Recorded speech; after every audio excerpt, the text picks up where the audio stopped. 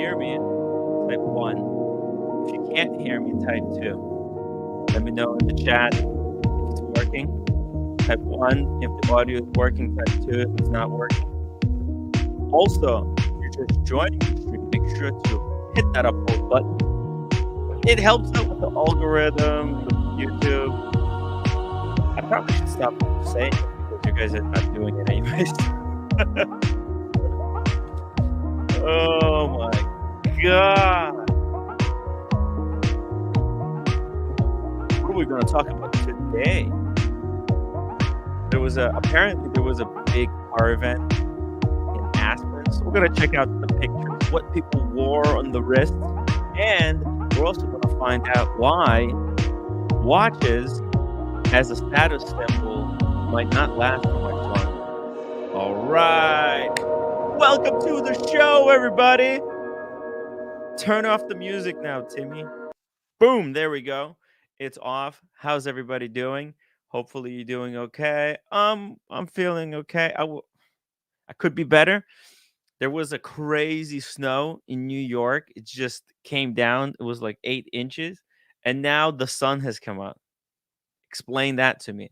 The weather is so inconsistent. It doesn't know what it wants to do. Does it want to rain? Does it want to snow? Does it want to sunshine? How about just throw in a mixture of everything?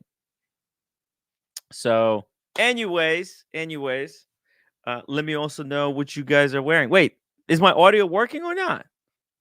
Seriously, I don't know. My audio could be not working. It happened last night. I was talking for like 2 minutes straight, and it turned out the audio was dead. Cut the music. Let's get the deep and meaningful. Let's go deep and meaningful. I love to do that, but there's always like two people who don't want to get down to nitty gritty. Guys, come on, you gotta push through with me through every question. Let's get to the bottom of everything. Hey, here we go. Tim G, let's go. Late night drinking with girlfriend. Hey, nice. Wait, it's Tuesday. You can't be drinking. I got a Red Bull. All right, I'm trying to sober up. People say, Timmy, you gotta cut the booze, get off the can. You're yeah. Brap Leb, all-time record Super Bowl ratings. I know, right?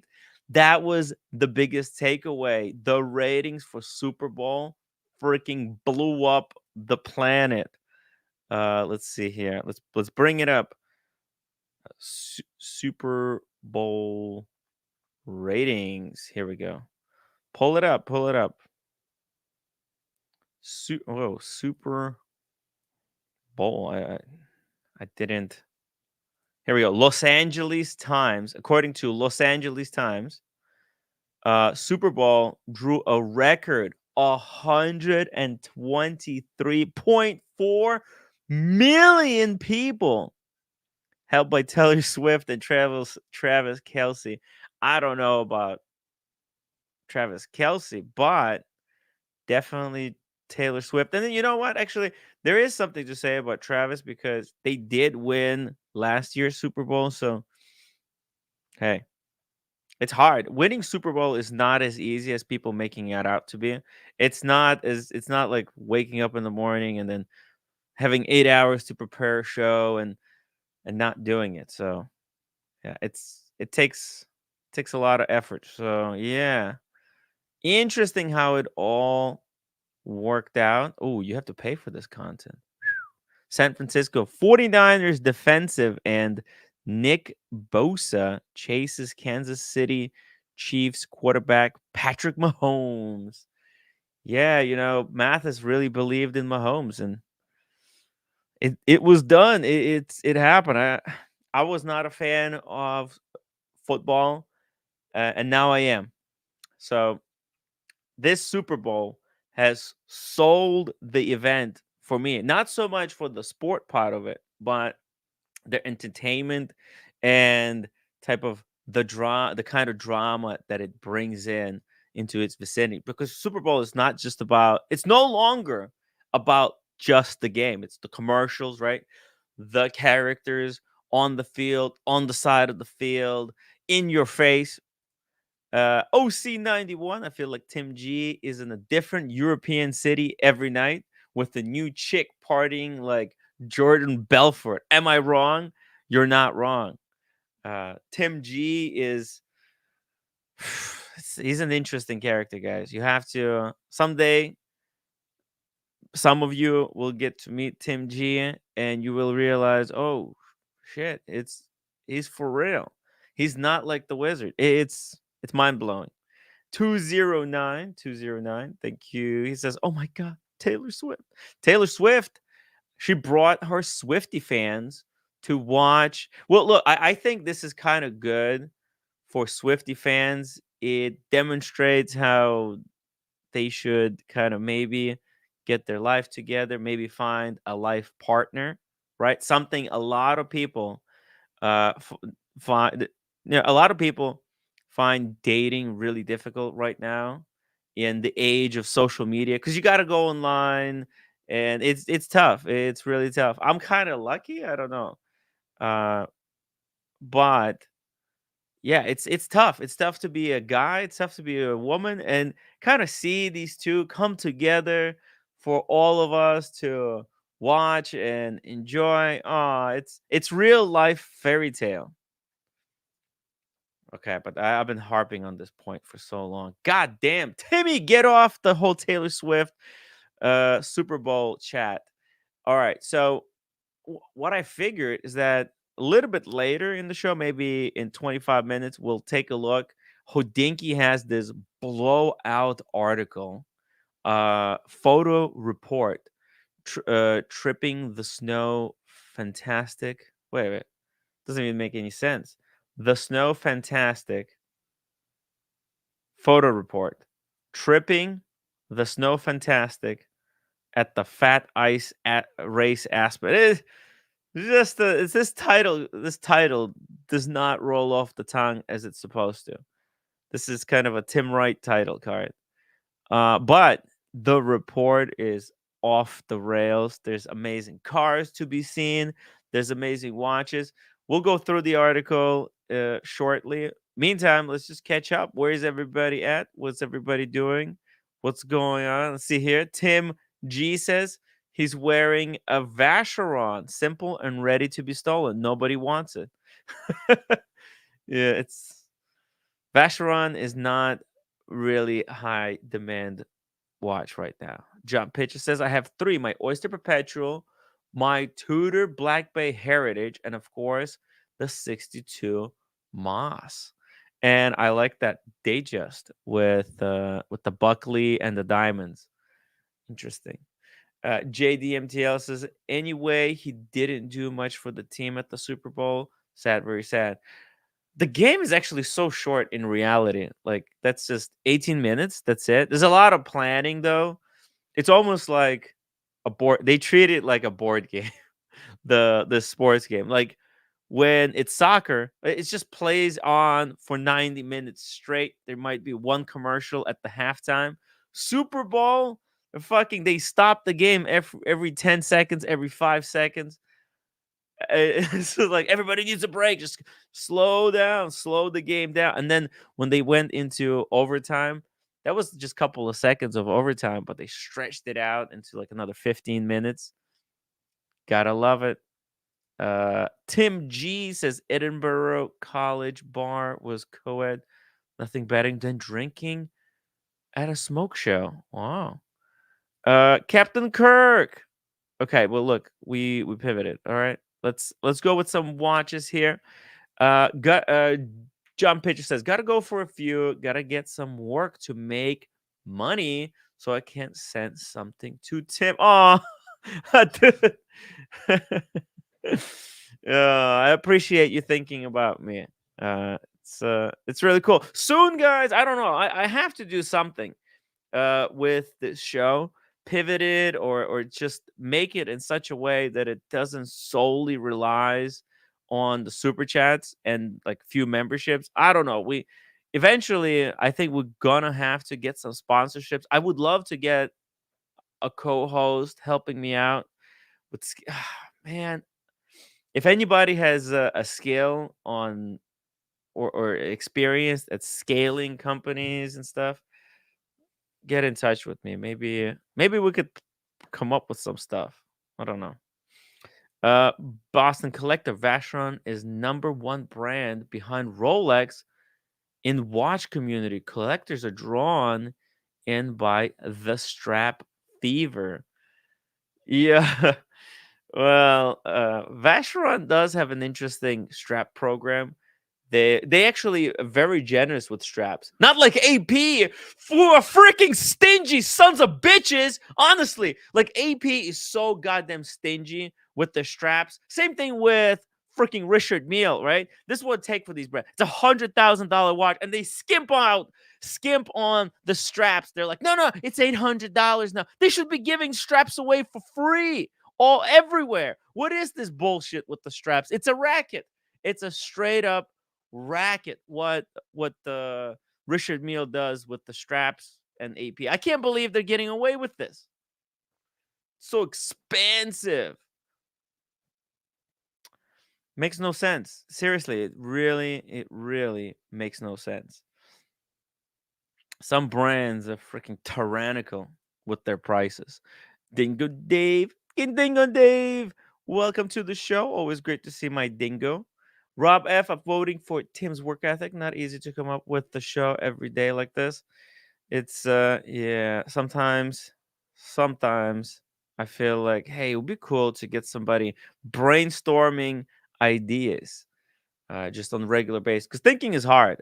I think a lot of people don't realize it, but it is exhausting. So let's see what's going on. European watch company. I was just talking about them yesterday, that they had very few new watches on for sale, and it's almost like they're watching me. They pushed out a few new pieces. Let's see what they got. They got a Grand Seiko. The prices seem to be going up because this is this is not a great price. 4,350 for Seamaster. I love the Seamaster, the Great White, but on the rubber strap, this is without a bracelet for 4,350. That's almost retail. So not much discount there. But hey, there's a Black Bay Pepsi. Uh Octofinissimo Bulgari, extra thin. These are expensive. Ever since Buckley dumped his Bulgari, I was hoping that they might start falling down in price, but they're holding pretty well. Look at the box and papers that Bulgari gives you. It looks nice. Kind of interesting material choice. They definitely found a way to differentiate themselves from the competition. Hey, speaking of competition, we got Jonathan Quill Higgins. Let me just pull up this comment because he said something cool. He says Porsche design GP1 chronograph was the first watch with the black coating on the case and bracelet, with the first to feature the brand new 7750 back in 1972. That's a Maverick, right? And it was featured in the original Top Gun, and then they did a remake and they obviously put it into Maverick Top Gun 2. Oh, hey, look at this. No fold 33. Don't fall for it. Buy what you like. Yeah. I mean, look, this the thing is that sometimes you like something, but it's crazily overpriced, and you realize that you can buy something even better at sometimes fraction of a price. So let's see if we can find some good deals here tonight. The top row is just overpriced. Let's move on to the next one. A day date 36, 1979, 15,900. These are dropping in price. You always want to get the new day date. I don't know why, but Roy, look at this. There's an Oyster Perpetual yellow dial.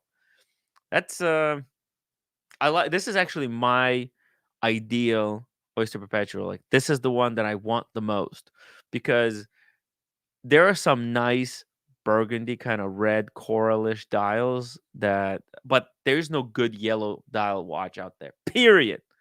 And what I think I would do, get this, Get yourself a yellow Porsche. The Porsche market is imploding as we speak as well. And you got that combo and you're good to go. You can just pick up any girl you want. Just have take it nice and easy. What's wrong with just a watch and a car combo? You can get nice white uh Air Force Ones with yellow swoosh. It will work great. Let's see here. This Cartier tank, Cintrain. Oh wow, 26,900. Oh, it's so extraordinarily expensive. Oh my god. I these Cartiers really need to calm down, but Cartier is very good at keeping the production numbers on those very small. Whoa, this is deep discount because that's way below retail, guys. The new model of Zeitwerk is, I believe, retails for like 110,000. They actually increased the price by like 20,000 on the brand new Zeitwerks. This is the old model, but hey, 66.5 entire. It's you know what?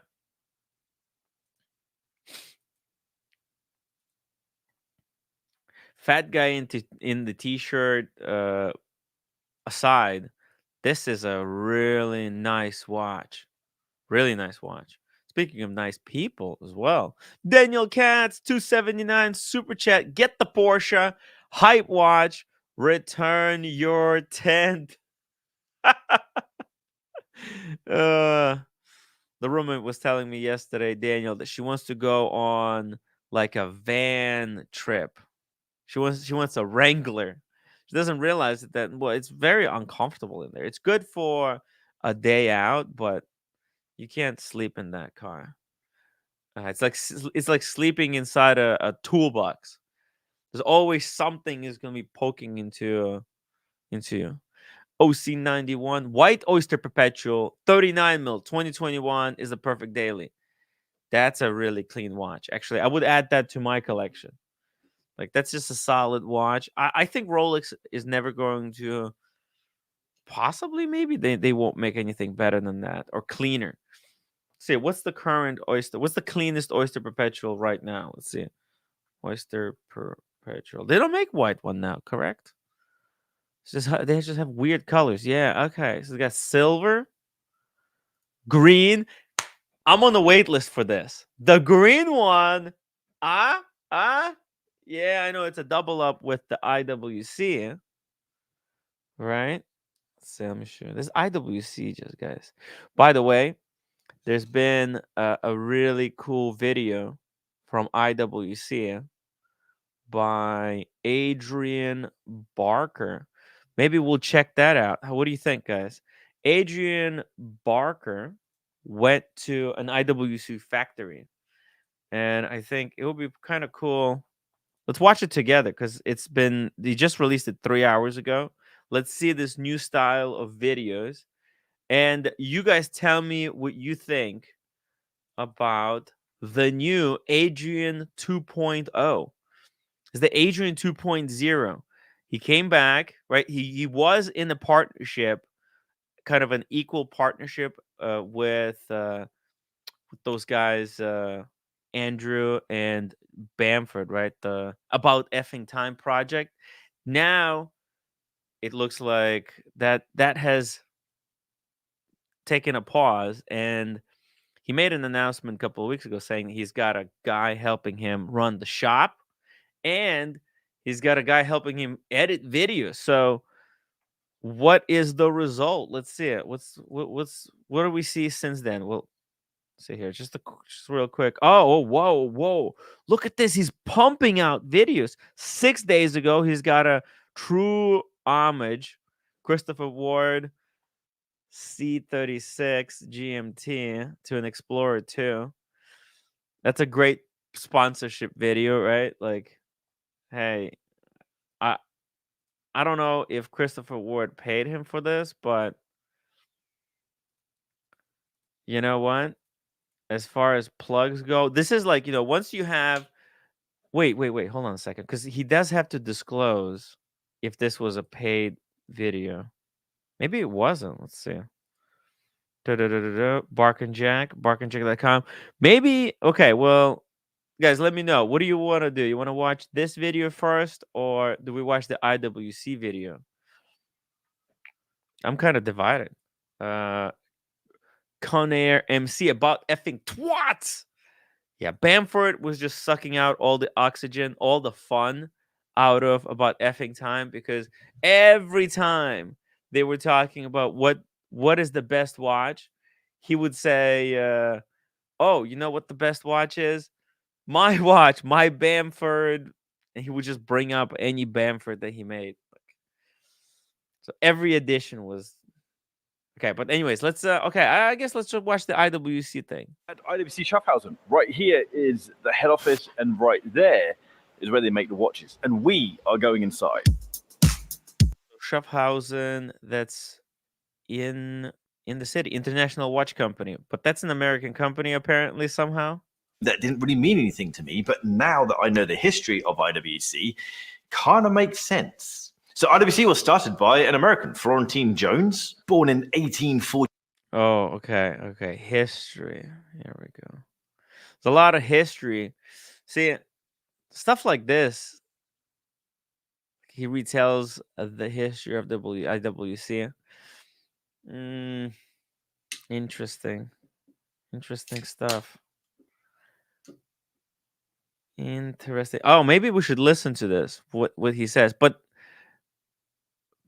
bear in mind that there's no way for us to verify if this is actual history or if this is played up, made up history, like Rolex and Explorer 2, right? As far as I know, this could all be kind of scripted and made to look IWC as best as they possibly can, right? Especially, I would, you know what? Let's just skip this. I don't even want to hear the bullshit. Let's get straight to. I want to hear about the manufacturer. All right. Inside IWC Schaffhausen, this is where they manufacture all of their watches, and we get to see it all. Well, I get to see it all. I get to share some with you guys. It's always funny when watch brands invite you to explore their factory. They want to showcase how they make their watches, and you get there and realize that actually they want to keep everything a secret. It's like a lot of CNC. Oh man, Kern, CNC machine. When it comes to making things, it's often just a process, and that's what these watch brands want to hide. Oh wow, look at this. Honestly, I think this is doing more damage to IWC than good because anyone. It's just it just feels when stuff is made by machines at scales, it just doesn't feel. It just doesn't feel like a luxury product. Why? What the hell are we paying 7 to 13,000 for Big Pilot? Was just made by fucking. Especially when they have fancy materials like ceramic mixed with titanium. Ceramic is a fancy material. Egyptians had it, no? But that's what the brands want us to think, right? They want us to think that these materials are more important, more expensive, are they expensive machines? Yeah, they're expensive machines. Captain Kirk, I'm taking a tour of the IWC. Oh, let me grab my gray sweatshirt. That's his style. Look, expensive machines they may be, but also IWC is not giving out these watches for free. I guess if anything, like these machines, they're getting the testing of a lifetime.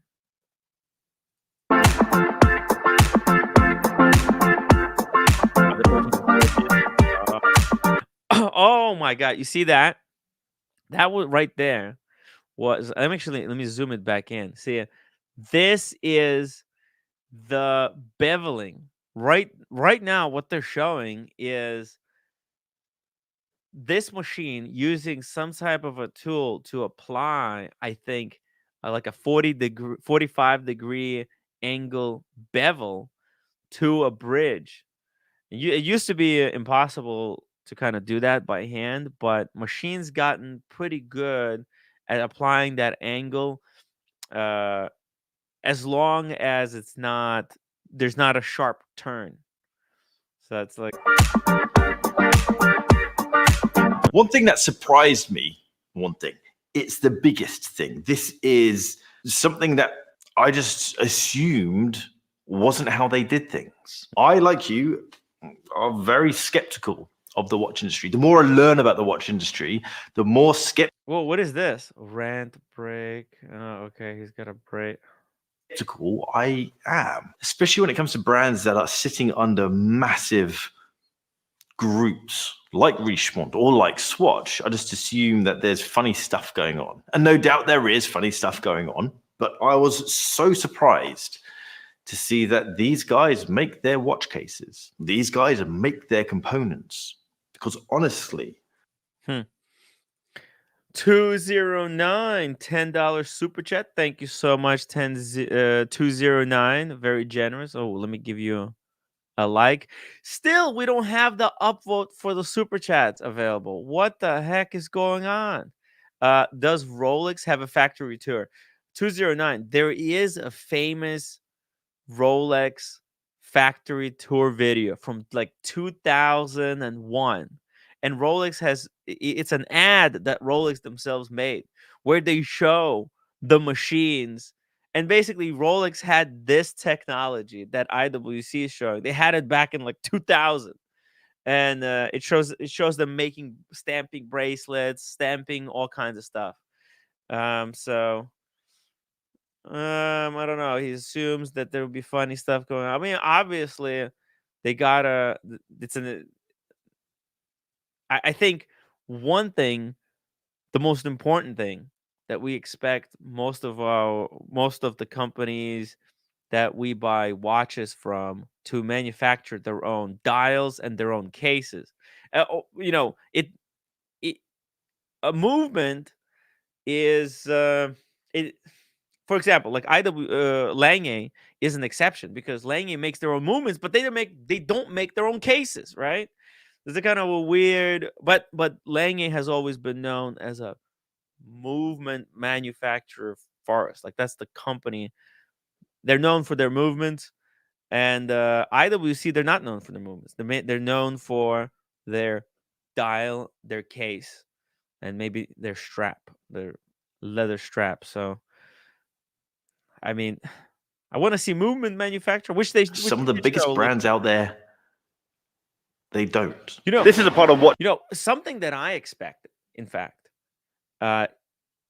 is that okay? So IWC is under this big umbrella of Richemont, right? They got this big corporate owner. Richemont is their overlord. I would expect them to use more of like, let's say they like if they need something from IWC for another one of their watch brands, I would expect them to share or manufacture parts for each other. So it will be interesting to see it. It's like Adrian is right now in the facility, but like they might be making movements for another one of their partners in the under the umbrella.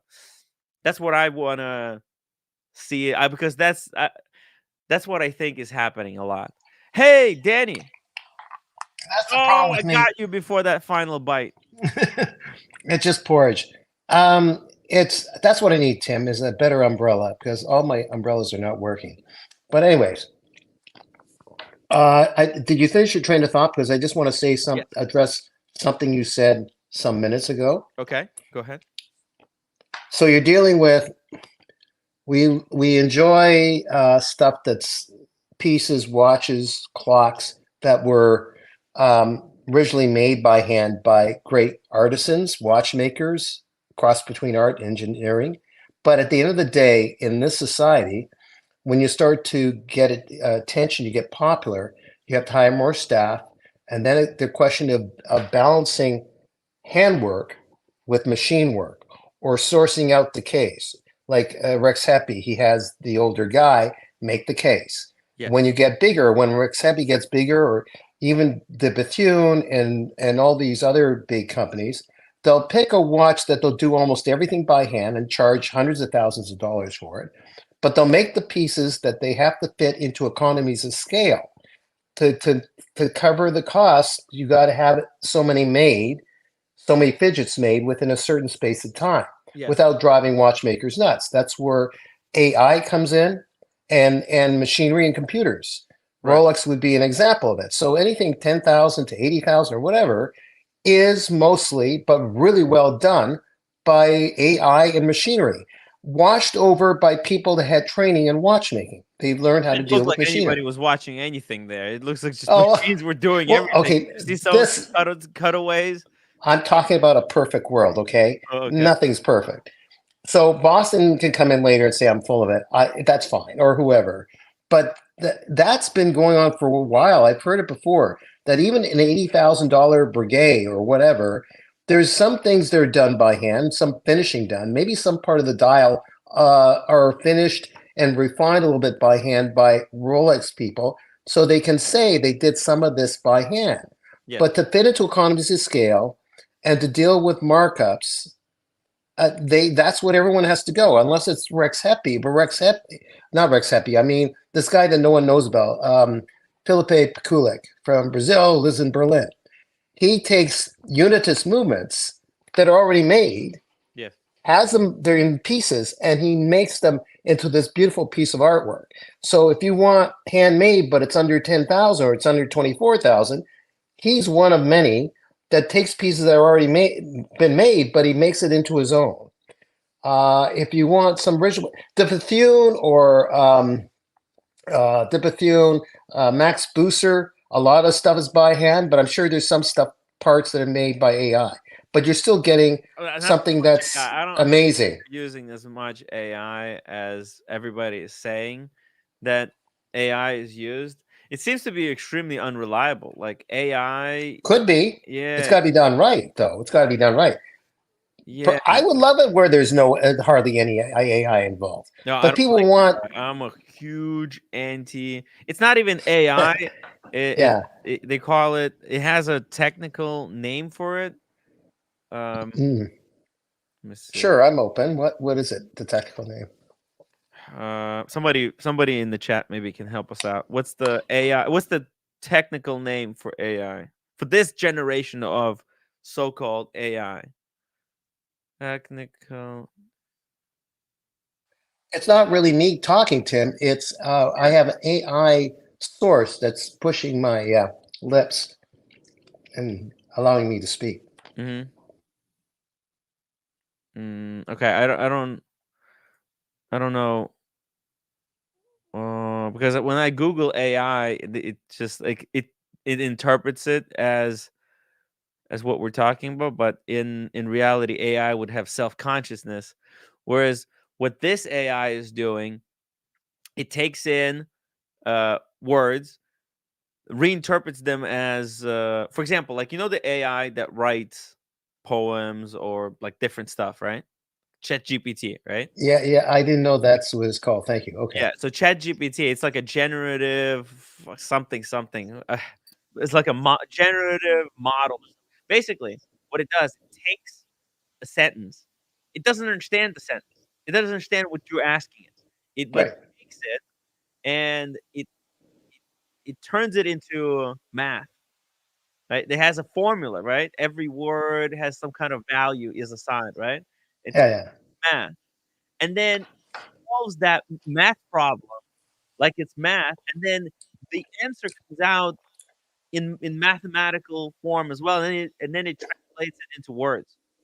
And so, Ooh, interesting. That makes sense. I don't know this, but it makes sense. yeah, but it doesn't know what the fuck it's doing. Okay, Right. there's no self-awareness. So the current AI is just it's garbage. It's smart and it's stupid. It's really stupid. People have to remember that.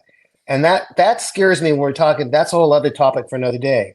Like Joe Rogan would cover, or someone else, or even you for another day. Where are we a society that is a tool using society, or are we a society being used by tools? Are we scary tools? stuff? But this That's right. You know, I think a lot of people would say that I'm definitely a tool. But hey, let's get back to this Okay, sorry, factory that's it. tour.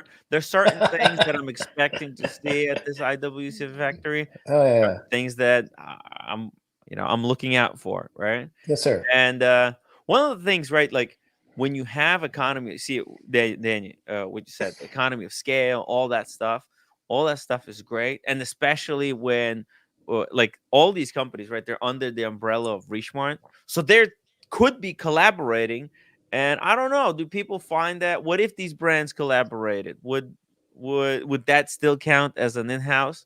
Like, with that case still in-house, even though it was made at JLC factory for Breitling? Okay, This is hypothetical. how about? I think that's the wrong question to ask. Yeah, And people get caught up in that hype of marketing. yeah. Is it in-house? Is it good? And what makes up good? Sometimes it's in-house, sometimes it's sourced. But And but to me, who a, gives an F but a if it's lot of really good? times these guys, they just, in-house means a lot, Yeah, I know. and We're not brands going to change that. advertise their stuff as being I, in-house. Oh, okay. So here we go. yeah. So Richemont owns Cartier, Van Cleef, Lange. Oh, so for example, right? You buy. Oh, they also own JLC and IWC. Imagine if there's shortage of staff at JLC. They need these cases made, and they just make them at IWC factory. Would that still count as a JLC watch, or is all of this counted as a Richemont watch at the end of the day? Really, Tim? I think you know It's the just, answer. I think, well, Okay, it's I think you know the answer to that one. well, Because honestly, it's. I feel like we're entering into a new age, right? Most watch companies, they're either independent or they're belonging to a conglomerate, right? So look at what Louis Vuitton is trying to do, right? Part of this thing, independent creatives, right?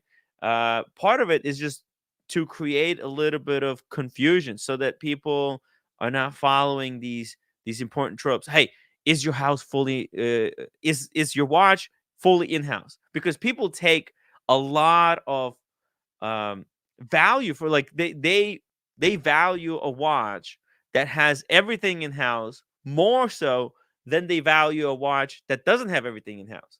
Watches that have, Salida movements, there's, when you compare it two by two, and fully in-house watch would be considered to be a little bit more valuable or respected, because yes and no, yes and no.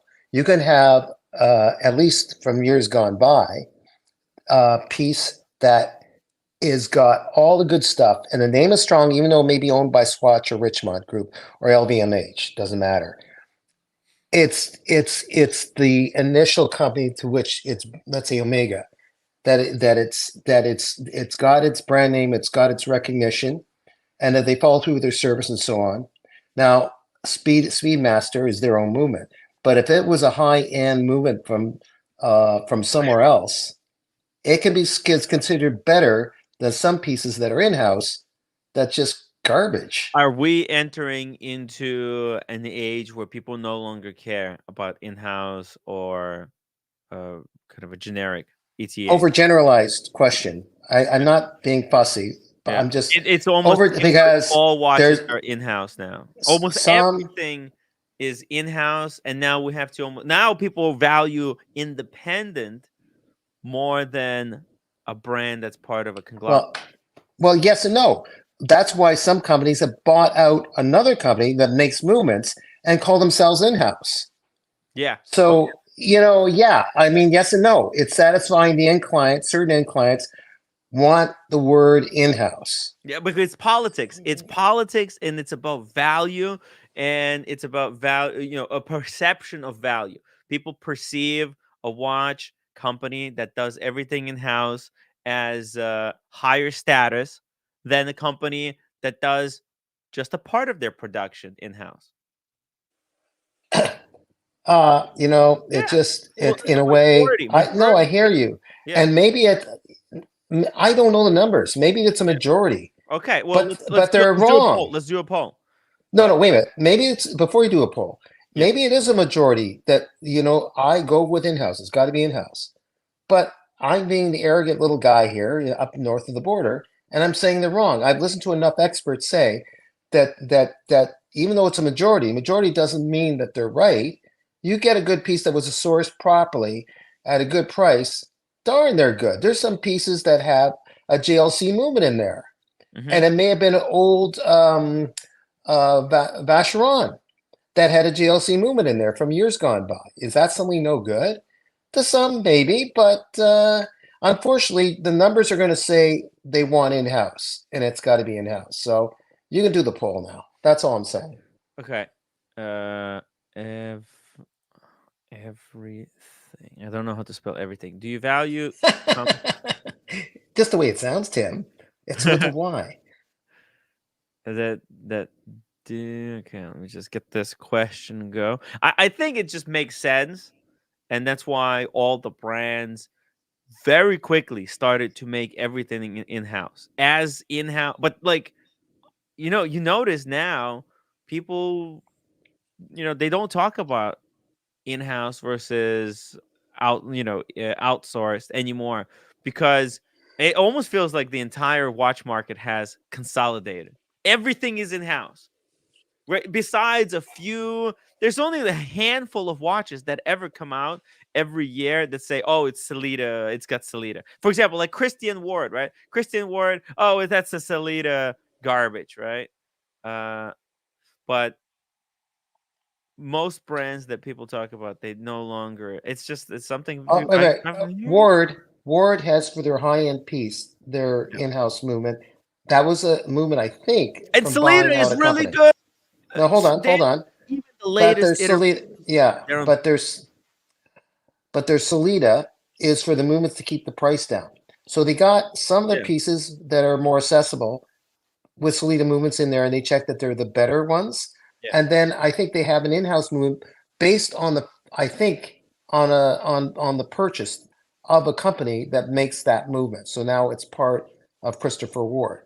That's a more expensive piece for people that are willing to buy that. But their bread and butter are in the Salida movements at a lower price point, I think. Who owns Salida? It's I it, don't know. I don't know that part. Tim, I uh, gotta go. I got a phone call I have to deal with. So I'll come back, okay? cool, Daniel. Take care. Hop on later. I'm gonna drop the link in case somebody wants to join us on the stream. Rob F says you need to read a little bit more about history of Swiss watch industry. It wasn't until ETA refused to supply movements that brands started moving in house and made it a marketing ploy. Well, actually, I think uh, Swatch bought ETA in order, because I think Swatch was already using a ETA in a whole bunch of their watches, and they thought, "Hey, we'll fucking buy ETA, and then we'll just call all these watches we're already making with ETA's own movements. We'll just call all these watches in house." And also, that screwed over a lot of other companies. Famously, IWC Ingenieur, it when it first came out, it was it had it was so fucked. IWC Ingenieur got completely fucked by all these brands because it was using ETA. Then so first it came out, I think it had an in-house movement, but it was too big. So they put in ETA to make it thinner.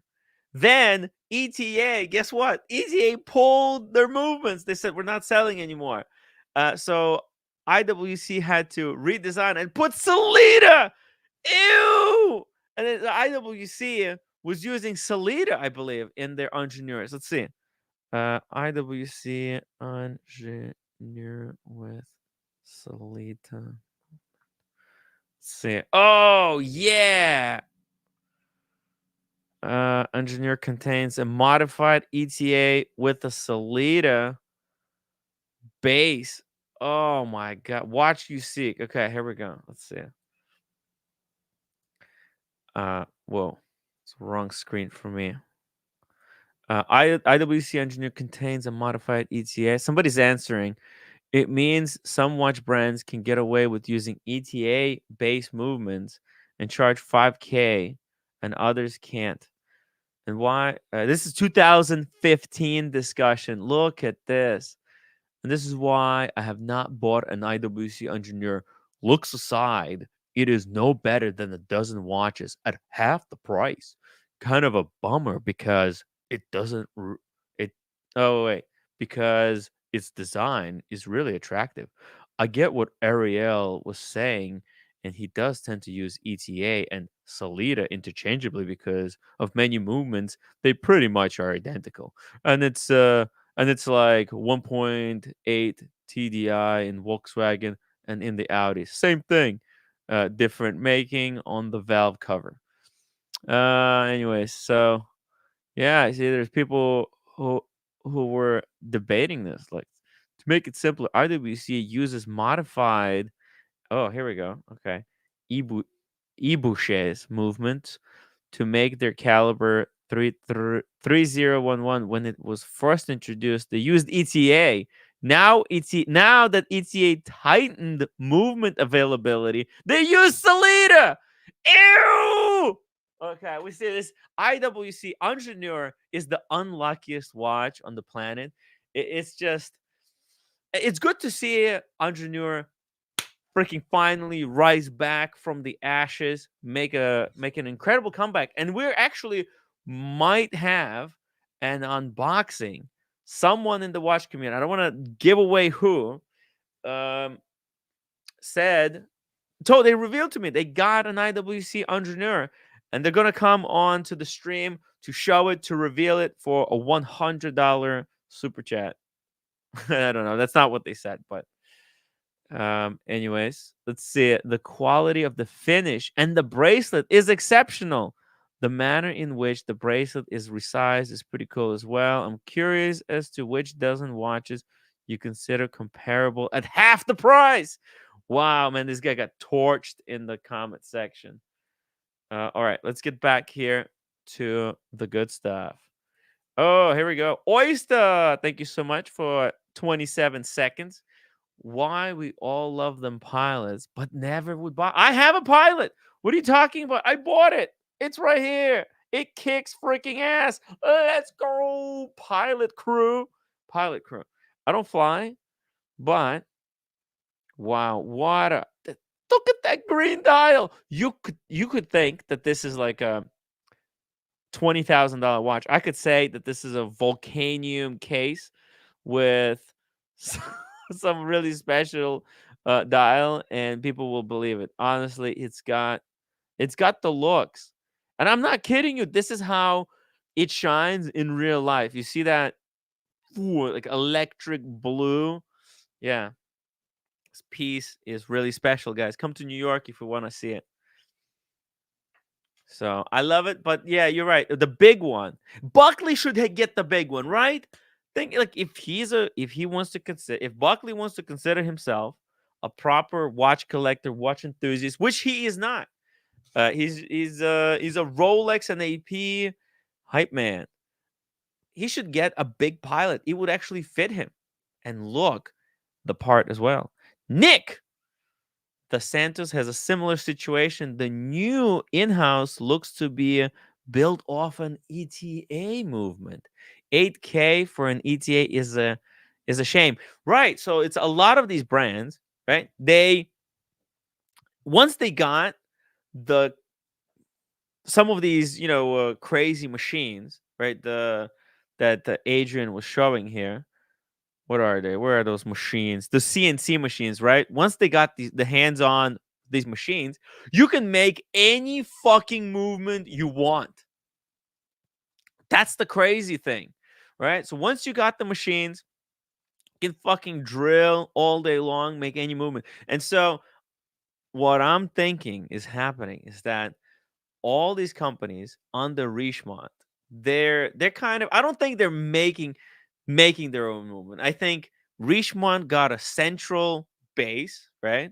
Where they think of and develop movements, right? And they make these plans and they just sent them out to, like, hey, oh, these are the plans for the next batch of IWCs. And they sent them out and they programmed the machine, boom, and you're done. And then when they sent the orders to like a Cartier, they take that same movement, slightly modify it, and send it out to Cartier, and Cartier has the same machine. So honestly, I don't know the extent of how this fully works, but that's how it would make sense to me. That's how it makes sense to me, at least, because you want to save money in parts where there's redundancy, and if they're eliminating a lot of the redundancy in in their manufacture, it would be so effective. Imagine if that, like, just because we don't freaking know, we're not watchmakers, right? But technically speaking, Richemont can take an ETA movement, change it up one way for Cartier, change it up a little bit of in a different way for IWC, change it up a third way for Piaget, right, and so on.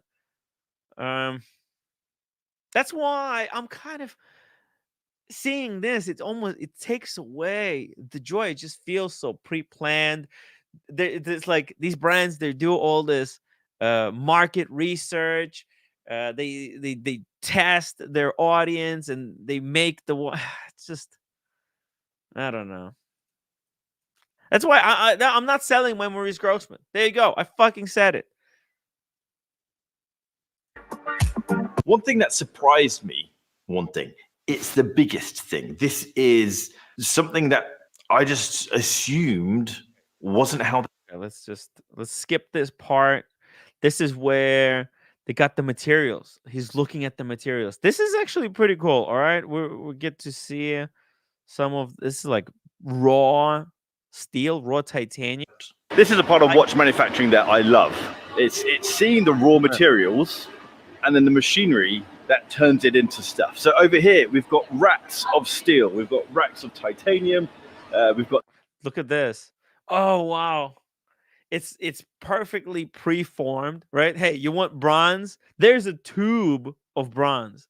You want stainless steel? There's a tube of stainless steel. And they could slice these like a baguette, right? Into slices, like to make sandwiches, but they're just making watches. But then, you ask a question, who manufactured these steel tubes for them?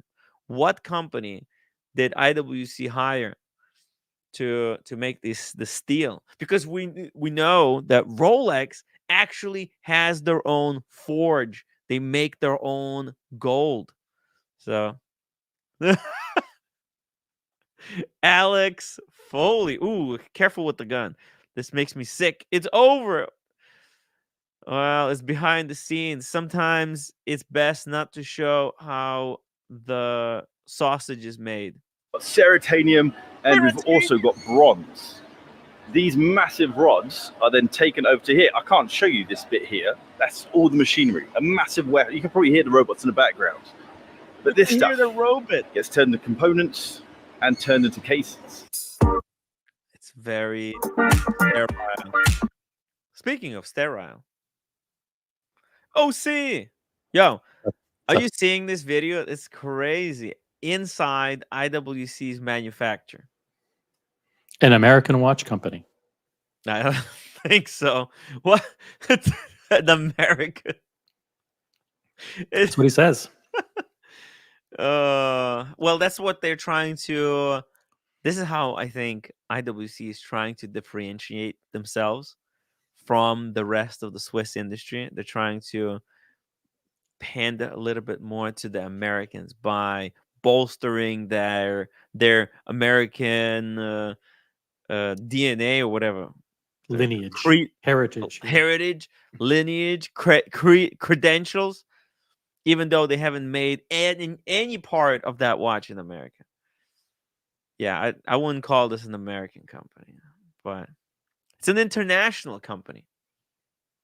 But yeah, what part is American, by the way? I haven't seen this video. There is no American part. That's just there's a little bit of, it was an American guy who started it, so that makes it American. And he's like long dead, I think. I didn't even watch that part. It was Adrian. Basically, they brought Adrian into IWC. They made him watch like a 30 to 40-minute propaganda film about the history, why IWC is good. I just fucking skipped it. I can't watch. It's just because look, it's like they're going back to like the Civil War. Like IWC was started by This is like the dude's picture from the Civil War, looking Lieutenant General of the 3rd Brigade. But It's good to see him back on YouTube again after the demise of About Effing Time, an American YouTube channel. that was a disaster. About Effing Time was a disaster. Look, he's doing trips now. He's traveling. This is the cool He's free. shit. He's free. He's Yeah. free. He could do it. He can actually, because look, he over the past, I don't know how many years, he developed some relationships with a lot of these brands. We know that IWC was very close to him, right? They've been sending him watches to review. He reviewed some watches that, like, they didn't even launch. They sent him a week prior, like an advanced release, to make a video, and then he put the video out when like they told him. Like that's a crazy level of That's not uncommon. yeah. You know, it happens with car YouTubers. It happens with all kinds of reviewers, product reviewers. Camera, I know the camera reviewers. Yeah. But look, he had the relationship, but he had no freaking time to actually get out and go to IWC and see this thing until he quit About Effing Time. They were probably burning all his time. It cuts into schedule, right? Yeah, he's on his own and doing better than ever now. Well, look, he made 4 videos in the past like 10 days. That's fast. I know. But I mean, OC, what is this video? Is this content? Is this or is this advertisement? What am I watching? I haven't seen it, so I'm going to reserve judgment. It is not uncommon for many of these YouTubers to get paid behind the line, behind the scenes, to promote products, to shill for products. There's a famous, I'm not going to call her a YouTuber. I just said she, and I didn't mean to because it revealed her gender. But a YouTuber who's on Instagram a lot, we know her. And she gets paid by Oris, right?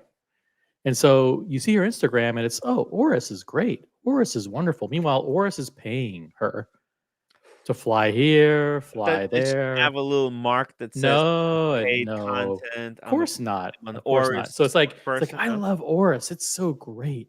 Meanwhile, we know Oris is paying her. Right. You know, she's in a paid, she has a paid sponsorship with Oris, but that's not something that this person reveals to her viewers. What are the what are the ethics of Sia? Does she have to reveal? Does she have to reveal? No, I mean she's not a journalist, so she doesn't have to reveal anything really. But I think she's an influencer. Yeah. And listen, I'm not going to say who it is because I don't think that person should be revealed. It's not my business to talk about any particular person. But this person is well known for spruiking Oris. You'll see her Instagram. Oh, Oris Fridays, Oris Tuesdays, and then I know because I know the people who are paying her. Interesting.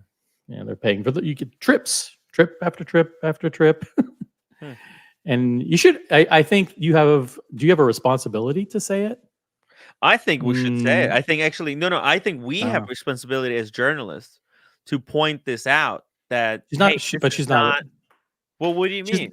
She's not a journalist. She's not a journalist, but we are. Well, I don't get paid by anybody. No. I'm just saying we're not saying anything that's wrong. Just tell me who it is.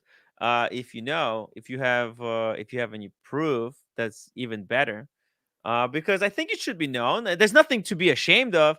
I think it's a little bit suspicious that she would have never, she never talked about it, publicly, or it doesn't have somewhere displayed that. For example, when I was sponsored by David SW, I had this show is sponsored by David SW. Yeah. Newsflash, I'm getting paid by David SW to promote David SW. And when we cover David SW's listings, it's because it's something that probably helps them. Well, right? Yeah, it does help them. Yeah. It did help them.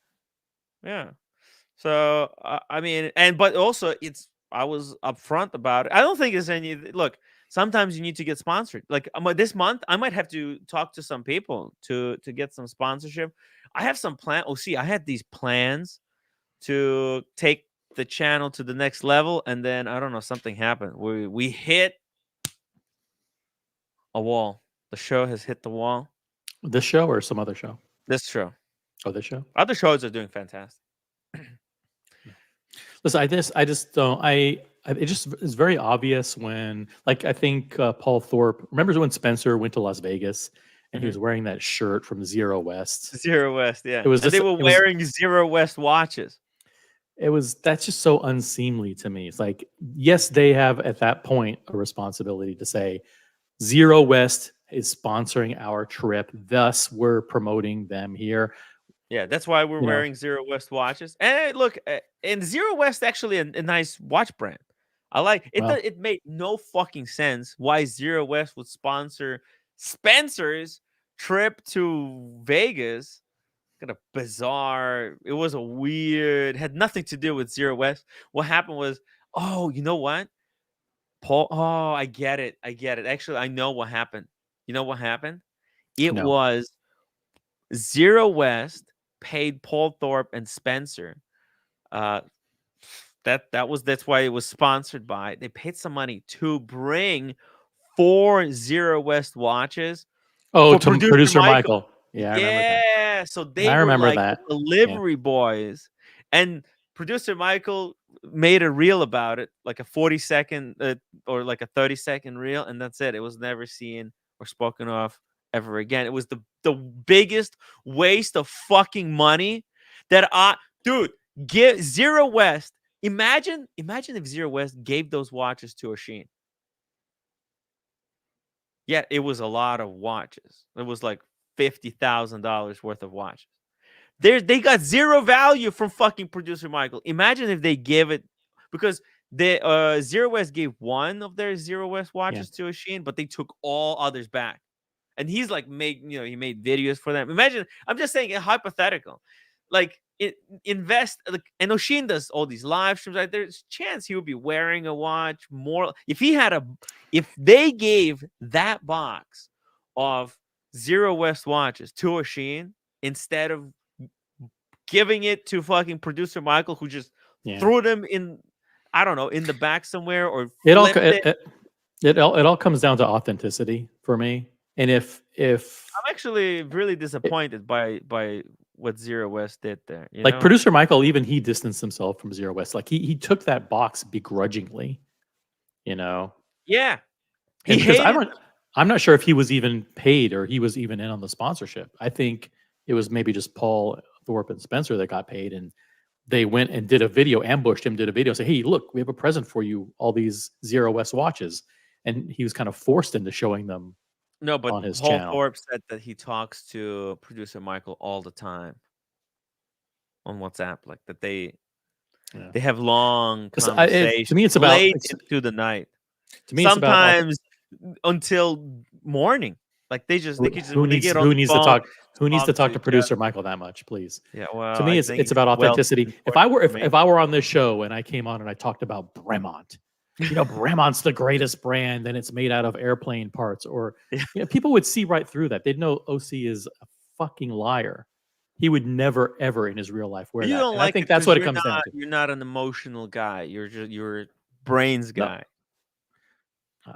I like what I like, but I will, if I, like, for example, I wear Skechers. So when they when they endorse me, I'm happy to say, listen, I wear Skechers. I like Skechers. You should wear Skechers too. They're very comfortable. Or the same with Oliver Peoples. I'm a brand ambassador for Oliver Peoples. I wear their glasses. I think they look good. I think they're phenomenal. Small G wears them. Roger Federer wears them. Lots of other people wear them. So I'm very upfront about that. But that's something that I believe in, a product that I believe in. But this person that you're talking about, and I see some people guessing in the chat who it could have been, who's they shouldn't guess because well, shouldn't guess. I mean, look, I because, see people, but if they see, if people are saying people in the chat, it's because they realize, guessing, I see that person's Instagram and they're always spruiking Oris. Yeah, but my question is, right? So I don't think there's nothing wrong there's nothing wrong being sponsored by Oris, right?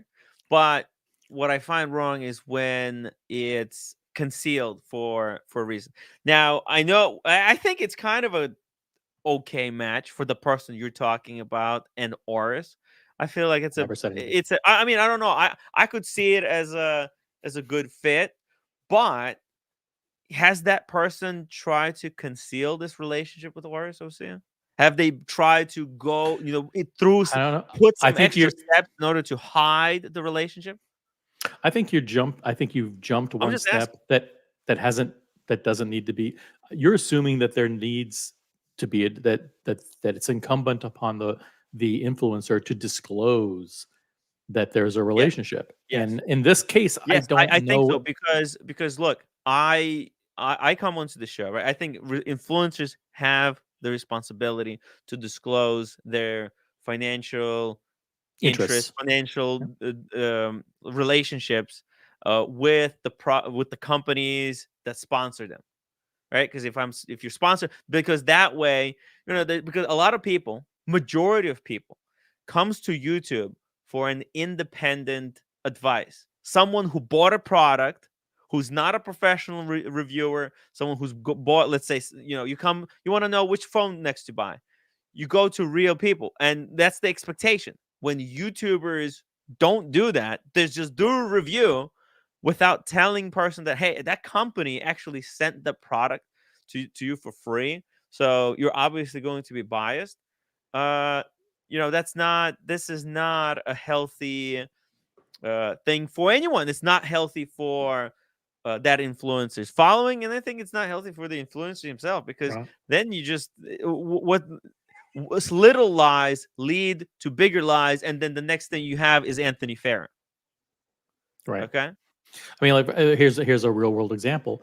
Cased in Time is a great product. They Yes. sent you a bunch of free samples to give to your viewers. Those samples. Jesus, sorry. I was Sorry. trying to add Aaron onto the stream, but she left and And it then you got changed rid of me. places. And then, yeah, sorry. Okay. Oh, here we go. Okay. Yeah. But Hi, I Aaron. was just going to say that Cased in Time. So they gave you, obviously, when they give you samples of cases, you're going to distribute them to people, and they're going to say, "Oh, these are great cases," and they're Yes. going to be on the panel and say, "I like these cases." So they're smart. They're getting free advertising for very little money. It's not like they're giving you $10,000 behind the scenes. But if Yeah. you did get paid $10,000 by Cased in Time, say, "Hey, we're going to give you lots of free samples, but we want you to talk about this. We want our logo." You would have. You're saying you have an obligation to disclose that. Exactly. For example, if Cased in Time has continued to send me these watch rolls, or like if they continued to pay me money in the back, like behind the scenes to continue to promote their product, I feel I would be obligated to let people know. But look, all that Cased in Time for me, all that Cased in Time ever did for me, they sent me a whole box of these, like 10 pieces, Mhm. and it's actually a really good product. And Yeah. I talked about it, and I gave them all away. I just have one They left. got away. They got away. They got away cheap They because got all they away had to really do. cheap. Yeah, and Because look, you. you know what? Look, because it's not about. I'm not here to like. I don't think I would. It's a good product, I see, but I I know. wouldn't put Cased in Time in the corner, proudly sponsored, and take like $500 a month from Cased in Time. I wouldn't want to promote it that much, because I think the pricing is a little bit expensive for what it is. But it's actually, I checked competition, and they're Mhm. actually the best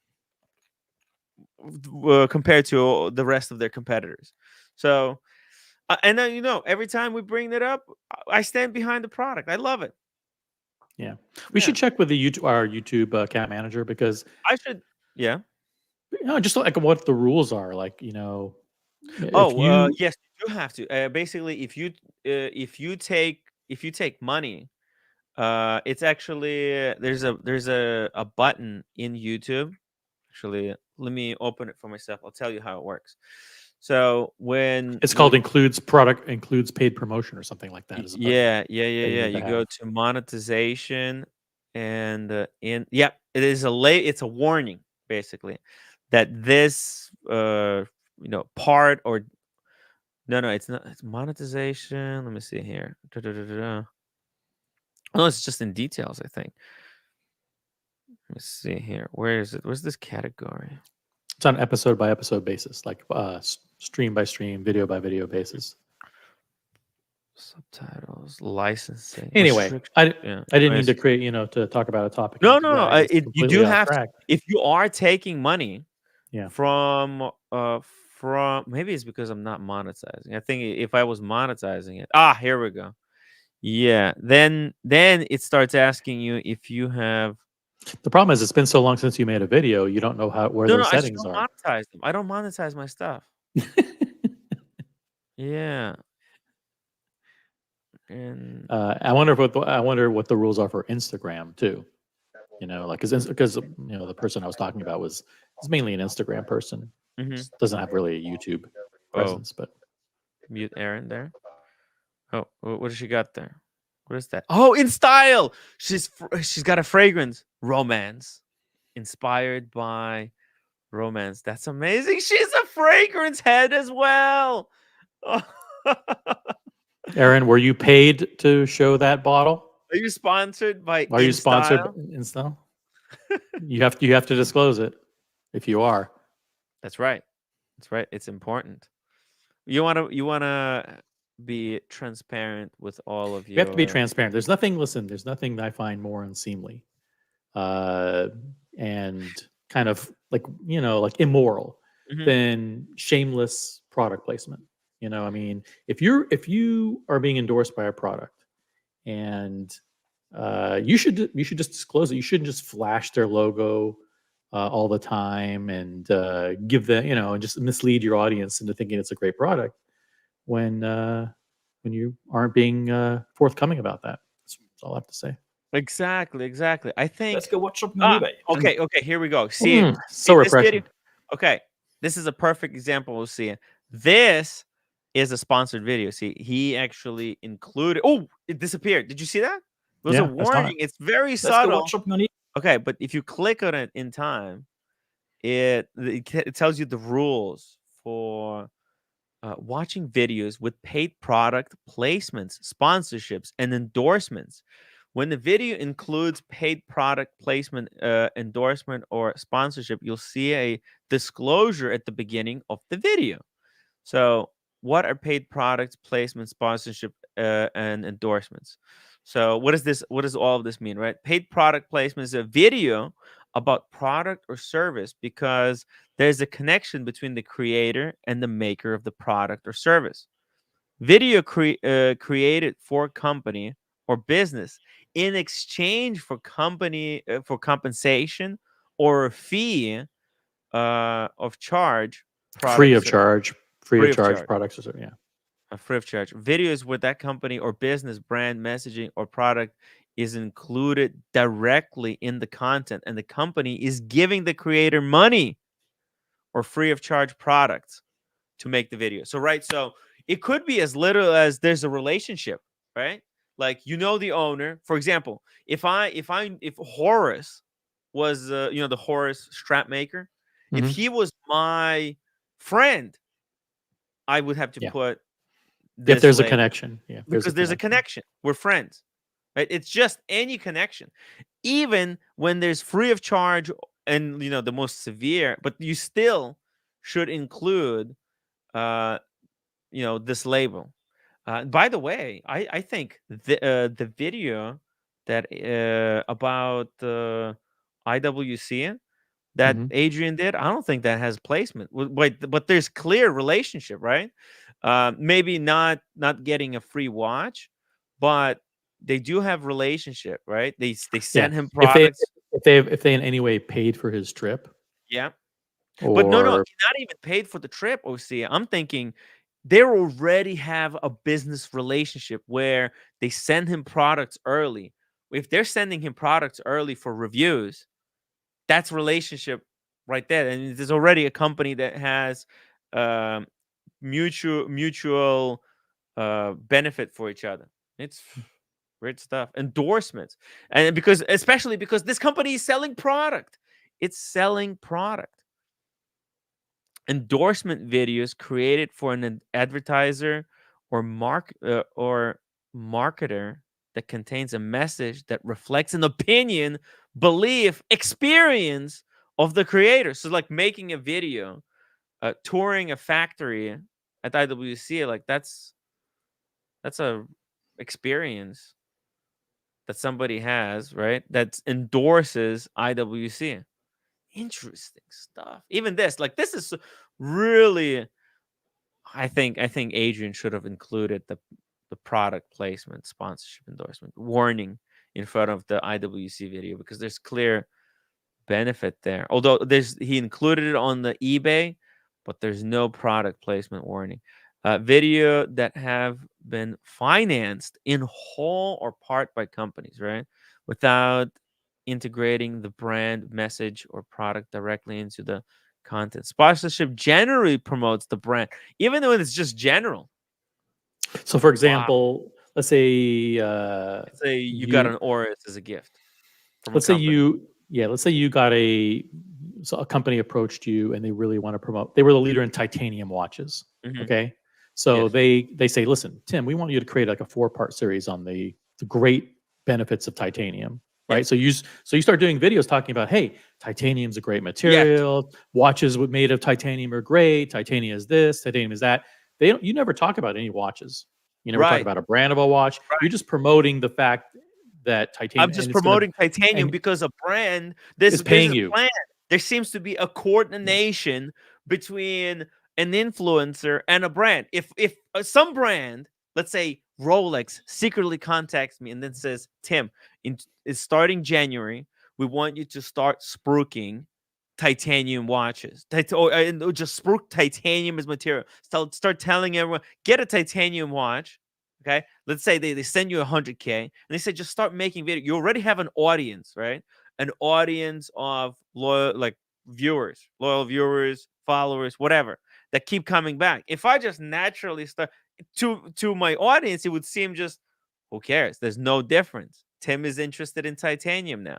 They would have no idea that Rolex is secretly planning to release a titanium watch. That way, I primed the audience to want the titanium piece. So then when it's released, everybody goes, whoa, this is, how did this work? Tim, it was predicted. Tim predicted it. In the meantime, it was all scripted in the background. Interesting. Holy, there's so many ways to... This is why this type of warning has to be in front of YouTubers who are doing brand relationships. Seriously, guys, you have to be careful. Like not everybody who's sharing information with you online, they want to share facts. They might be working for someone. I mean, there's a ton of money to be made to push shoddy garbage watches. Stephen L, £5 super chat. Thank you so much, Stephen. Thank you so much for supporting the greatest watch talk channel on YouTube. Hi, Aaron. And Fragrance Talk, too. Super chat for Aaron. I've never heard her say a bad word. Yeah, she's cool. Aaron is friends with everybody. Maybe Aaron has been sponsored all this time by the people who manufacture SpongeBob merchandise. Maybe she works for Warner Brothers and she spruiks Madonna. By the way, OC, we don't know. Last night, Lolex sent me this, saying that this is how me and his relationship kind of, it's obviously Lolex. I'm Obi-Wan. Yeah, this is how I left him. This is how I left him last time. He says, according to him, these are his words. This is how I left him. And now, the reason why we're not connecting is because this is the new logo. Came back into the stream last time. I told you. That's why I freaked out. I was like, this is not a good friend that I used to love. We used to have amazing time together, have so many jokes. We traveled. We went to Vegas. We had steak together. We had so many great moments. Maybe But he's saying that. Maybe he's saying that he was Obi-Wan, and you're now the Darth Vader. no. He's the Darth Vader. This is what Oh. the hate streams turned him into. You understand? This is what hate streams turn him into. Darth Lolex. That's his new name. He was corrupted by the dark side, by the Emperor Pontiff, as they call him. Yeah, that's just what happens, man. Dark side fucking corrupts people from within, and also Brainwashes them. brainwashes them. Yeah, that's right. Again, it desensitizes them to behavior that's really not just normal human behavior. The way you would like a character spears and attacks and lying about people and toxic drama. It's like Yes. and then you hear that you hear the guy screaming and the cackling, the unfettered cackling all day long, and then you're like, hey, maybe this is normal that we should just like hate people. This is normal. Just hating And we should people. we need to destroy people. It's like hell? no. Jesus. and then hearing Teen Tickers he's starting to get corrupted by the dark side as well. So he's all, man, he just sounds like an evil troll now. Like his voice it's all so crazy. Oh, I like tickers. Yeah, well, he's Darth Tickers now. Call him Darth Tickers. Yeah, anyways, it's crazy situation that's happening. It's breaking out in the watch world. But what do you think about this, Osea? Watches they need made by computers. Is this a miscalculations? uh, Rolex did this advertisement in 2000s, and they tried to scrub it from the internet. It doesn't exist anymore. Some people have we a all hard know, copy. we all know that there's the robots that make the cases, and we know that these aren't made by hand. No. It's like, have you ever looked at a car assembly plant? They used to be like guys putting in seats, putting in dashboards, and attaching the doors, and now it's not like 0 people now. Yeah. Like there's one guy at the end of the line goes, "Yeah, looks pretty good." It's like the robots do everything. It's crazy, right? How fast. That shit, like, they just put that stuff together really fast. It's all lasers and like micromillimeter quality By the checks. way, It's I really heard unbelievable. that welding that those robots do is not really high quality. The weld. Why wouldn't it be? Why wouldn't it be? Well, because robots are limited to only a certain type of weld, whereas people, they could do that, that proper welding technique, and it's a lot safer if you weld. Were you paid by the welders union? No, to say that. no, it wasn't. Human welders. We need human welders back in our auto plants. Bring well, at least for higher end cars. I would love to see, and it's the welding is mostly in the chassis. What's it called? The inner cage. The frame, exactly, in the frame. That's where proper welding is really missing, because they use this weld. You want humans doing the welding of the frame. I think I'll trust the automated robots on that. I wouldn't trust it so much, OC. I really wouldn't. Really. Okay, but let's keep going. Let's watch this video. All right. Here we go. Let's get through some stuff. Titanium, we've got ceratanium, and we've also got bronze. These massive rods are then taken over to here. I can't show you this bit here. That's all the machinery. A massive warehouse. You can probably hear the robots in the background. But this stuff gets turned into components and turned into cases. Where do you think they buy these rods? These big rods? Amazon. And how much do you think this stuff costs? Like a single rod, what is that, like $100? $6. $6. But the shipping's very expensive though, because the shipping, yeah. So is that how much steel you need to start with? Cut it down to this.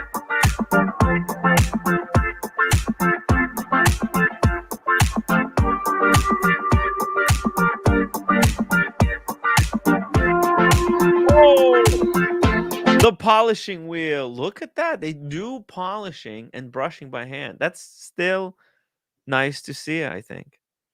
What do you think, Osea?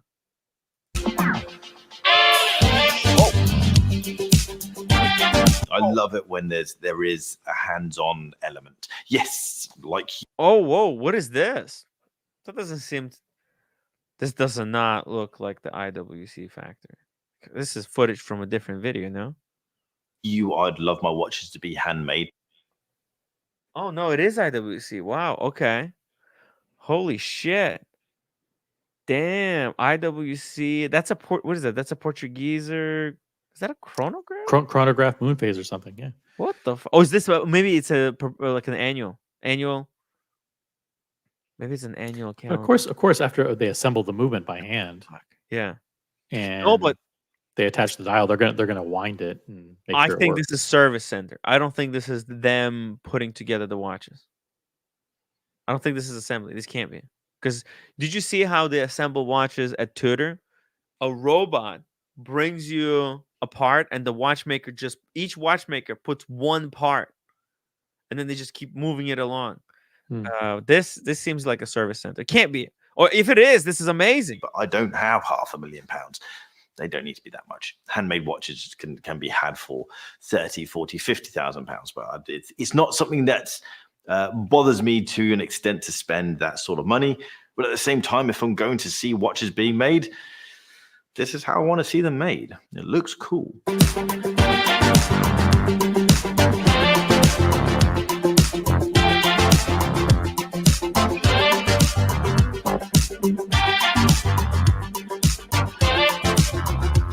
It's by hand, but there's some economy of scale, right? You can see this lady. She's doing a very similar part multiple times.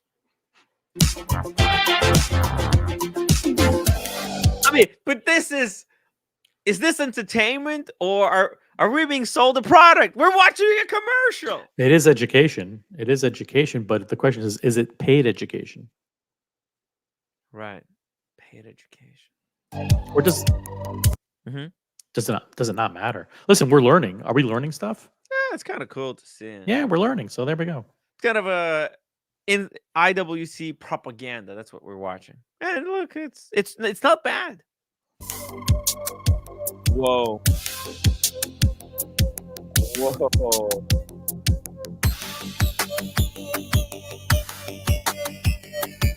My favorite part of visiting watch manufacturers and having tour. What was that last shot? What does it seem a little bit weird? It was a little bit out of place. Did you see that last cut?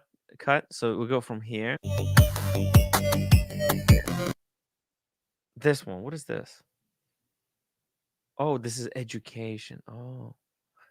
It cuts to that's like watchmaker training.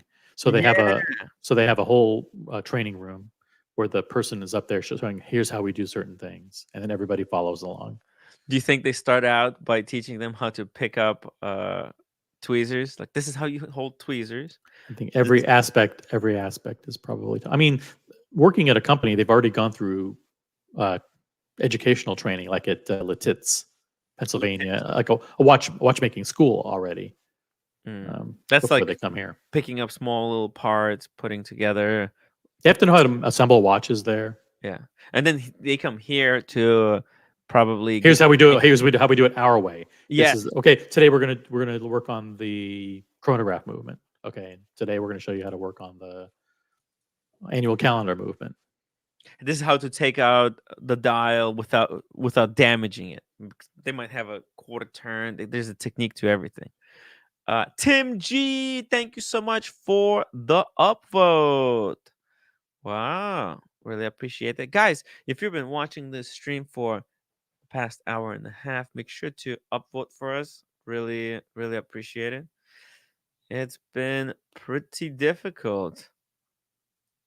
I'm not gonna lie.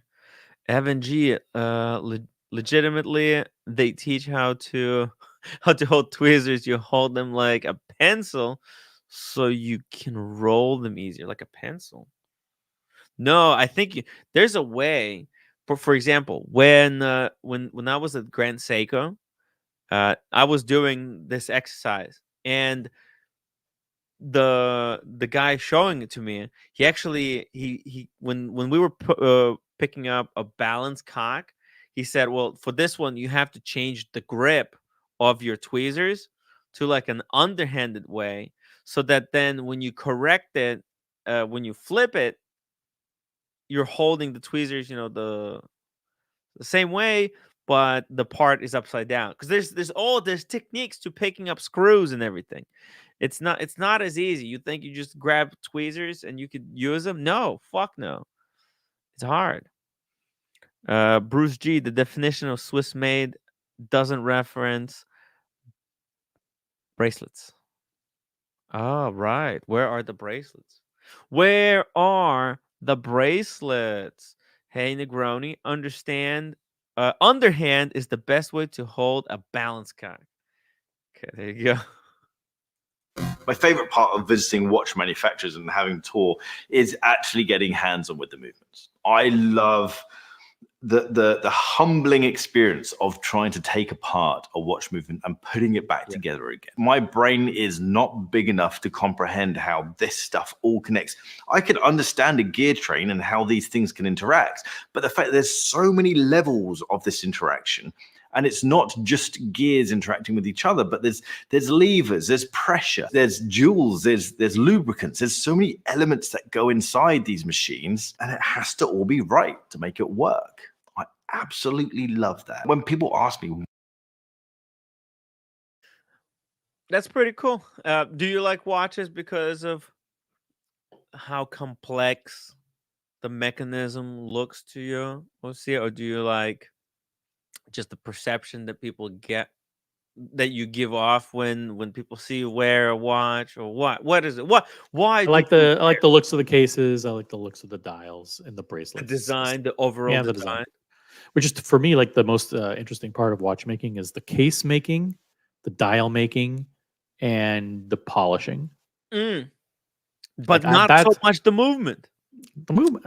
No, because they're inside. You can't see them. It's only like, this thing of showing inside of a watch has only became a very recent trend.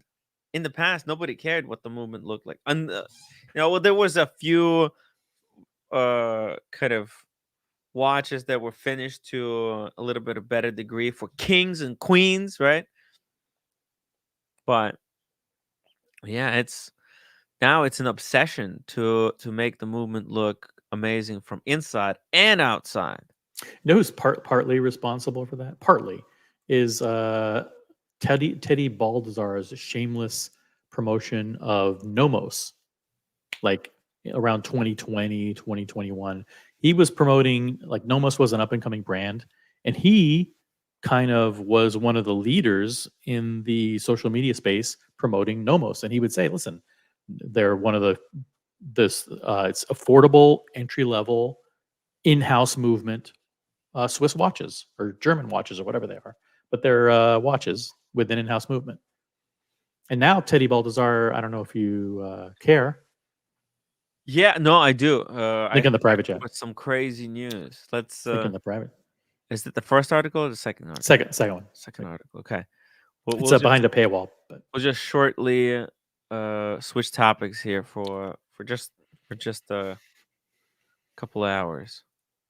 just for a couple hours to cover this one headline. Yeah. But yeah, Teddy Baldazar, who started off as a reviewer of watches, Yeah. and then started to promote specific brands of watches, and then had a website where he's an authorized dealer for like 20 brands. He has a pretty big online presence. Speaking of partnership deals and lack of partnership labels, look what you could build a giant business combining And now YouTube. It takes a lot of discipline, that's though. right. And now in your adopted hometown of Cleveland, Ohio, or Crocker Park, or wherever this Shut is, but it's up. Ohio. Yeah. Teddy Baldazar is launching physical stores, physical boutiques In Cleveland? in Ohio. I don't know exactly where Crocker Park is. Go Cleveland Browns. My team got it. By the way, guys, if you didn't hear the news, I'm now a fan of football, and I chose my team to support. I had great choices here locally in New York, but my choice has got to be the #1 team, and I'm gonna take them to the Super Bowl next year. It's the Cleveland Browns. Let's go, baby. Let's go. Let's take me to the dog pound, the Truffles. Oh, oh, oh. Yeah, Truffles, come back. It's hard. It's really, it's been tough. No idea what you've been talking about for the last 2 minutes, but I will say that do you think that Teddy will be able to build a retail empire and become the next, I He's don't know, really watches of Switzerland? determined. He is really determined businessman. He has the discipline to just create this massive business. He's been on message. He I think so. Dude, he's still a young guy, right? Yes, very young How is he so young and so and business successful. savvy? And so Yeah, well, no, successful. no, no, no, no, no, no, no, Oh. no, not successful. Business savvy and disciplined. Like, what does his parents do? This is incredible. Yeah, he's crushing it. He is very Do you know focused. anything about his family? Where are they coming from? No, I don't. No? Interesting. Okay. I would love to hear about the, what, Listen, how drop the link for Teddy Baltazar. Maybe he wants to come on and just talk a little bit about. It's public now. He can talk a little bit about his like the strategy for opening actual physical stores. the strategy. What do you mean? It gives him legitimacy because he had that massive online presence for the I know, but opening a luxury watch store is expensive. I think he had the leads. He had the leads. He could basically think about it this way: if he has an online retail space, he might have friends in Cleveland who kind of they could open a boutique, a luxury boutique. They have the money to open a luxury boutique, but they don't have the relationship, the important links. And what if it's like a collab, like, hey, you could take my name. It's like opening a luxury watch boutique that's destined to succeed. There's no, this is a win-win situation because, it's really tough to Yeah, open like a new luxury retail space because you need a certain number of people coming into that location right away and start doing yeah. business. And You think the Teddy zero. Baltazar brand does that? I think Teddy Baldassar brings in a lot of trust, and it's just all you need. All you need is he could franchise his name to, and this is what I'm thinking. I'm thinking this is a franchise type of relationship. Yeah, Yeah, they don't allow that. why not? The brands don't allow that. Like the Which brands, the watch Well, brands but maybe they did it all by the books under proper books. by the book. Yeah, by the Yeah, book. by the book. He probably has smart. He's Books. just look at the suit. He probably has friends who are lawyers who know This how is things should Photoshop, work. and I'm sure this is Photoshop. But the point, Yeah. I think the key is like becoming an authorized dealer, online dealer for all these brands requires X level of effort. But a lot of it's drop shipped, from the manufacturer. Some of it isn't. When you open a physical store, you're talking security, inventory, allocations, staff training, lawsuits. I mean, this is a big undertaking. It says Teddy Baldassar's is a new boutique at Crocker Park that bears his name. Now, bears his name? Maybe it's just the.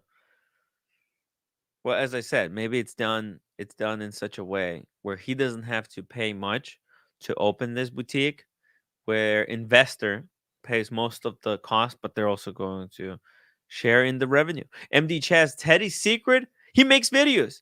Well, it's not just he makes videos. He also he tells what he needs to say to sell the product. He's Yeah, a his professional videos are salesperson. his. Yep, his He's videos are not, always educational, but they gave you the specs. They gave you the dollars and cents. and he also doesn't tell you that he's sponsored by this company. Okay, he reviews a watch. He does what he needs to do. He says nice things about every watch. when he went shopping, he did like a collab video where he went shopping for some watches and he built a 4-watch collection, dude. It was all the watches that lose 40 to 60% value immediately when you walk out the store. It was insane. His choices were designed to bankrupt the people who would. But maybe his clientele is the kind who doesn't care about this whole, because like we're fucking nerds, OC. Nitpick every little fucking thing about a watch. Right. Who cares, really? Yeah. It's just tough because he's opening a store and he's not selling jewelry. I'm sure at some point he will pivot, and because you want to sell high margin jewelry. Yeah. So, otherwise, you're not bringing a lot of female clients into the store. Yeah. Yeah. He's just selling those nomuses, pushing the product. He's making videos about how amazing Nomos is. Do you want those videos? You have a Nomos? You got suckered, or I got suckered. There you go. Influenced. It worked on me. I feel like I was lied to. I was betrayed.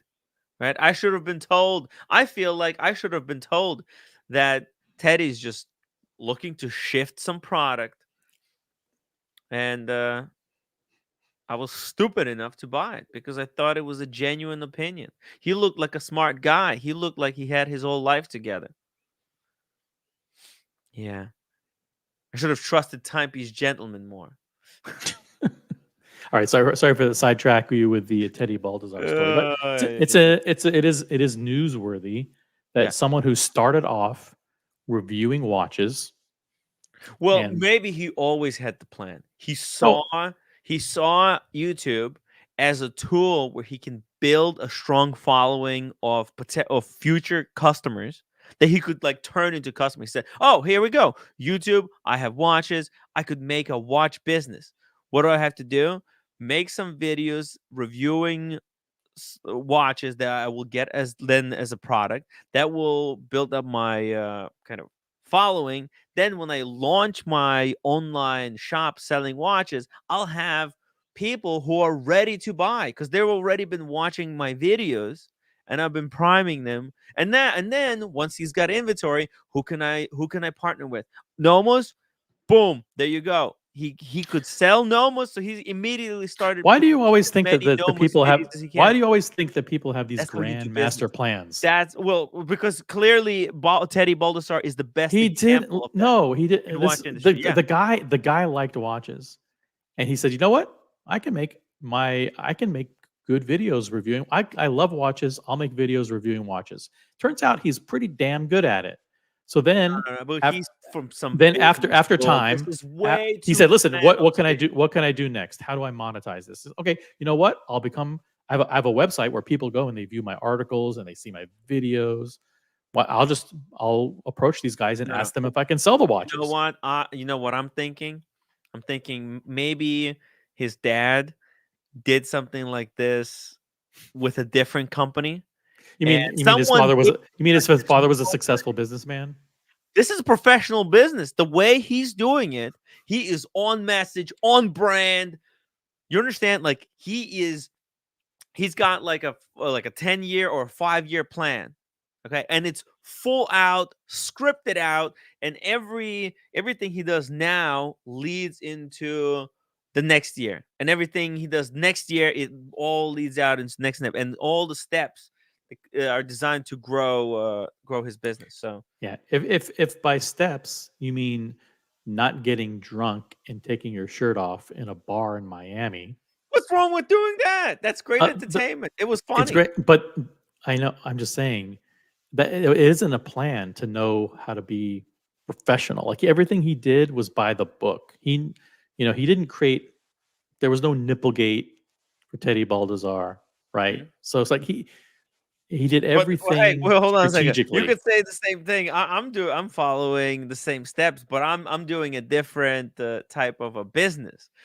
And my type of business is kind of a crazy, radical, and at some point journalism, and also a bit of. And at some point, you may achieve critical mass where you say, "Oh, you know what? There's an opportunity to monetize my crazy channel by doing X. Who knows? We don't know what that Yeah. X is yet.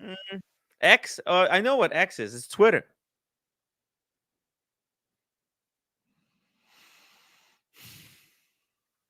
Anyways, we'll see. I get it. I get it. But that's the thing. You have to have a certain discipline, and you have to have certain background. There's no way, dude.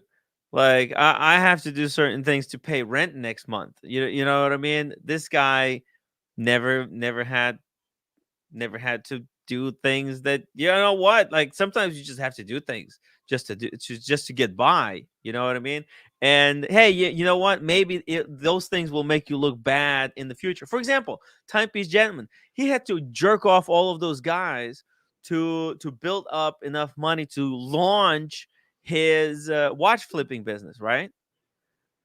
That's the kind of thing that, you know, if you have a nice family and if you're always kind of safe, you never have to resort to that, right? All right, So look, let- there's certain things here. Yes, I agree with you. And this is what I'm saying. I mean, this is he's making it. He's making it. all right, But private look, chat. you can buy watches in so many places. You don't have to fucking buy watches from Boldasar. He charges more for them anyways. You can go on eBay and buy most of the stuff used for half the price. So, Let's learn a little bit more about Teddy. There's a link in the private chat. oh, okay. But the guy is actually really, really young. That's what I'm saying. He's really fucking young. What is this? Ad block. Okay. Zoom it, please. Thank you. Meet. Meet Teddy. This is Men's Journal. Meet Teddy Balazar, the new face of the luxury watch industry, with over 5 million. This article is from 2 years ago, by the way. With over 5 million monthly views, Teddy is the largest of all the video content creators in the world of luxury watches. Mark and Buckley says, I'm not a hater, guys. I'm not jelly. I'm explaining how it works. Explaining how this is not just it's, you know, it takes a combination. And I'm not taking anything away from when I said, listen, I mean, he's got to have come from a good family to achieve it. But a lot of people squander that. So it's not It's not a given. it's not a given. Yeah. How many fucking dickheads, spoiled trust fund kids have we seen in our life, right? I That don't know shit any. happens on YouTube all the time. It's actually a compliment. What I'm trying to say is that, you know, he's achieved this. He hasn't squandered what was given to him. I mean, is he going to, let's see how he goes about and uses this, you know, success in the future. Is he going to use it for good For good or for evil? Yeah, exactly. We'll see it. We'll see where it leads. Right? Gross. It's exciting, man. I mean, look, he made it. It's amazing. It's amazing. It's listen, like Taylor Swift, and Travis Kelce. It is Kelsey. It's a love story. Dude, it's just like, look at all of these guys, like Buckley, who was hating on Swift. I could say the same thing about you, Buckley. You're just a hater of Swiftie because she made it and she's doing all kinds of things. It's not about hating. What I'm doing here is, guys, I'm not trying to hate. I'm trying to understand. I understand how people who actually are disciplined and thoughtful and business oriented actually get successful. Yes. And maybe, you know, for me, it's obviously too fucking late. Okay. I'm never going to be successful. I made too many mistakes. The Nipplegate, what was the other one? There's too many to list. I mean, the anti, anyways, the anti veteran rhetoric, right? All of that, it's over for me, right? I made mistakes, but Teddy hasn't, and it's amazing to see at where's the cutoff point. When is it, like, if you make mistakes? So, for example, maybe there's some young kids watching, right? We have a young viewer. maybe he or she, Jaden. Maybe Jaden inspired look at Tim Wright and just and see what not to do with your life. Right. Or hey, if you want to do social media, then how can you do it in a responsible way where you show some stuff, but then you don't take risks where stuff that you do could be used against you to then whatever to who knows what end. But it's interesting new world that we're living in, right? And Teddy has been disciplined, right? He hasn't allowed anything that he's controlling his image just as well as Taylor Swift. Okay, so Yeah, every time he you see him, he's in a sport coat. You don't see him like one day with stubble or yeah like yeah yeah with a baseball cap, or he knows how to control. He yeah presents the image of a successful young entrepreneur. exactly.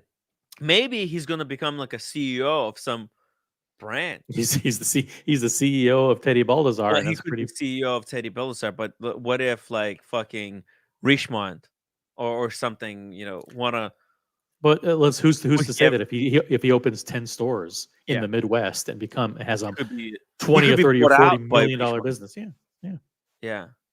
get Fuck. bought by anybody. May it watches of Switzerland or Bucher. Interesting.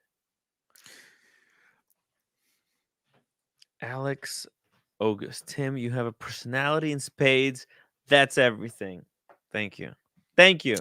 Exactly. Not everything is about building a biggest fortune as you possibly can in your fucking life, right? Like, not everything is about chasing the dollars and more and more and more and more dollars. Where does it end, Right. OC? How much money is enough? Is the greed never ending? Let me know. Let me know. How much money? How much money? Guys, by the way, let me know in the chat I need how much more. money is enough money.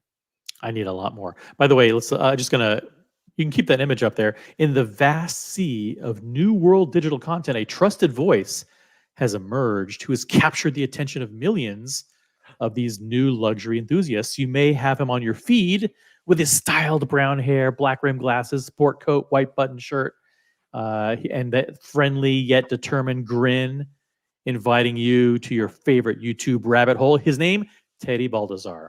Speaking in a clear, authoritative voice with a cityscape as his backdrop and cinematic video footage and some of the world's most renowned watches overlaying his commentary, Teddy is the modern day luxury purveyor for the new generation. With over 5 million monthly viewers, Teddy is the largest of all the video content creators in the world of watches, regularly featuring major guests like Shark Tank's Kevin O'Leary or Reynald Eichelman, the CEO of Omega. Teddy Baldassar has become the household name amongst industry giants. See, how is it possible that Teddy Baldessar hangs out with Mr. Wonderful, right? And he kind of gets he gets to benefit from all the positives of being with Mr. Wonderful, but he never, gets any of the shystery stuff because Never. Mr. Wonderful is fucking controversial character. Right. I Dude, think a his good team. nonsense, right? There's a lot of Yeah. garbage. Can you think of any other duo where you Yeah. have like a straight-laced, really smart, really intelligent guy Yeah. who offsets like the wackiness and the doofiness and the like shysterism of the other guy? Because Yeah. that could make a good combination. I can't think of another duo off the top of my head, but that dynamic is like lightning in a bottle if you can Mhm. find it. So Yeah. I think people gravitate to that. Teddy and Kevin, they're a good match. And if you can find a duo like that where you have like a really Whoa! yeah, I don't know if we could ever find that combination of two people ever Wow, that again. combination, it has, I don't know, it does have, you're right, Yeah. it does have something to it. Maybe they're copying someone else, maybe, I don't know. But how come he never gets associated with all the shady men? Because Mr. I don't know. Wonderful, I mean, he gets too much credit, right? He's able to dance right between that line where like he's Grand Corleone, but then he always pulls it back and he always has some kind of a legitimate business deal to go to sandwich all the shady business deals that he does, right? It's kind of like that, yeah. Listen to this success story, Tim. Yeah. Listen to this. Yeah. It was only a few years ago. Teddy, at the age of 28, was in a cubicle in the Midwest making cold calls for a small software startup. His meteoric rise is a testament to how quickly consumer attention can change on the Well, internet, especially uh-huh. with great content and social media. However, growing up in Cleveland, Ohio, Teddy was not in a place known for booming luxury. In fact, quite the opposite. He was working in the day in business development, and at night driving into a passion for watches that had been brewing since his childhood. Teddy's journey into watches began after hearing the story of his great grandfather's most prized collection, an unassuming Wittnauer watch gifted to him by his 11 children. This watch became a symbol of his struggle as an Italian immigrant, and its story inspired Teddy to begin collecting watches for himself. Now, combine this passion for watches, a growing collection, and an obsession with digital content. On September 17th, 2017, September 17th, 2017, Teddy released his first video that would change his life. And that video is called My Watch Collection Fall 2017. So he started off just making, hey, I'll just make a video about my collection and I'll put it on YouTube. Let's see. Teddy Baldassar. Let's see if that video is still up. Called My Watch Collection Fall 2017. My Watch Collection 2017. It's still up. Teddy Baldassar, and today we are going to be going through my watch collection. So first off, I have to address this. I understand that the watch community gets a bad rap with all the snobbery that takes place. It can come off really pretentious right now to be making a video about a watch collection.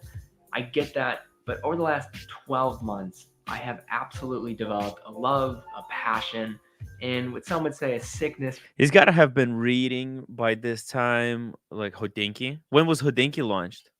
2017. This is like around the same time that I got into watches. I remember watching this video. Holy crap. And look at the different paths.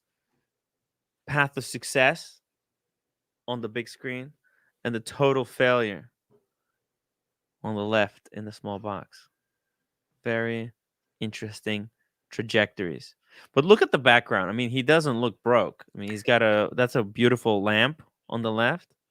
There's no empty. It's an upper class background. Upper probably. class. Yeah, the hair was already done. He's got the table lamp. Look at the bookshelf full of books in the back. So obviously he read a lot. He's an intelligent, thinking guy. All right, let's see if we have some changes of angle here so we can see a little bit more in the background. There you can see his book collection. I wonder if we could zoom in. Maybe he has some communist manifestos. Communist manifesto. Let's see what books, what the young Baldassar. Or maybe it's like, oh, look, Henry Ford.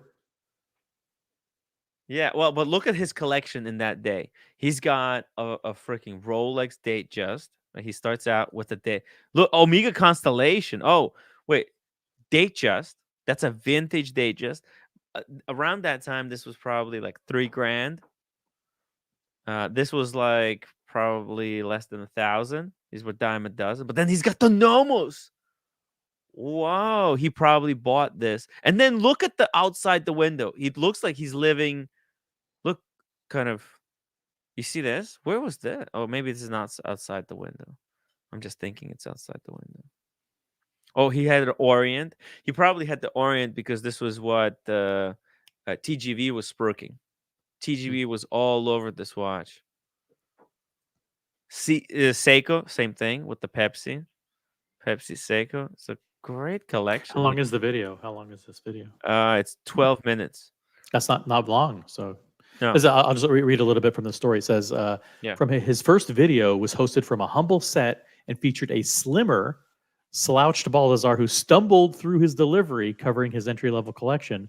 At first, reaching only a few hundred viewers per week, Teddy's content didn't really stand out much from the crowd, but with consistent uploads and steadily increasing quality, Teddy gained viewers and the respect of the tight-knit YouTube watch community. By year one, Teddy was reaching 10 to 20,000 viewers consistently per video.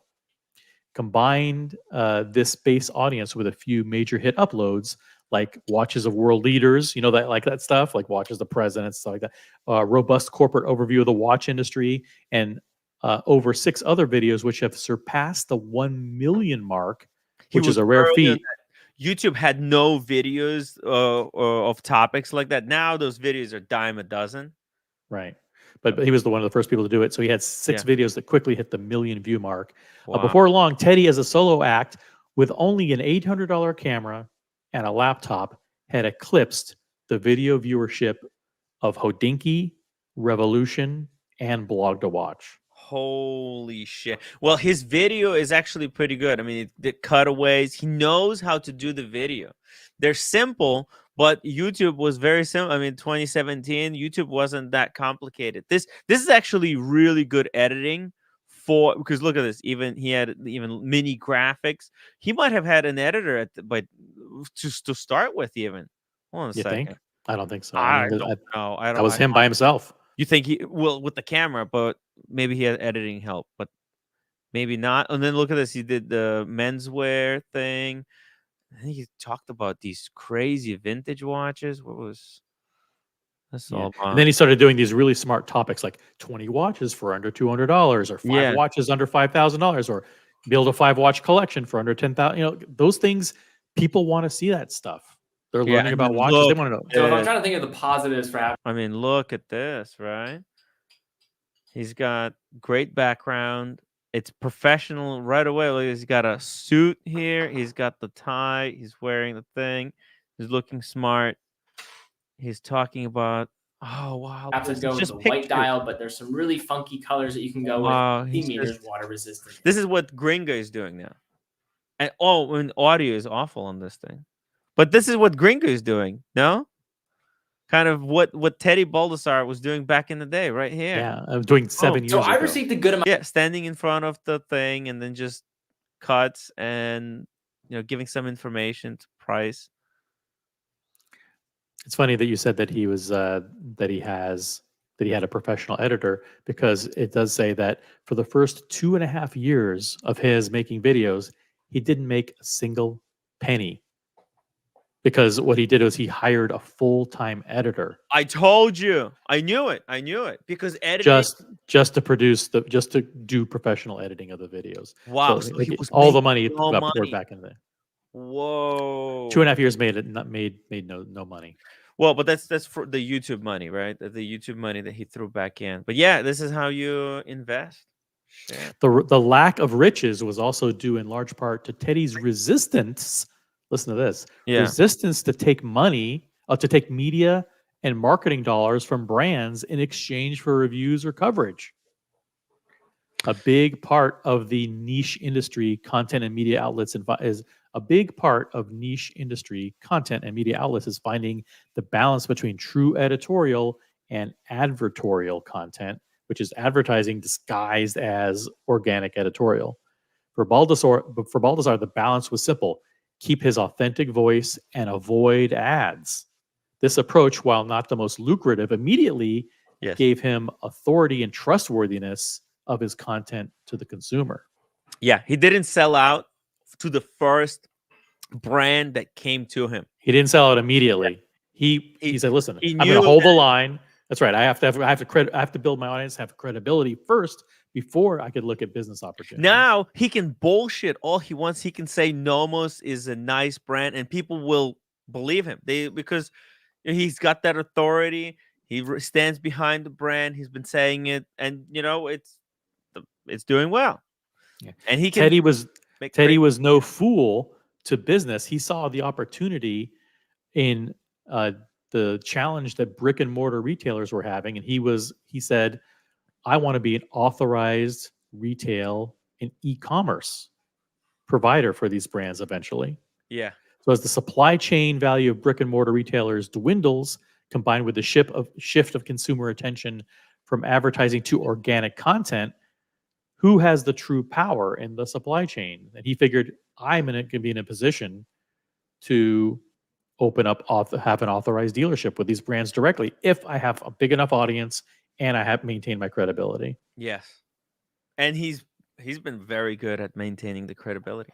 Dr. Bob's Nightmare, $5 super chat. Teddy Sprooks the Itty Bitty Wrist Committee for the World Economics Forum. He's a damn warlock. Convince me I'm wrong. There you go. Thank you, Dr. Bob's Nightmare. Yeah, look at this. 3.3 million views on the Putin Trump thing, and then okay, he did a follow up with the Obama 341,000. And look, when he was made 5 years ago, there was barely any watch videos. So he was at the right place, the right time to build. But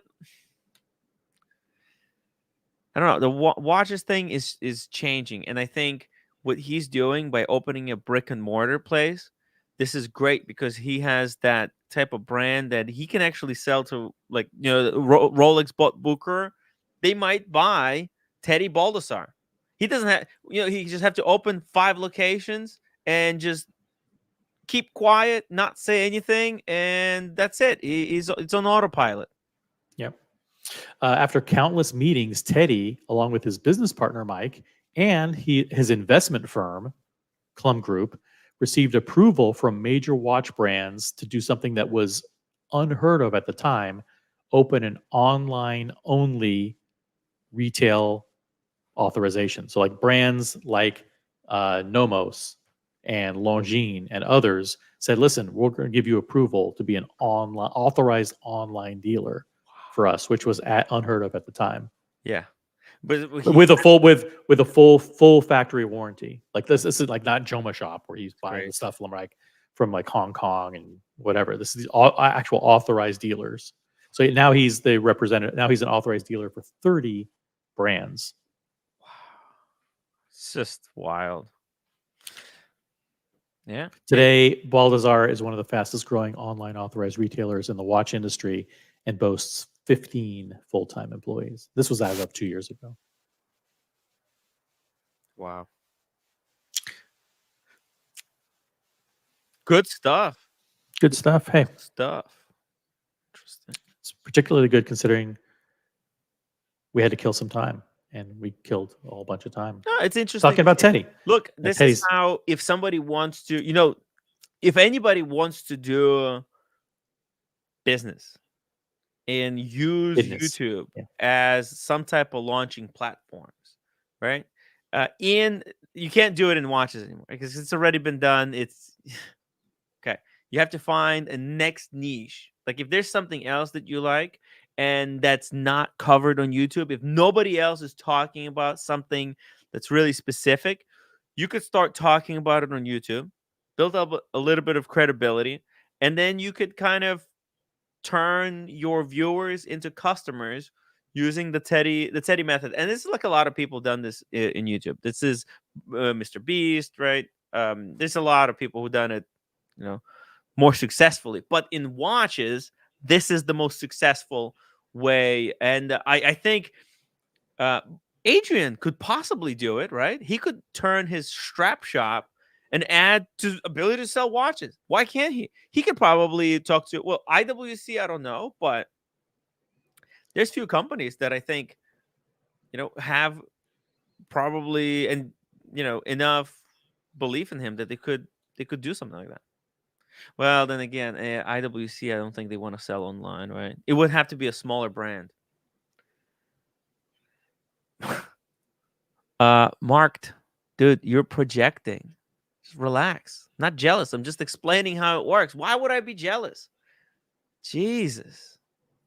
It's just because you're jealous doesn't mean that I'm jealous. Joe says, it's a terrible advice. I bet there are a lot of people that can talk watches or anything else better, but they rather stay private. Well, it's not about talking watches. See, what Teddy Baldessar did is not, he didn't talk watches. He built a business. He didn't talk watches well. He talked watches in such a way to build future customers, right? Yeah. Look, a message to the watch snobs. The second video was a message to watch snobs. He immediately positioned himself as he's someone who caters to everyone, not just to the small minority that seem to have been dominating the blog spaces and all that stuff. And he was very smart to say, not only can anybody afford a watch, but Yes. anybody can afford a mechanical watch, Mm-hmm. right? Like you don't have to buy a quartz watch; you can buy a mechanical. And then later, that kind of He morphed into said that supporting the not in-house because, movements. but dude, I don't even know if he believed that. He didn't say it because he believed it. He said it because he's building a business, and that's what you have to say if you want to create an audience. And that's what he did. He created an audience. He created an audience of future customers who would buy his product. That's not. He wasn't like believe. There's no freaking way. I mean, it's clearly like, look, we can actually take another market that exists, and it's possible to just structure same thing. Like, give me an Oh, example. Pens. Doug DeMuro did this in the car space. Doug DeMuro did car reviews every week, and then became so big that he Yeah. said the people said, "Listen, you should do something with this massive audience that you have." He goes, "You know what? I'd love to start an auction site where people buy and sell cars." Boom. He turned his. I mean, maybe but it sounds like he was just really passionate about the subject. His audience blew up. This is a little bit more systematic here with the way that Teddy seems to have been I building it. mean, so it's a plan, but a lot of plans fail. Yeah, You they know? do. So But this is a way that it worked. This is an example of how it works. And look at Britt Pierce, right? She's already built a foundation that is similar to what Teddy Baldessar did, right? Britt Pierce, she's got 100K followers now. That's a great solid base, right? She hasn't been in any major controversy. And she's kind of quietly doing watch advertisements, right? Like, see, Yep. Britt Pierce. So she's doing. I think she's gotta have been partnered with what they're called, the Christian Word, right? Yeah, but Because the media partnerships is chicken shit This needs to compared be to actually said. monetizing Christopher it Ward. by actually developing a brand of products. dude, look, there's no partnership label. Again, there's no way this is not a partnered video. What the fuck? I mean, OC. How? I don't know. I don't know if she was paid by. What did she Christian buy Ward. those 3 watches herself? Hold on a second. Let's just watch it a few seconds. Christopher Ward have just released some new versions of the 12 and the 1236 with some big changes. New colors, new materials, and a Kosk certified 36mm variation. These are really freaking cool, and we need to talk about them. If you're new here, What? She just skipped it. There's no. They sent them to me for review. Yeah, it's no big deal. I mean, it's kind of annoying. You know what I mean? It's kind of annoying. But hey, look, it's working out so far. It's working out. Look at this, Britt Pierce, shameless watch weirdo. She's smart. She's very, very smart. So is it reverse psychology? Logan Hall, $2 super chat. This has been a great TED talk, Tim. Thank you for sharing. It is a good TED. It is a good TED talk. Listen, we got nothing else to talk about. Teddy Baldessar TED talk. Get it? By the way, Teddy Baldassar's website, his YouTube channel gains more subscribers in 1 week than your total audience. So every single week, he adds the equivalent of your audience, except those people actually buy watches. They're just sheep. They just blindly buy anything he points them at. They're so fucking stupid. Like, come on. Nomos, buy Nomos. Buy how many Nomos do you fucking need? Come on. One is too many. Break. Jesus Christ. As you can attest. If I hear somebody praise Nomos again, I'm gonna vomit. It's okay, brand. I think they're kind of flimsy. That's just the feel I get. It's a very small movement, really flimsy. Yeah. You have no desire to change or pivot or do anything differently watching these people. I'm not gonna with spruik with their garbage cor- for money. with their So I'm not gonna go out on air and spruik nomos, knowing that I have a shop, I have a vested interest in why don't you spruiking. why don't you trash them? Why don't you trash Nomos? I No one's trash saying them all the time. I no have one, but one. no one's It's saying you have. garbage. Do you see me I- wear it? I don't wear garbage. Okay. If look, boom, right here, I Panda know Daytona, you just buy it and let it sit on the shelf behind Panda you. Daytona. I'm gonna sell it, but it's honestly, it's just ridiculous. And I'm disappointed in Brit not putting that, I'm not. not telling her She's doing audience. she's doing all the right things. These are good. These are interesting videos. Her hair looks This is the perfect. controversy She that looks great. Her studio's backfired good. against her. Like, I mean, look, Let's not be you think jealous, all viewers are stupid? Like, I bet there's gonna be people who are gonna call her out for saying, like, hey, this is just, you're doing a paid promotion for Christopher didn't- Ward. You're not using, She's and then, not- like, this with YouTube. She could get in trouble with YouTube, because if YouTube finds out, no, I mean, I'm serious. Yeah, You could, like, put a little. You of all people shouldn't be calling for ding. people I to should know get in that. trouble Yeah, on YouTube. I should know that. Yeah, you of all people should not be calling on other YouTubers to get in trouble Yeah, I on know. YouTube. Riding bicycles here. It's tough. Buckley, Tim picking on a 4K Nomos when he has a 40,000 retail Grossman. Well, Grossman is way better. There's no, you can't compare them. If you hold Buckley, I'll bring you the Nomos so you could see it yourself. The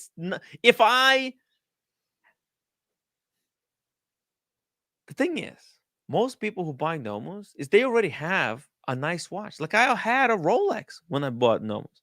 I had this Daytona. What's your excuse? No, it was a gift, but it was basically someone, a friend of the show, who first he wanted me to sell the watch. He said, like, Tim, help me sell this watch, and I'm like, okay, I'll put it. I listed it actually on Facebook, and actually I got a call for 1,500, and he said, oh, 1,500. It's too big of a loss. You know what? You just keep it. So he just, well, I'm like, what? That's even bigger of a loss. I'm telling you, we can sell it for 1,500, but I think he paid 2,200 for it. So it seemed like selling it for $700 less was such a big loss that he might as well get rid of it fully. So I don't even know. Do I get rid of it? Do I keep it? Is there a grifting disclaimer that we have to put up for every show? No, we don't. I mean, we always have a grifting disclaimer. Guys, if you like this show, any part of this show, support it by becoming members, by super chatting and donating. Yeah. You too can become a shameless enabler today. Become a shameless enabler by super chatting today. All of my viewers lost all of their fucking money by betting on 49ers. I don't know who told them to do it, but there's going to be no super chats. I was warned. They said, Timmy, there's going to be no super chats for a while. I put all my money on 49ers, and they fucking lost. And guess what? All the people who voted for Taylor Swift, who kind of bet on Taylor Swift, well, I guess nobody bet on Taylor Swift. Because, yeah, they didn't say, like, hey, they would be bragging, right? If somebody won crazy money by betting on the Chiefs, they'd be bragging in the chat. Nobody was betting on the Chiefs. It's over, OC. My business model of relying on a few donors who watch the show has failed. Yep. What are we going to do? Just keep plugging away. It's a marathon, Tim. It's a marathon. Maybe new viewers come along. It's okay. I can still survive. You know, I could still pay a couple of rents. So it's not roommate is working. If the roommate wasn't working, we will be completely fucked. I'm just gonna have to ask her to pay for the rent this month. Roommate, it's my birthday, right? So she should help out. Birthday month. Yeah, my birthday month. But you won't get you won't goat me into attacking Britt Pierce. I think she's. I'm not fantastic. attacking. We're not attacking. Who's attacking Britt Pierce? Nope, nobody. I'm not saying. I'm just saying she should have put the disclaimer that this is paid advertising. You don't know that. You don't know that. You only watch 6 seconds. Where did she get those watches? You can't convince me that she bought 3 of those watches online herself. There's no way. She's got to have. They have to have sent it to her. No chance. Here, a big update have been made in new Christopher Ward expands of the 12 with the addition to the certified for a new cut. Here's everything you need to know. She doesn't say anywhere. There's no of any kind of disclaimer. She's doing a watch review. Relax. Calm down. But this is paid promotion. You don't know that. How could it be? Okay. I have a poll running. Do you value companies that do everything in-house over companies that outsource their products? By the way, we had 173 people vote in that poll. I don't know why they would do that. Yeah. And 67% that said yes, they value an in-house brand versus those that outsource. But that's a big shift. You see it? Only 67%. It's kind of 50. Maybe I wonder where this metric would have been last year and like over the years. How has this ebbed and flowed over time? Okay. Oh. Cloud Can. Britt Pierce sucks. Why we keep promoting her? That's mean. She's okay. She's okay. She's an angel. She's an angel. To put product placement warning. All right. Oh, look, this one has paid promotion. You see that? She did it. See, she did it that time. That one, but why not? But what is this one? What was this promoting? Oh, she's promoting a chair, just like mine. No, wait. What is this? Hold on a second. Oh, hi guys. It's me, Brittany, but from the future. And Willow, my cat, is here too. Hey, Don't Willow. do that. And real quick, I want to thank today's fabulous video sponsor, FlexiSpot. If you What is this? A Flexi Spot chair? you guys are like me and spend a lot of time at your desk for work or Oh, see. What? It's a paid product placement. Well, this is Good for her. She got a free chair and she's placement, but the Christopher Ward, while it's not a straight up product placement, should still have a product placement warning. That's what the labeling thing said. It said even though you didn't get it, even though if it's free, right? But if they send her the product, the watches, right, for review, that counts. That's enough to say, hey. Yeah, well, I'll call the YouTube police. I'm not YouTube police. Christopher Negroni, the hating is bad luck. Nobody's hating. What's hating? I'm just saying it's missing a I'm not fucking hating. I'm just saying she forgot to put it. Maybe she didn't know. You see, not everybody reads every single rule in.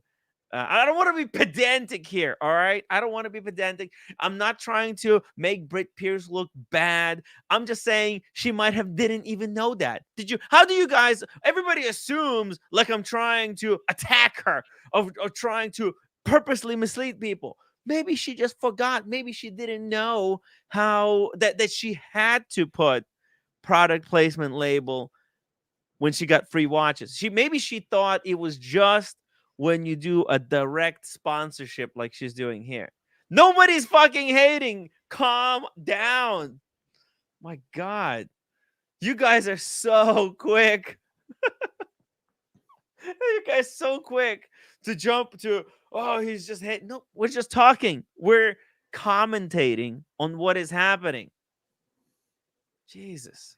Fuck. Oh, see, what is going on? What is going on? The hate viewers. The hate viewers are more loyal and watch you longer than the viewers that like you. That's what the statistics show. Mm. On average, 18 minutes. uh, my watch channel. Tim writes, sometimes viewers loan her their watches. So she says, She's so yeah, that's fine. I don't think loaning someone a watch that you don't need a content warning, a partnership warning, because that will be like a random watch. For example, if I borrow a watch from Cars and Chrono, well, actually, you know what? Because Cars and Chrono can is break it. Barossa, actually, there could be a relationship there. If I was borrow a watch from Cars and Chrono, I think I would have to put a content warning, even though he's not gonna. Let's be real here. But let's say I go to Buckley's house and I say, hey Buckley, can I film some of your watches for my YouTube channel? I don't think that would require a content warning, because Buckley's not selling anything. I'm not selling anything. We're just making videos about our watches and why we like our watches. Right? We're not benefiting from any of it. Well, I'm benefiting from it because people gonna watch the video. They're gonna find out, hey, maybe Tim is doing live streams as well. Maybe I can go and watch his live streams too. So I'm benefiting. And then, if I get the viewers, they might super chat. So that's how that works.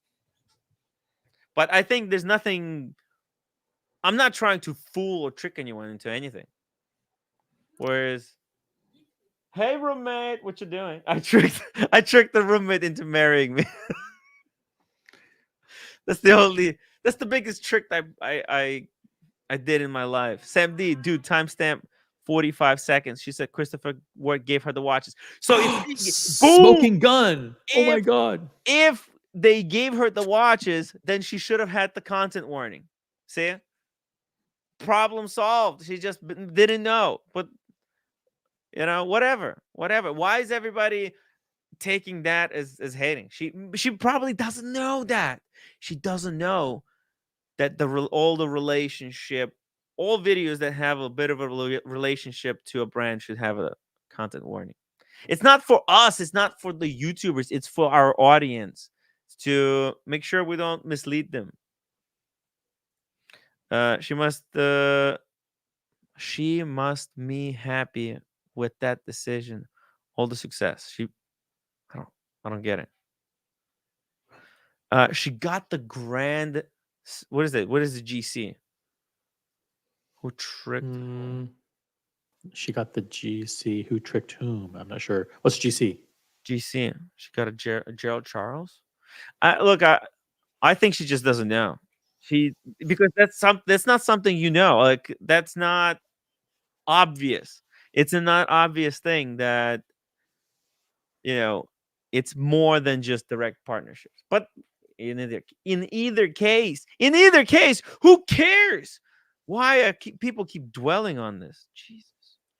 Are we gonna finish this video? The tour of. Well, there's only a minute left. Let's zoom through it. Let's zoom. Why do you like watches? It's this. Why do we like watches? It's this part that they work with their hands. That's not my favorite part. The mechanism. Yeah. Let's do a poll. Let's do a poll. Let's do what do you, meaning audience, do you value most about watches? Okay. We'll do a post. Dial. Case and bracelet. Yeah, I think that's one thing. Like the looks, the overall looks. Yeah. The design. The design. Yeah. Oh, yeah. Design. Okay, I'll just change that to design. Okay. Then we got movement. Yeah. And then the last one is heritage. Sure. Some people might like the ugliest watch, but they don't care because that watch is historically significant and they value history above all else. I think that's a really accurate breakdown. So guys, I would please everybody help me out, help everybody else out. Go vote. Let us know, what do you value about watches the most, so that we can have like a nice accurate view of what you guys like about watches. I want to know what you guys like. I'll tell you what I like. I think OC said the design, right? Because you have King Midas. For me, I like this. And I think the success of watches like the Tissot PRX and the Christian Ward 12 and there's another watch that came out recently that's kind of I can't remember which one, but those are a testament to the fact that people like the look of those watches. They like the design, and it's like the brand. And yeah, it's affordable, but then the brand maybe is like not the best brand, but if people like the design, it's a winner. Vimal Nair, member for 4 months. Thank you so much, Vimal, with 140,000 subscribers. She doesn't know the rules. She has 140,000. Holy! well, she just had 100,000 like a couple months ago. Pull look, up her social blade. That's she. look, no, she's no, no. It's growing. pretty consistent. It's no. Look, it's not. It's not. She didn't blow up. It's a very consistent, steady growth. Social Blade. Watch Gringa. It's not. I think her YouTube name is Watch Gringa. Yeah. Okay, here we go. So her YouTube account here, you can see she's adding like 10,000 every month. 10,000 subscribers. It's very good. So she's projected to she'll have 200,000 subscribers by the end of the year. That's very, very good. Wow, it's big for watches. Yeah, it's very good. Very. Teddy Baldassar has 1 million subs on his YouTube channel. Teddy? No, not yet. Yeah. No. I was just on it. He had. Okay, here we go. Let's just shy of 1 million, I think. Oh, wait a second. I could just do it here. Teddy Baldassar. I don't know how to spell it. Oh, here we go. Teddy Baldassar. He's getting 20,000 subscribers ever. Oh, he's almost at 1 million. Look at that. 974,000. Wow. So like next month, hit 1 million. He's gonna hit 1 million subscribers. Yeah. That's gonna be 1 million subscribers. But look, Tracks NYC, he's like at 3 million. At some point, these channels plateau. There's a cap to this audience because there's only so many people in the world. Yeah. So for us, it's 10,800. Once we hit 10,800, it's over for us. 10,000. Exactly. It's like people interested in the type of show that I'm doing. It's very limited audience. It's very niche, very kind of weird people. It's hard. But most of these people, I mean, look, these subscribers, like they're not engaged. Like Teddy Baldassar doesn't know any of his subscribers. Right? It's a completely different relationship. It's a business relationship versus what we're doing. Look, I got Vimal Nair's comment up. I can talk to the guy. He can ask me. He can call me out. Whereas you can never question Teddy Baldassar. Teddy Baldassar doesn't answer questions, you fucking piece of shit. No, he wouldn't even come on the show. I mean, he would never answer questions. I mean, look, he doesn't speak to media. He has to control his image. Okay, he only answers stuff directly that's approved to according to his plan.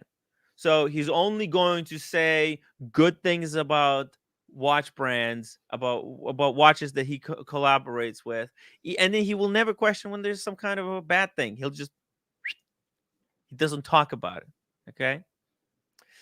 He doesn't answer questions. Tim's getting a head start on International Women's Day after a successful Black History Month. What did I say? What? That's pretty good. Oh my God. Mark, Timmy, when this channel ends, what's the next plan? I don't know. I'll do some different YouTube content. We'll try something else. I don't know. Well, I mean, you just got to do something else. I mean, you do what works. If it doesn't work, do something else. So, I don't know. What's your concern? Why is Mark so concerned? You got some advice? I mean, if you got some advice, let me know. How do you think I could make the show better? Let me know, Mark. Yeah, almost any idea would be welcome. Yeah, anything. Got nowhere to go but up. Let's get back to the Adrian Barker video. By the way, Adrian is I'm going through and I'm developing the nominations for the 2023 OC YouTube Awards. Oh yeah. because I did that last year, and Adrian Barker's not on. He's not nominated for anything, but he is partly nominated in. There's one category which is biggest implosion of the year, which is meaning implosion? like YouTube channels that failed. Biggest failure. Yeah, biggest failure, and Oh, About Effing Time with Bamford, the other guy, and Barker producing. That is, they're nominated in that category. It's a little short preview of the OC. So OC awards are coming up soon. Market 5493. I enjoy a train wreck. All right, so you're in the right place. So what the fuck are you complaining about? You should be saying how great this whole thing is. Jesus, man. Speaking of train wrecks. Speaking of train wrecks, yo, Teddy Tuesday. Hey, Tuesdays. Is that a Pepsi you're wearing? No. Oh, the Day chest. The trusty day chest. It's my favorite watch. So, Buckley, how are you doing? What do you think? You wanna give us your take on Teddy Baldessar? And, yeah, I like him. You like him? Smart guy.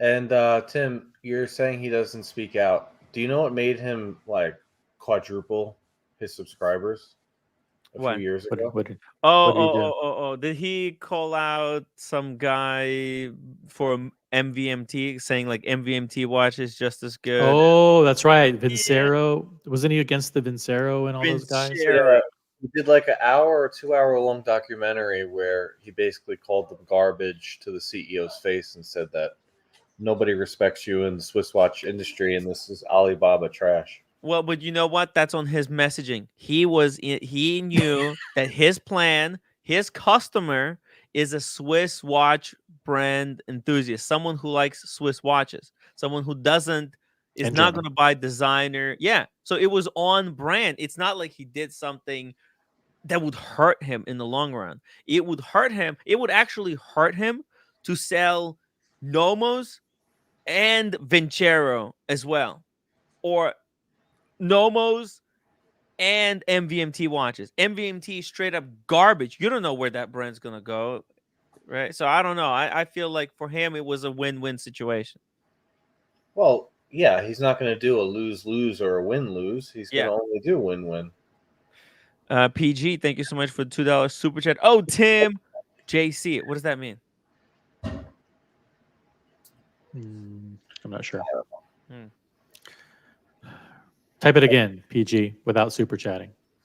Logan Hall says more. Oh, this is what's gonna save the show. More hot dog eating contest. I don't know. We have to come up with something. More challenges. Yeah. Yeah. What do we do, Buckley? How could I turn this around? You could start an online AD. Online AD. My own sell out. Well, Tim, you know what you did. You know what's happened on this channel. Yeah. Right, and OC is guilty of it. I'm guilty of it. Boston Collector is the ringleader of it. Nobody cares about anything other than hard to get watches over retail. It's become a real problem, and it's not even like if I unboxed a Batman tomorrow, we're not going to unbox that. You'd be like, eh. Well, I would be. Look, I'm happy to have any unboxing. We had Ray unboxing, amazing. You'd be like, eh. Right?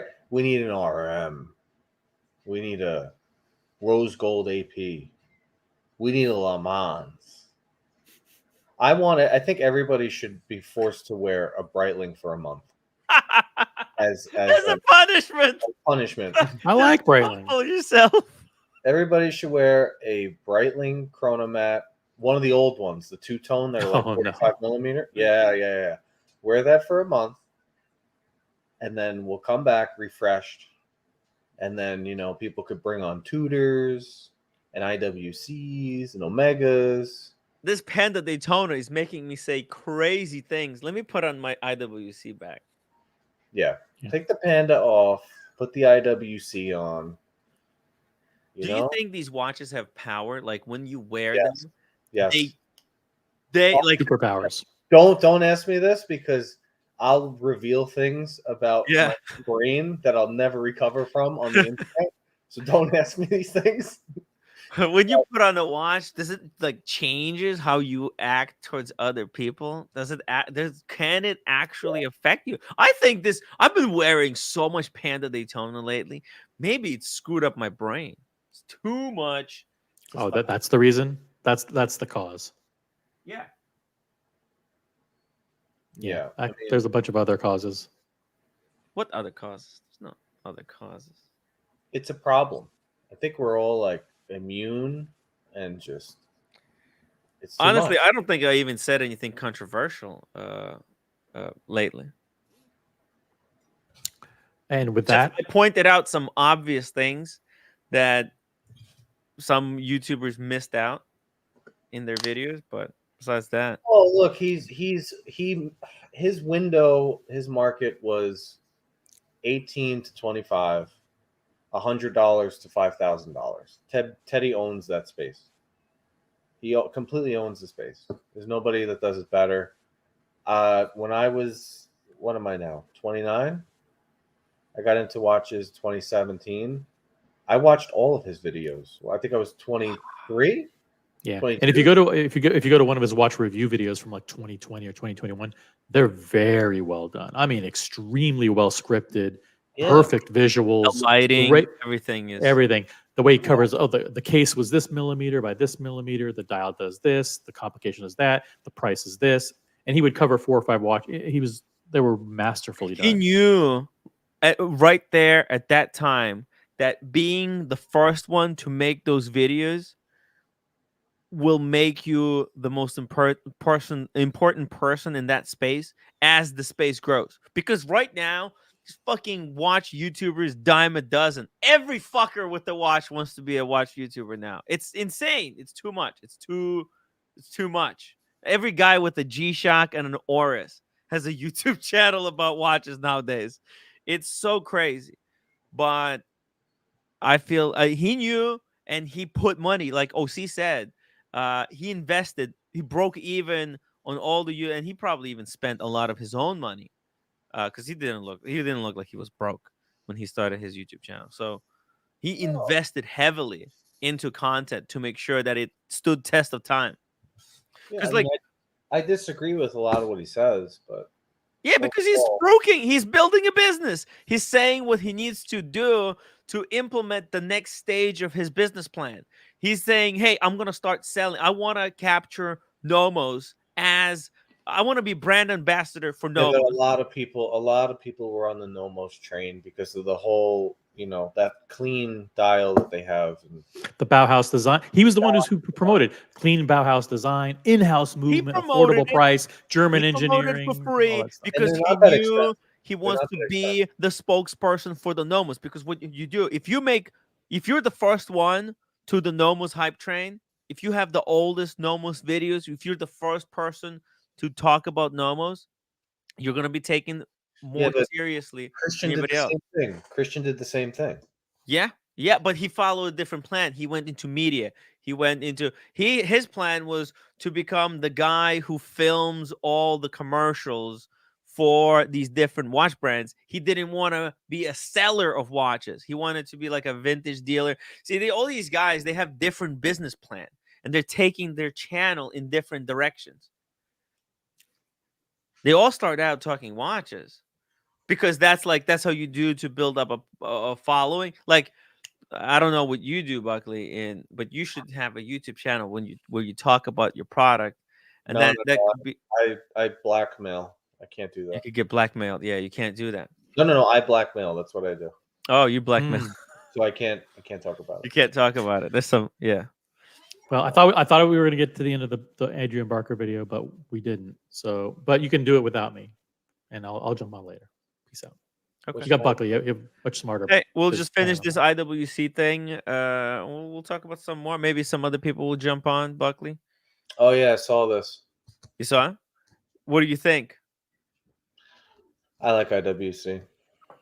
What do you think about how it's put together? What this factory is? Did you find yourself to be a little bit off put by all the machining that goes on? So many robots doing almost every part of the movement, No. and then it does get assembled by and then look at this raw material. Do you want to see your raw material like this? Well, they're making tool watches. Yeah, yeah. So I'd rather a machine make a tool watch because it's not going to make a mistake. Dress watch, which is hand finished, Mm-hmm. that's different. They're not claiming that they do any of that, and their pricing's not hand finished either. Like AP made by hand, they fucking break. You know what doesn't break? This. All made by machine. Boom. Humans don't put together Toyotas, Tim. Yeah, Right? robots do on scale because I Well, think I don't really care. I mean, it's good. Make it by machine. I like that. yeah, okay.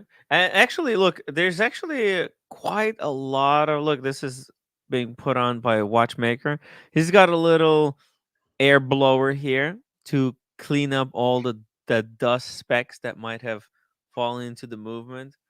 You can see there's ceramic cases in the back, some kind of a sticker to keep track of which one goes with which movement, I guess. Yeah. I mean, What's that lubricant? I don't know.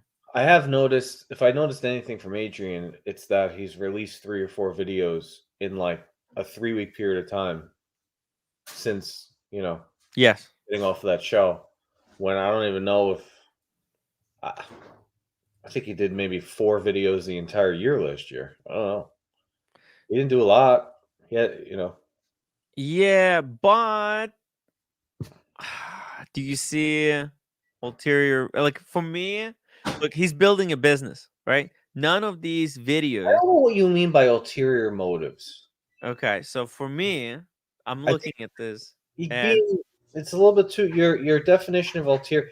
If he's saying the best watch for the money is an Hublot at retail, problem. He's not doing anything else. He went into the IWC factory, and well, he has very good relationship with IWC, right? what's wrong with having a good relationship with a brand? Well, he's promoting IWC. I mean, this Yeah. makes it's good. It's good. I actually look as a fan of IWC. Look, Buckley, I'm wearing IWC. I know, but I I don't. like the brand. Well, why people think I'm trying to say something bad? I'm not trying to listen, but like you have to be aware, right? He has relation. This is good. This is good if you're a business person, right? You can see how can somebody get an invitation to IWC Factory? Like think about that. That's not normal people. Can anyone get a tour of IWC Factory? I don't know. Why is Adrian getting a tour? Do you think because he has relationship? They sent him watches in the past, like ahead of time, before release to make a video. But so what? Well, no, I'm not. It's not. Well, So what? it's a relationship with a brand relationship. I'm just saying, there's nothing about it. I'm just saying, yeah, they're working together. He's doing it like a job. You understand? He's not doing it just like. Yeah. Well, make- he says in his videos that he replaced some shitty HR job he had with this. Yeah. So, No. I'm also like, dude, like I'm also trying to also explain like how. Well, okay, here you see this video, how to use a compass, right? This is a Hamilton. He's also partnered with Hamilton. They sent him out on some flight. Did you see that? That was like really crazy. Even Oshin was like, holy crap. Like Hamilton flew Adrian out on to like do a photography for a new watch that they were releasing. And in fact, I think it was this watch that he's doing a video on. So like, look at this. He's killing 2 birds with 1 stone. He's doing a video about Hamilton watch. He's comparing it to a Rolex. He's almost like selling a watch as well. And he's also selling straps, Bark and Jack. Get the Bark and Jack strap. you know, it's a business video. It's not. There's so much that's involved in this video. It's not just pure art. This is what I'm trying. This is my. No, but he's Maybe not. maybe No, you say hold it's on, a bribe. hold I'm on, not hold on. There's one fucking guy who wants to make art on the internet, and it's Oshin. That's it. right. So, but you and Oshin need to take a deep breath Right. and calm down with that shit. I'm not saying it's a Both- bad thing both or of you a guys good are thing. I'm just together. saying this is how it is. Look, he made a nice video about a Hamilton. It's like this $800 watch. So what? So what? Nothing. I didn't say anything. Yeah, I mean, I don't. I think at the rate you're going with this, Yeah. every person on YouTube, by the end of the month, you're gonna. Have Am I saying something that's bad? You're implying that it's all about money. It's only. I didn't say it's all about money. No. What I'm saying is like, hey, you know, okay, that's a great question. You say I'm implying that it's all about money. I'm not saying this is all about money. What I'm saying is that this is what it takes to be a full, like Adrian has to make money. You have to make money. And Adrian, I mean, these videos, I think they're kind of art, but this art has a bit of a sponsorship include because you need sponsorship. Sponsorship comes from somewhere. Someone has to pay for the fucking video. Someone has to pay to edit this video. Someone has to pay to film this video, right? Someone at some point pays. And what I'm saying is that like this video didn't come about from nothing. This video came about because Hamilton, you know, gives opportunity to Adrian. You know, they fly him out. They pay for him for certain things. They send him watches, and that's how these videos are made. It's not a bad thing or a good thing. It's just that's just a thing. This is a reality. Whether some people understand it or not. I think everybody who's on YouTube that's making watch reviews that has 6-figure subscribers is doing the exact same thing. Why wouldn't you? But the one thing that he's not doing, not taking watches that he thinks are terrible watches. Like this is a Hamilton. This is a great fucking watch. It's a great watch. And from his perspective and from the brand, it's like, okay, what are we going to do? We're going to put this on Adrian's channel, which a lot of people are watching, or we're going to put this in the showcase at Macy's and hope somebody buys it. I think this is a great match for Adrian's channel as well. He personally owns Explorer too. So Hamilton partnering up with Adrian, right? He wore his Explorer 2 to that mountain, right? When they leave their zone and they start profiteering off of things that they normally would never, that's when we can call like a red flag, right? Yeah, I'm not saying there's a red flag or anything. I'm just trying to kind of put it out there that I know what you're doing. How I process information. I know what you're doing, but I'm saying from the chat, they'd be thinking you're implying something else. Well, you know, when I watch this video, when I see those elements, it takes away a certain amount of joy. I wish there was a way to hide. But you know too much. I know too much. Yeah, I know too much about this, so I can't stop thinking about it. If you went in circles, right? Yeah. If you went in circles over and over and said, "What's the best watch for the money?" and what's going to retain value, and what's not going to break, and what's luxury, and what's timeless, and you went down the whole fucking list, and everybody did that, we'd have 3 or 4 watches to choose from, and they'd all be Rolexes. I'm not saying somebody should be choosing one watch. No, I know what you're not saying. Yeah. I'm saying that if we do that, you're going to be left so you're saying sometimes people have to get. Yeah. What will be left is an Explorer 1, a black. Because Explorer 1, that's like the fucking greatest watch. They're for the price and the luxury and the timeless. Dude, you don't have to tell. Look, I believe what you're saying. I'm wearing IWC right here. These same guys who are chastising me, they don't have an IWC. You know, I have an IWC. So, look, it's a thing. It's a thing that exists. It's a thing that exists. It's something that I'm always aware of, and I try my best. That's why I like Oshin. People say, Tim, why do you like Oshin? He doesn't have these weird sponsorship cutaways, and not to have these weird sponsorship cutaways. Well, but brands do pay him to make videos. Yeah. So,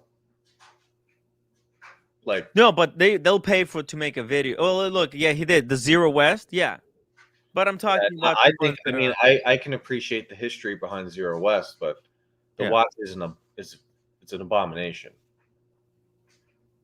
Which one? The whole entire category. Oh, the whole Zero watch, West. they're gross looking. They're horrible. The new one actually smaller case. All right, whatever. I'm just saying. At Some people don't like AP. Yeah, that's a acquired taste. Yeah, it's literally for enthusiasts of that history, right? Remember the Dam Busters, right? It's like if you are biggest fan of Dam Busters historical event, right? Yeah. Then that's the watch for you, right? Yeah. But So yeah, like no, yeah, you know, there's a watch for everyone. Hold on, It's if how we're gonna do we pick on sell a them? brand, if we're gonna pick on a YouTuber, We're not picking on Adrian. We're not picking on Adrian. We're just one that bothers the shit out of me, that goes out of their way to lie, is the English guy with the voice. What's the English guy with the voice? Are you talking about TGV? No. They have a major gray market website now. Watch Trade now. Watch Trade? Is it Watch Trader? He always makes videos with his English voice in the background, and then he shows his face. Watchfinder. Watchfinder. Yeah, Watchfinder. That guy's a lie. They're owned by Richemont. That guy. See now, Tim, if you want to talk about somebody who's guilty of a lot of these things. Oh, that's fucking straight up propaganda. Anti-Rolex propaganda. It's not even just about the roll. It's just ridiculous. Dude, this is they're owned by Richemont. So all their watches, they have this slant anti-Rolex pro Richemont. Every time they have an opportunity to diss on Rolex or take a shit on Rolex, they do. And every time they have an opportunity to make Richemont watch look better, like it's a better offering, and they don't even disclose it. Nowhere it says that, by the way, we're owned by Richemont. This is like straight up. I don't even know if this could be legal on YouTube, because all of these videos, they know we're not stupid. They do their propaganda really professionally. Their pricing is absurd. So like I'll take an issue with this YouTuber. Like they're ridiculous. Sometimes I find Federico to be a little bit off his rocker. Yeah. I find him to be a little bit, Federico's selling point is his character, his I don't give a fuck attitude. But I say as it is. I say how it is. I just tell you how it is. Federico, yeah. I'm not picking on Adrian. I'm just like, look, he's putting out new videos. I'm glad we're seeing new content coming out from Adrian, right? I didn't know it was gonna be this heavy laden with promo. Like here, it just almost felt like he's spruiking the Christopher Ward, right? Because he does have a good relationship with Christopher Ward as well.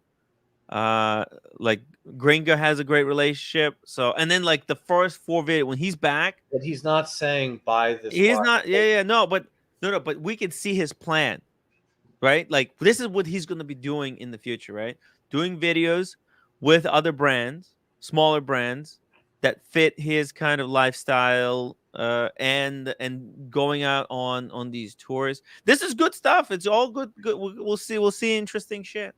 This factory tour was good, right? We got a chance. I don't know if it's good for a brand necessarily. I think it is. Dude, even Adrian admits in the video, he said he doesn't like how they made him sit through a propaganda film. You know, he himself calls this shit out. Right? So, look, listen to Adrian. But now that I know the history of IWC, kind of makes sense. So IWC was started by an American that I typically here. We started off this visit by having a presentation about IWC. Something that I typically dislike is having the corporate presentation, the brainwashing. Right? Even he calls it the brainwashing, right? And then he goes through the brainwashing. I think Right? I think people are a little too sensitive. But Brainwashing? guys, people are so fucking He's stretching. sensitive. He's stretching. Brainwashing? They showed him a 10-minute fucking video about the brand. Well, but that's how brainwashing. Well, that's a light form of brainwashing. It's like Well, you guys are. I don't know. Maybe I don't relate to the. I don't know if it's a European it works thing. though. It works. I don't know what's going on, Tim. Buckley. You, we got Paul Thorpe. O'Sheen's got wars. Adrian's saying brainwashing. We got Gringa.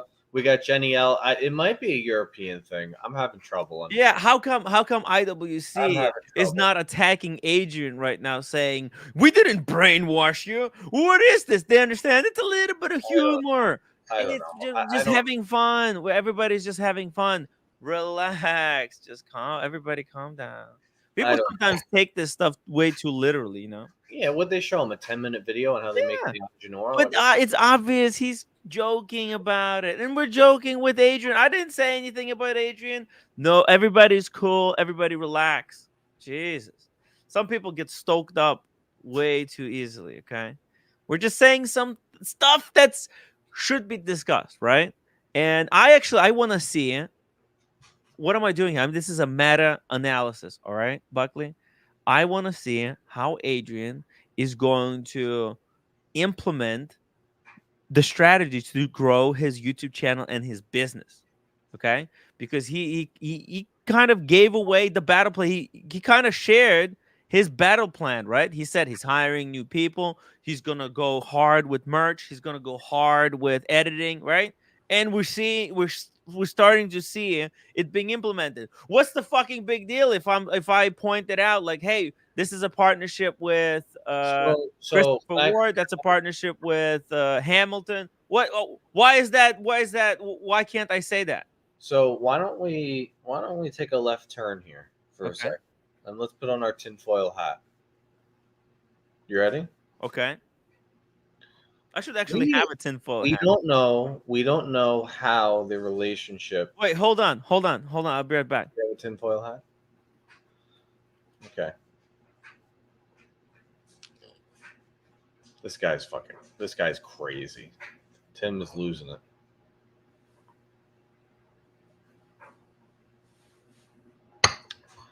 Tim's paranoid. He's like Griselda Blanco in episode 5.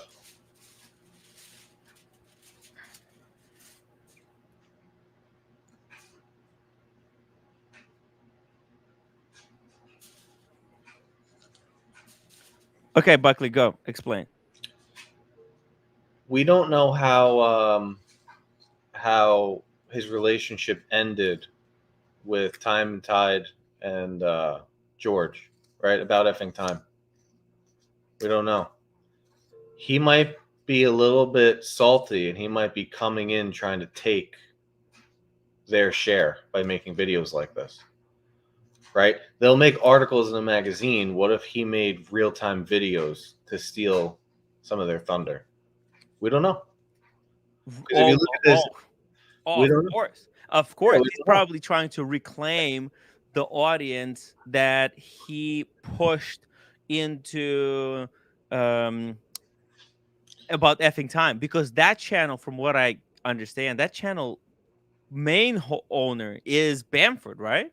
Because it was filmed at his house. You know, that fancy room with all the clocks? That was Bamford's house. That was like his living room, I think, or something.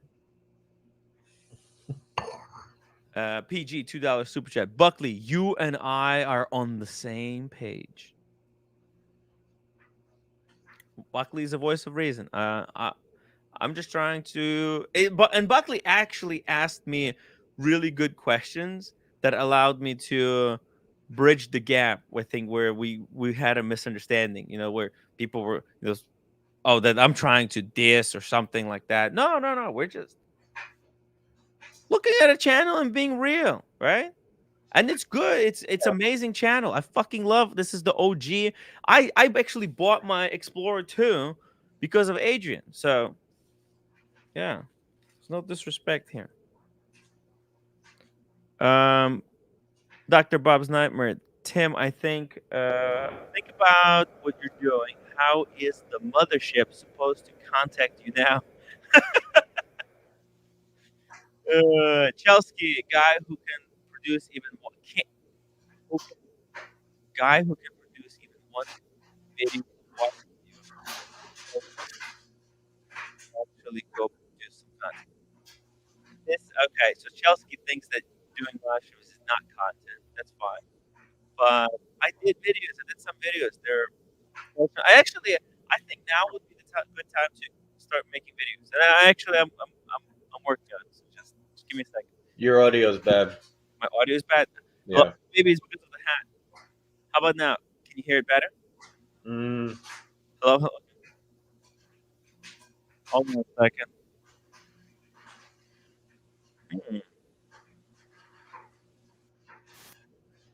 about now? Can you hear me better? Keep going. Jimbo, I think you don't understand. My channel is No, your audio's destroyed. other YouTube channels in the space. There we That's go. what we do. We look at other content and we comment on it. Is it good? Is it bad? Where did this YouTuber fail? That's the content. What's wrong? Wait, there's nobody else is doing it. And what do you mean? That this is literally what New York Times does. New York Times just comments on, well, they have every fucking section, right? But they do sports, they do politics, they comment on everything. So we're doing watch commentary here. What's there not to understand? Smurf Durf $2 super chat. Tim, you come off as a huge hater.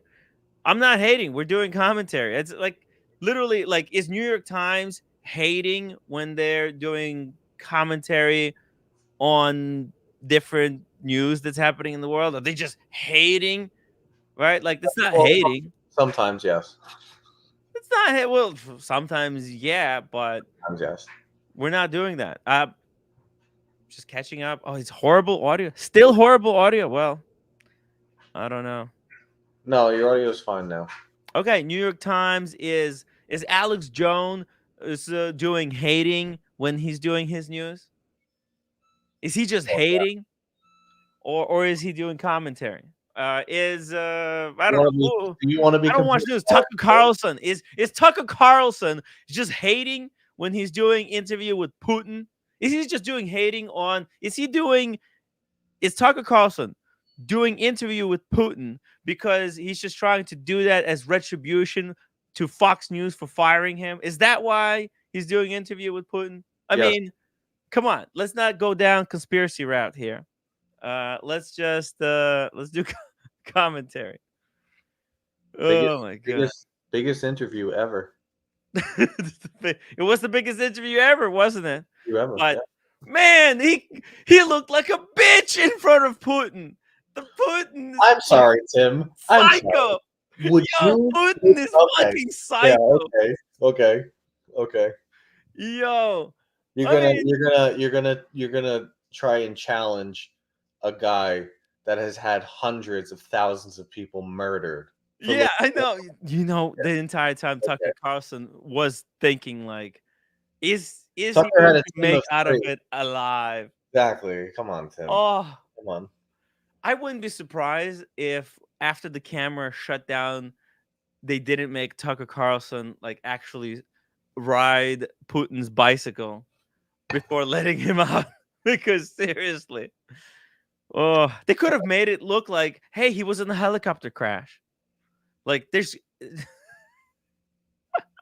so dangerous. That was the most dangerous interview ever. But oh my god, it was bad. But anyways, I mean that's the content. I don't understand what's Chelsea's problem. I'm working on it. 1 year later, still working on it. Well, there's other plans. I helped launch a new YouTube channel, That Watch Guy UK.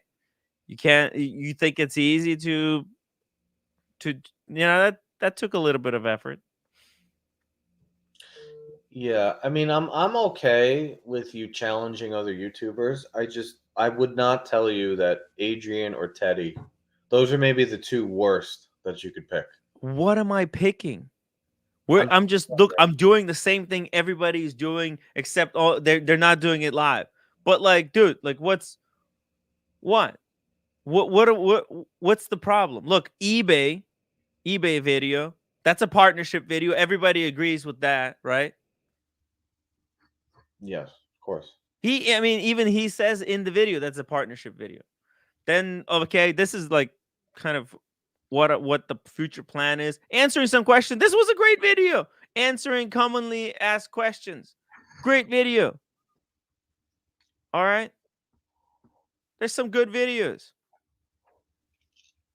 What's the problem? How am I Buckley? I think we have to stop even pretending to act like what we're doing is a problem just because Chelsea or some other idiot doesn't like it. No, I'm fine with it.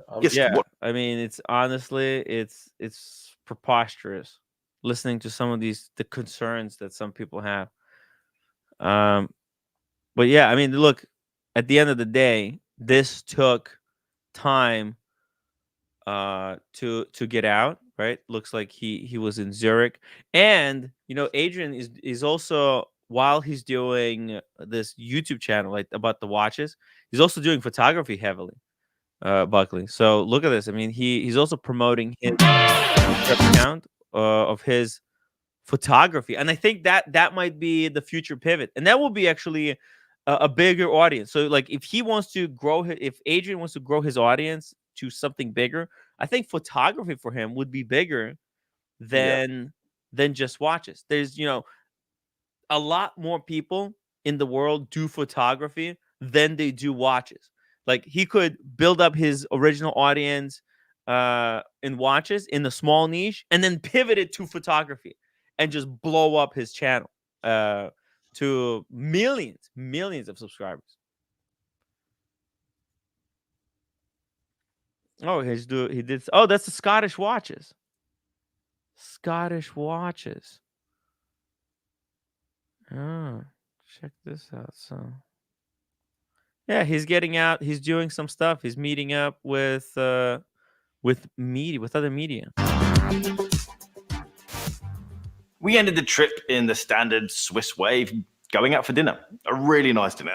Dave, Ricky. I was with Ricky at one of the the Dubai Watch Week. One of the presentations. I was sitting next to Ricky. Ricky's the English version of Mathis. Is the English Mathis?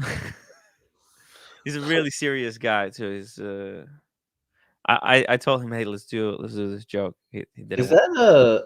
Oh no, that's okay. Never mind. Oh, and Ricky and Dave, they'll probably have him on Scottish Watches podcast. I wouldn't be surprised if Adrian was on the podcast soon. An epic dinner.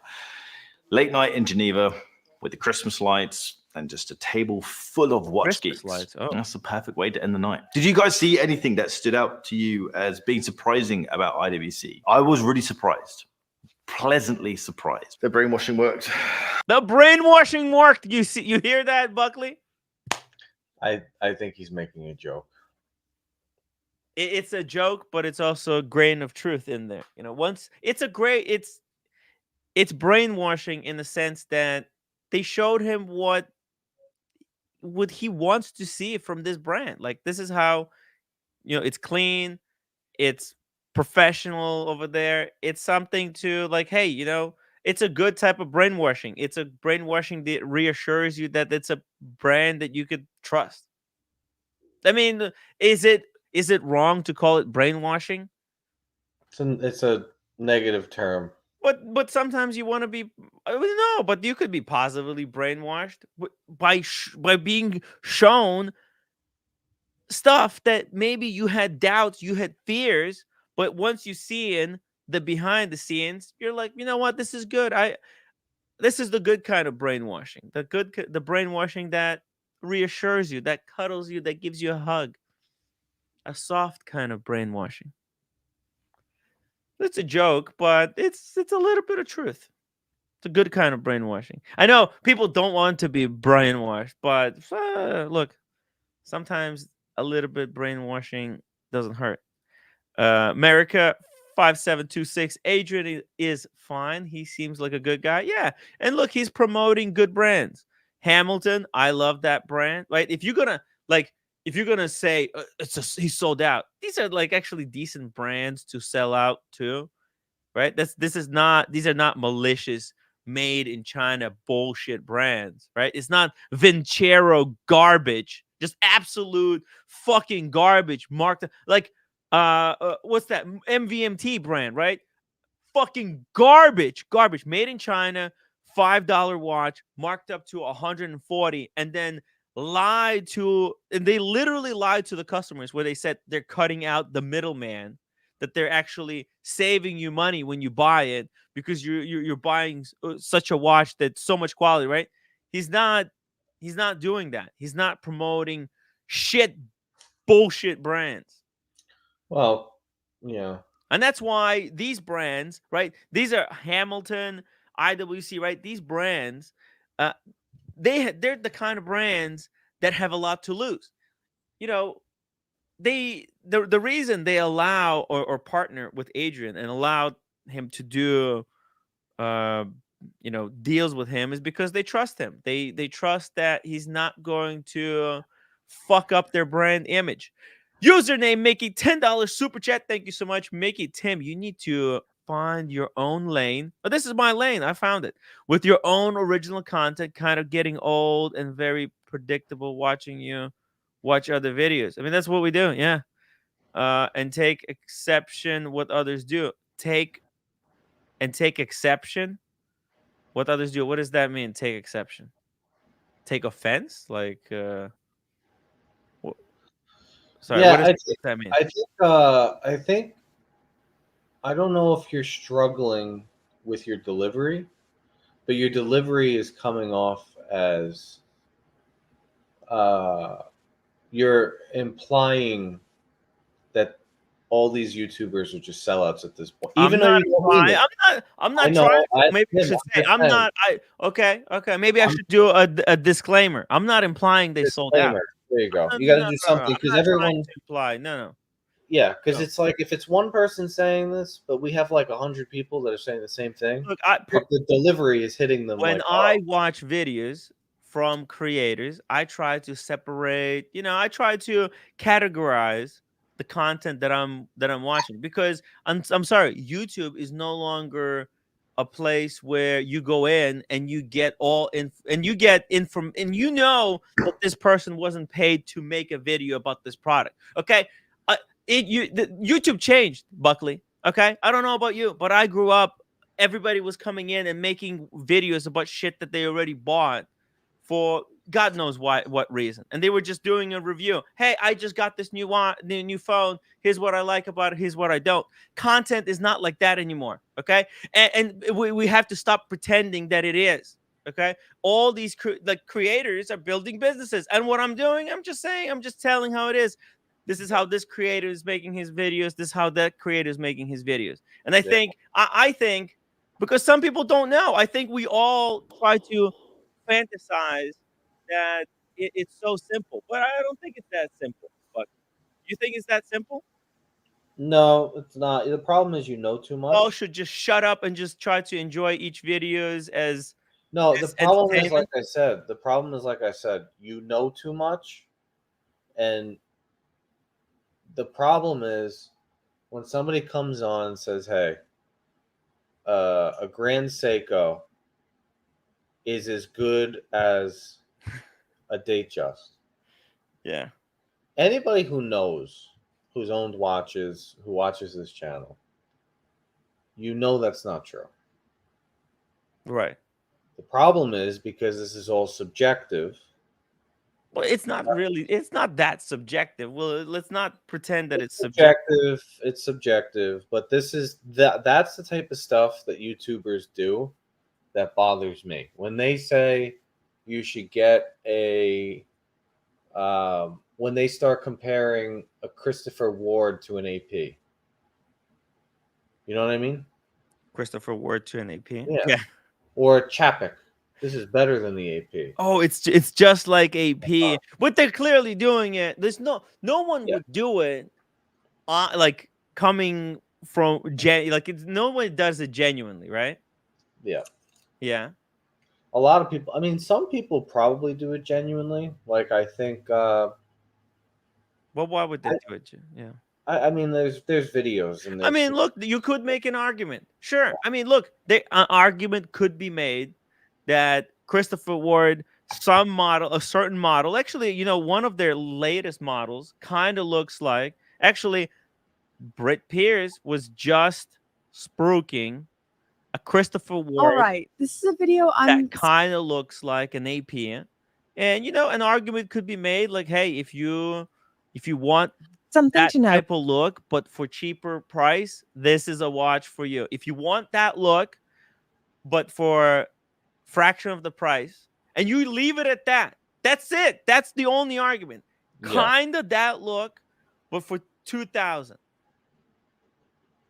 Yeah, exactly. Yeah. My first experience with this nonsense was with one of those smaller brands. Not Moritz Grossman, but starts with an M. Oh my god, I can't remember. Not the Moritz Grossman.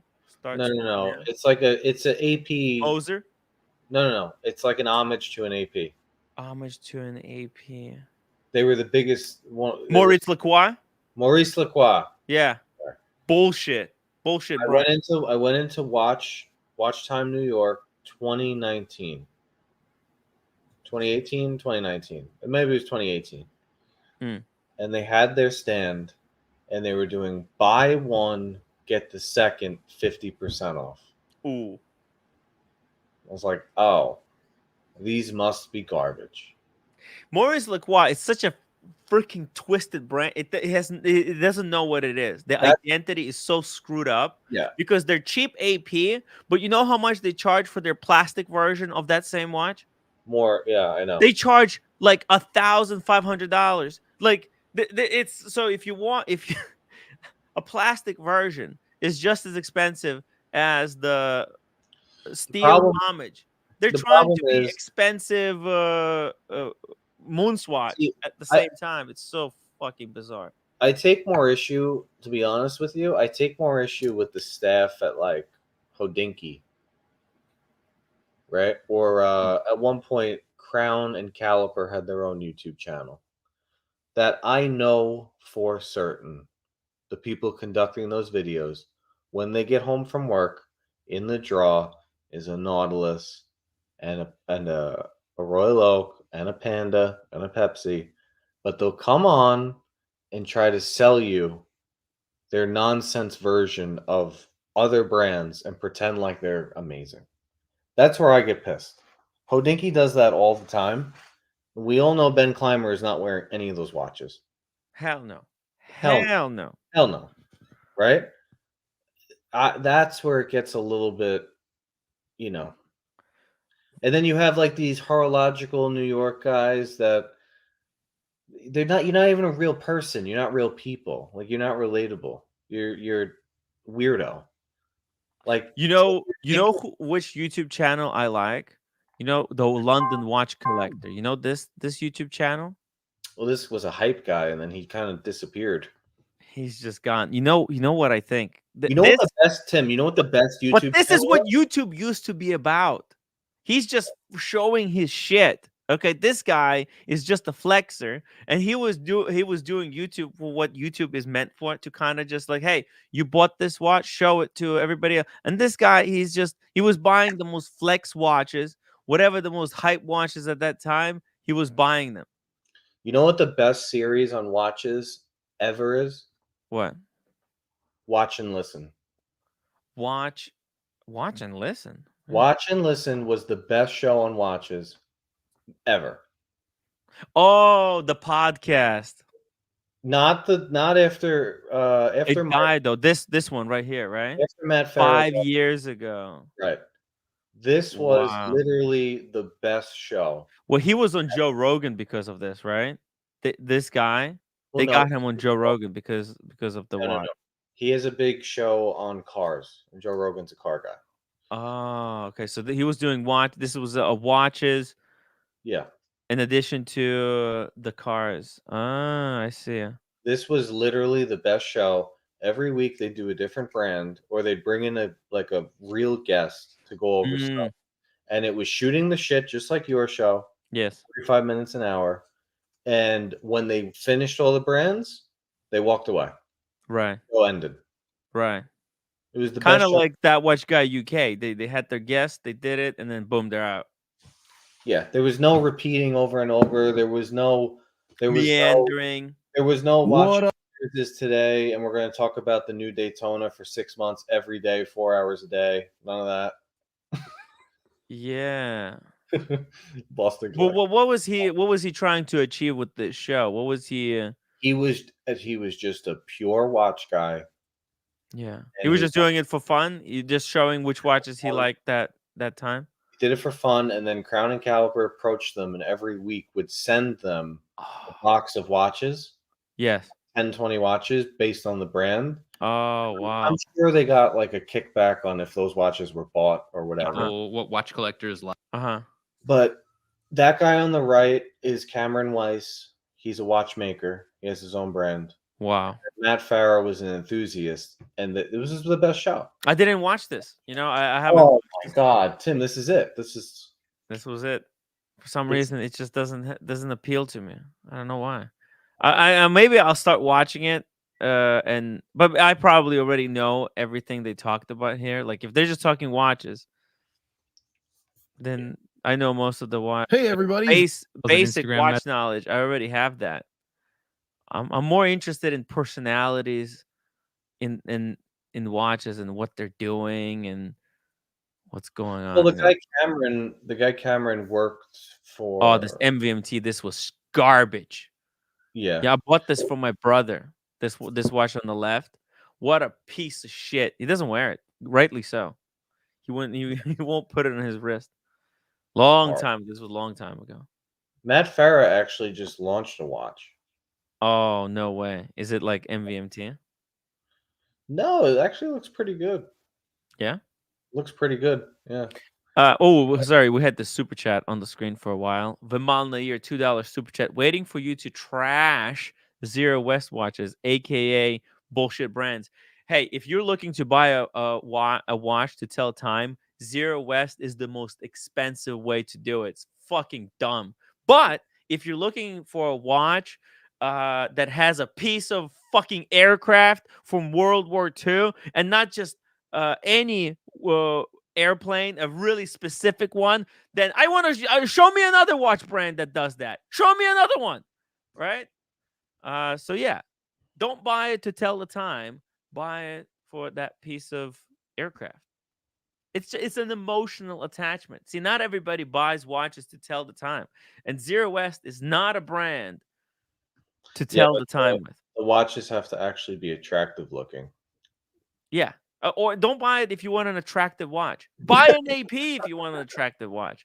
Don't buy Zero West if you want it to look good. Yeah, don't fucking buy if you want a good looking watch. They're fucking hideous looking. Did you see it? They're all it's supposed to be, the design's supposed to be super shock absorbent, but I'm like, dude, fuck that. I don't care about shock absorbance. I don't do any hardcore activity. The most shock that my wrist gets is when I slam the table, and I don't do that often because it's valuable technology here.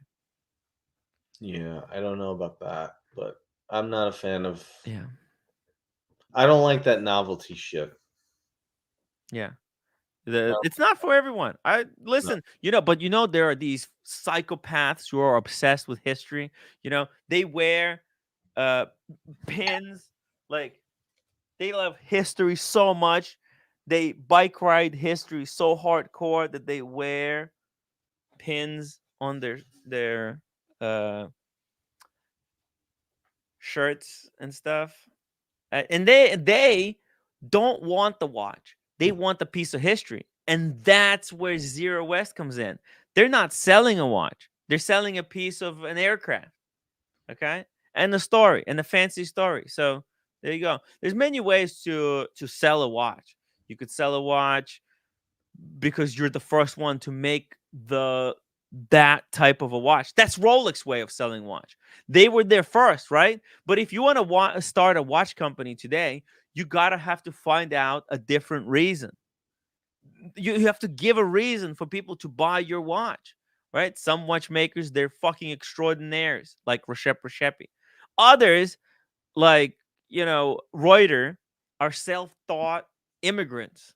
It's pretty cool. Different story, different strokes for different folks. I'm not judging. I'm just saying how it fucking is. That's what people have to understand. I like the story, the truth, even if it's not. Listen, people, I don't judge people for having to survive and make money, but like, if there's a product placement, I want to know about it because I'm curious. And you know what? I think people who paid for it, that's a producer. That's not a bad thing. That's like a credit. Like if Hamilton paid for it, I think we should know that Hamilton helped sponsor part of that video. That's a good thing. They should be applauded for for giving money to make that video happen. Like Gringa shouldn't be ashamed that Christopher Ward sent her watches. It's a good thing. It's a great thing to be partnered. It's a great thing to be trusted by these brands. Yeah. Yeah.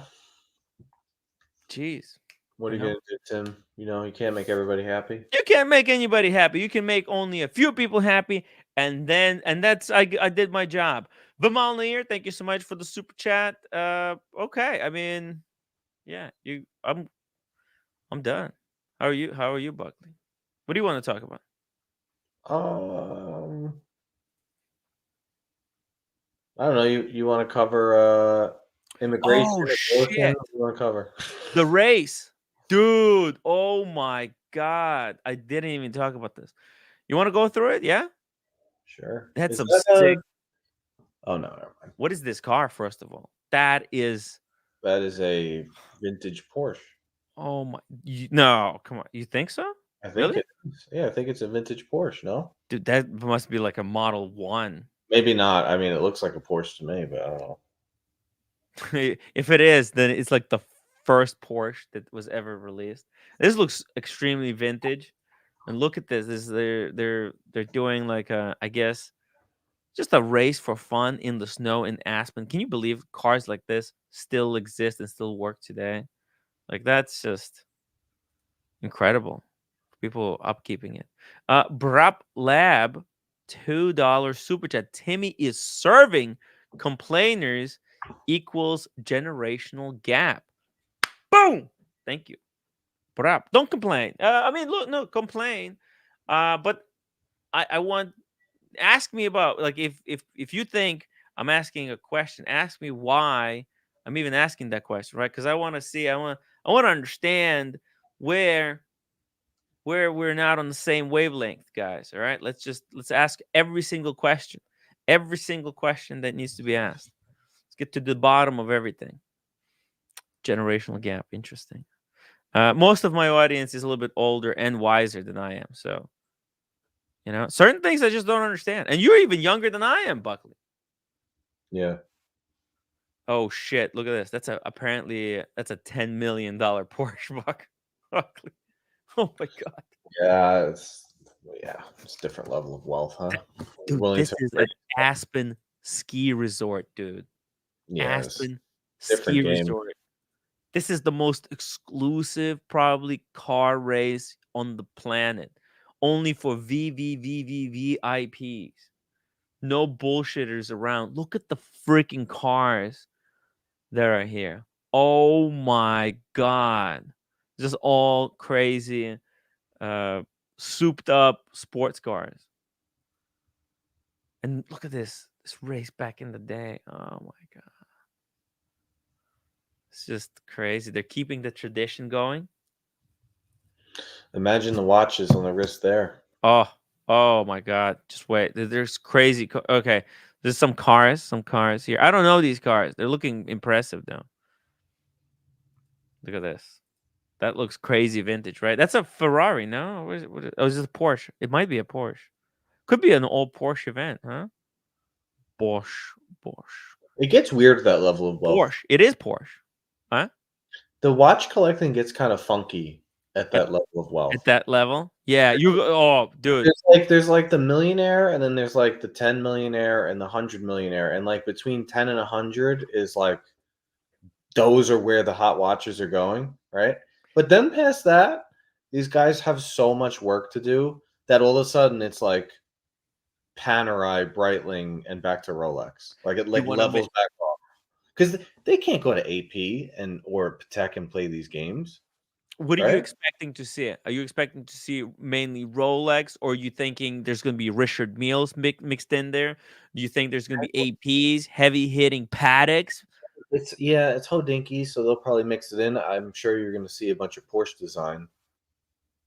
Whoa, George Vargas, $10 super chat. Thank you so much, George. Timbo, sorry to change this riveting discussion. Jacob & Co., Bugatti, Caron, Tourbillon, Rose Gold, or RM 4001, asking for a friend who happened to be a former Niners fan. Okay. All right, let's pull these up. Let's just pull these up for George. We got to pay for the show. This is how we pay. Full disclosure, all right? If we're going to do disclosures on this show, you know how this show gets produced is like I choose a subject and then it's these viewer sponsored segues that pay for the show. And the more the better, guys. Remember, you can always super chat to ask us a question and we segue into whatever the fuck you want this to go to. And Co. Bugatti, Chiron, Rose Gold. I'm feeling like Jacob and Co. lately. You know, I'm loving Jacob and Co.'s. It would be this one, I think. Let's see, did I get it right? It looks rose gold. It looks like a Bugatti case. Tourbillon. I wish I had a better picture. Reference. Let's just copy reference. Is this it, George? Just let us know if this is. Oh crap! These ads on these websites. Let's see. Images. I want a better image from Mayors. Mayors have good photography. Oh, cookies. You have to accept cookies nowadays.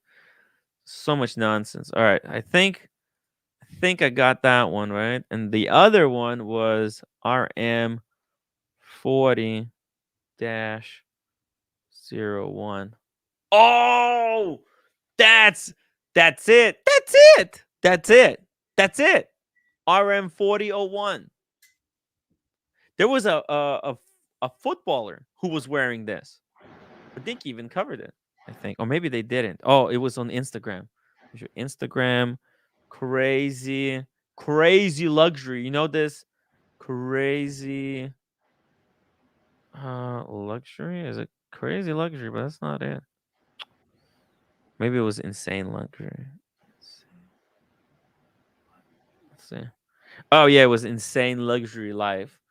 They had a picture. Let me show you. Who was it? I think it was. Wait. Okay, it was part of this compilation. Oh yeah, who is that? Did you see it? Yeah. Who was that dude? With big thick beard in the red jersey. Okay, guys, watch. See, I don't know celebs. This guy. That's God. He looks like a basketball player. Harden, maybe? James Harden. Yes. Oh, Yes. Harden. Yeah. James Harden. I'm like, dude, that's gotta be the Richard Mille. James Harden, where is it? So I'm gonna try to give McLaren. I'm gonna say this, and I'm probably gonna lose fans here. Oh. I feel like with these watches, you should only buy them if you own the car. George, maybe. What do you think? Look, If George has a Bugatti, I heard a lot of or he hate has about McLaren. People say Yeah. McLaren is garbage. They say it's not reliable. But what? well, it's an exotic car. None of them are reliable. But if you have a Bugatti or a McLaren, I think it's You a match go. it with the car. Yeah, if you don't have the car, I don't know if I get the watch. Get the McLaren. George. What you think? What about McLaren? Is that a good car? You might have one. I mean, George, you have a McLaren? Because I know Q had a McLaren, but then he said he got rid of it because he was afraid it was too fragile, apparently. And I'm not actually a huge fan of Bugatti as a car. You know that? Like, you know what? Bugatti, I can. They're yeah, not that it's great. kind of weird. Like if you show up with a Bugatti Chiron watch, Yeah. everyone's gonna go, "Can I see the Huh. car?" Yeah, And where's the car? Can I Or see? you're gonna look a little bit. Mhm. It's like showing up to the party with a Super Bowl ring when you never played on the field. It's a Never little were bit- on the field. And I'm just being real, George. I'm sorry. I know you had listen. This has been a hard week. What's It's been a hard week for George. it's So brutal. I'm kicking a man while he's down. Yeah. But if he has the car, do it. No, dude. George is actually extraordinarily well set. You know, this is nothing. It was nothing. That little loss, 49ers, it was more emotional than it was financial. That's a tough loss. Yeah, I know, but it's mostly emotional. No, he's doing actually really well. It's so cool. He could get any of these and the car to go with it. We just have to give him the right advice, which one to do. I think he should not get either, right? Because the McLaren, I fucking love the watch. You know what? I wish it wasn't McLaren. I wish it was another car. I wish it was a Porsche or a Ferrari because I think George should get a Ferrari. He should join Jeff. Did you see the Ferrari that Jeff got? Yeah, he's Yeah. baller. It was He's pretty baller. nice. Total baller. But yeah, that's my thoughts. If you're gonna tell me which one, But between the two, McLaren. The RM is nicer. The Bugatti, that watch is preposterous. You know what? Can I throw in a third suggestion? Yeah. Remember that Hublot that just got released? Yeah. It was like 200 grand. Yeah. That was pretty nice looking. Hublot. The new one. Yes. You know what I'm talking about? It just Yeah. There was a car. Was it based on I the don't car? know if it was a car, but I think it was based on some car. It was based on something. Hold the on. Hublot, the black one. Yeah. This That one right here. That one, yeah. Yeah, it's based on something. Hold on a second. Let me pull it up. Where the fuck is it? Ugh. This website is broken. Oh, here we go. It's Tourbillon. Oh, lightweight energy systems. Okay, wait a second. Oh, hey. Speaking of football players, Like this is a George watch. you know what I think? I think Clark Kent is secretly a football player for one of the big teams. That's why he travels everywhere. He goes to play. He's fucking Tom Brady or something. We will never know, right? Yo, Speaking of Niners fans, hey, are you a I'm Niners sorry. fan? I didn't come. I was coming on regardless. You just happened to bring up the game. Are you a Niners yeah. fan or you're a Chiefs fan? I'm Or are a you a football Chiefs fan. player? Secretly. I'm not a player. No, definitely not. You know, But what's going on, guys? What's going on? What are we looking at? You know what's gonna happen someday? We're gonna see Mr. Superman over there walking to the game like this in the suit. Yeah. We'll recognize you by your watch, guys. Just watch. Pay attention. White football player with an AP. When you see him on the insane luxury life, There we go. no, it's Clark Kent. I don't think that Mahomes one is accurate. You don't think so, Mahomes? No, That's the first time I knew he had that watch. I was expecting him to wear his rainbow Daytona or something, you know. I don't think it's accurate because at the after party he had the Yachtmaster Oysterflex. Well, So, it's Tom Brady with why would you put coral red. Are you copying Tom Brady? Yes, Ah, I had it before. You're- Now You're him bought. having that watch wouldn't surprise me. No, it's Patrick Mahomes. Ceramic AP, of course.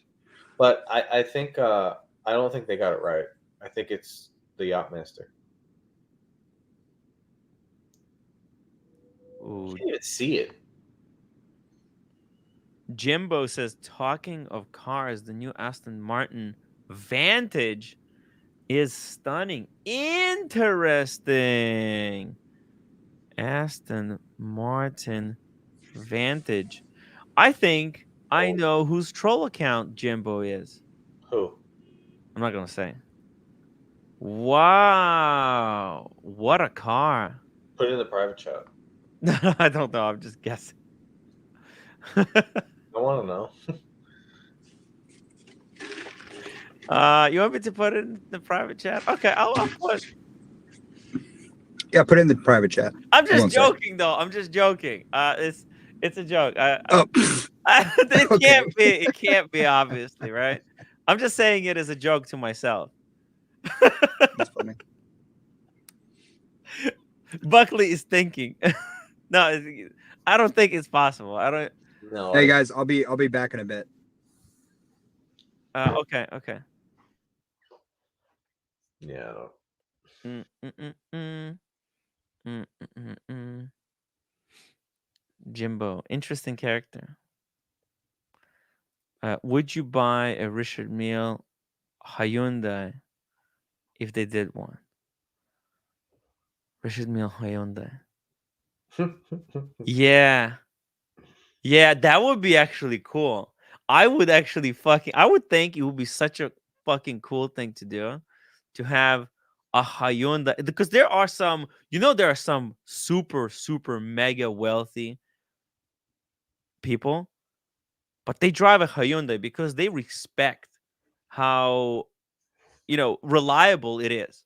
And they would wear a fucking Richard Mille to go with it, because Richard Mille is also reliable. It's a cool combo. Are they reliable? Richard Milles? They're not breaking. I Last time I don't know. I don't know. I'm asking. I don't know. No, I haven't heard of a broken Richard Mille. Cars and Chrono has his. The Boston Collector buy a Richard Mille if it wasn't reliable? He doesn't care about reliability at all. Tim is smoking crack. What? Oh, what's going on? What's going on? Tim has hard time ready words sometimes. Why? Has hard time ready words sometimes. Why? What is Marcus? What is he? It's reading, not ready. Ready. Tim has hard time. Oh, reading words because you guys misspell shit, and then when sometimes I see misspelling, and then sometimes I don't see misspelling. I mean, this is why I have hard time. Half the time, what you guys put in the chat doesn't even make any sense, and then I get blamed. Tim, you have hard time reading? Yeah, it's hard. No. Interesting. Dude, Aston Martin. What a fucking car, huh? Buckley. Yeah, if you're going to talk about reliability, though, it's one of the worst. It's not very reliable, but I even actually went to amongst- Aston Martin factory. Amongst exotic cars, it's one of the worst. How come nobody watched my Aston Martin factory tour? Look at this. Tim Wright, Aston Martin. 1 second. I made a video about Aston Martin. You know that? It's members only, though. Damn. Your channel. Yes. It's members only content. You know that?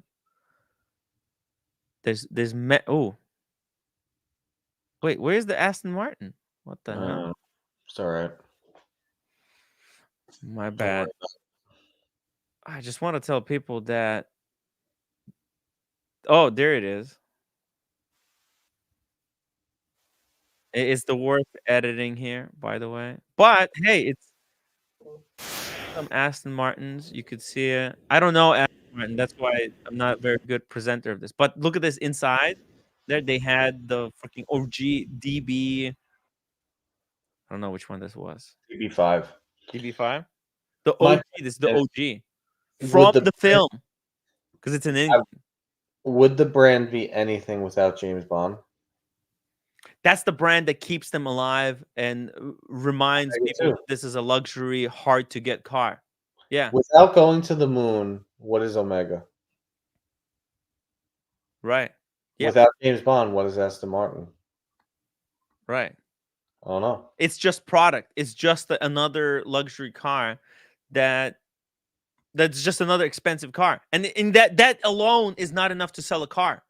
Just because car is expensive, you have to give people reason. Why are you paying all this extra money for? And the reason you are paying for Aston Martin a little bit extra is because they give shit ton of money to James Bond to do all those crazy car tricks, all those crazy scenes. And when you buy this car, you can imagine yourself driving like fucking James Bond, doing all the crazy turns.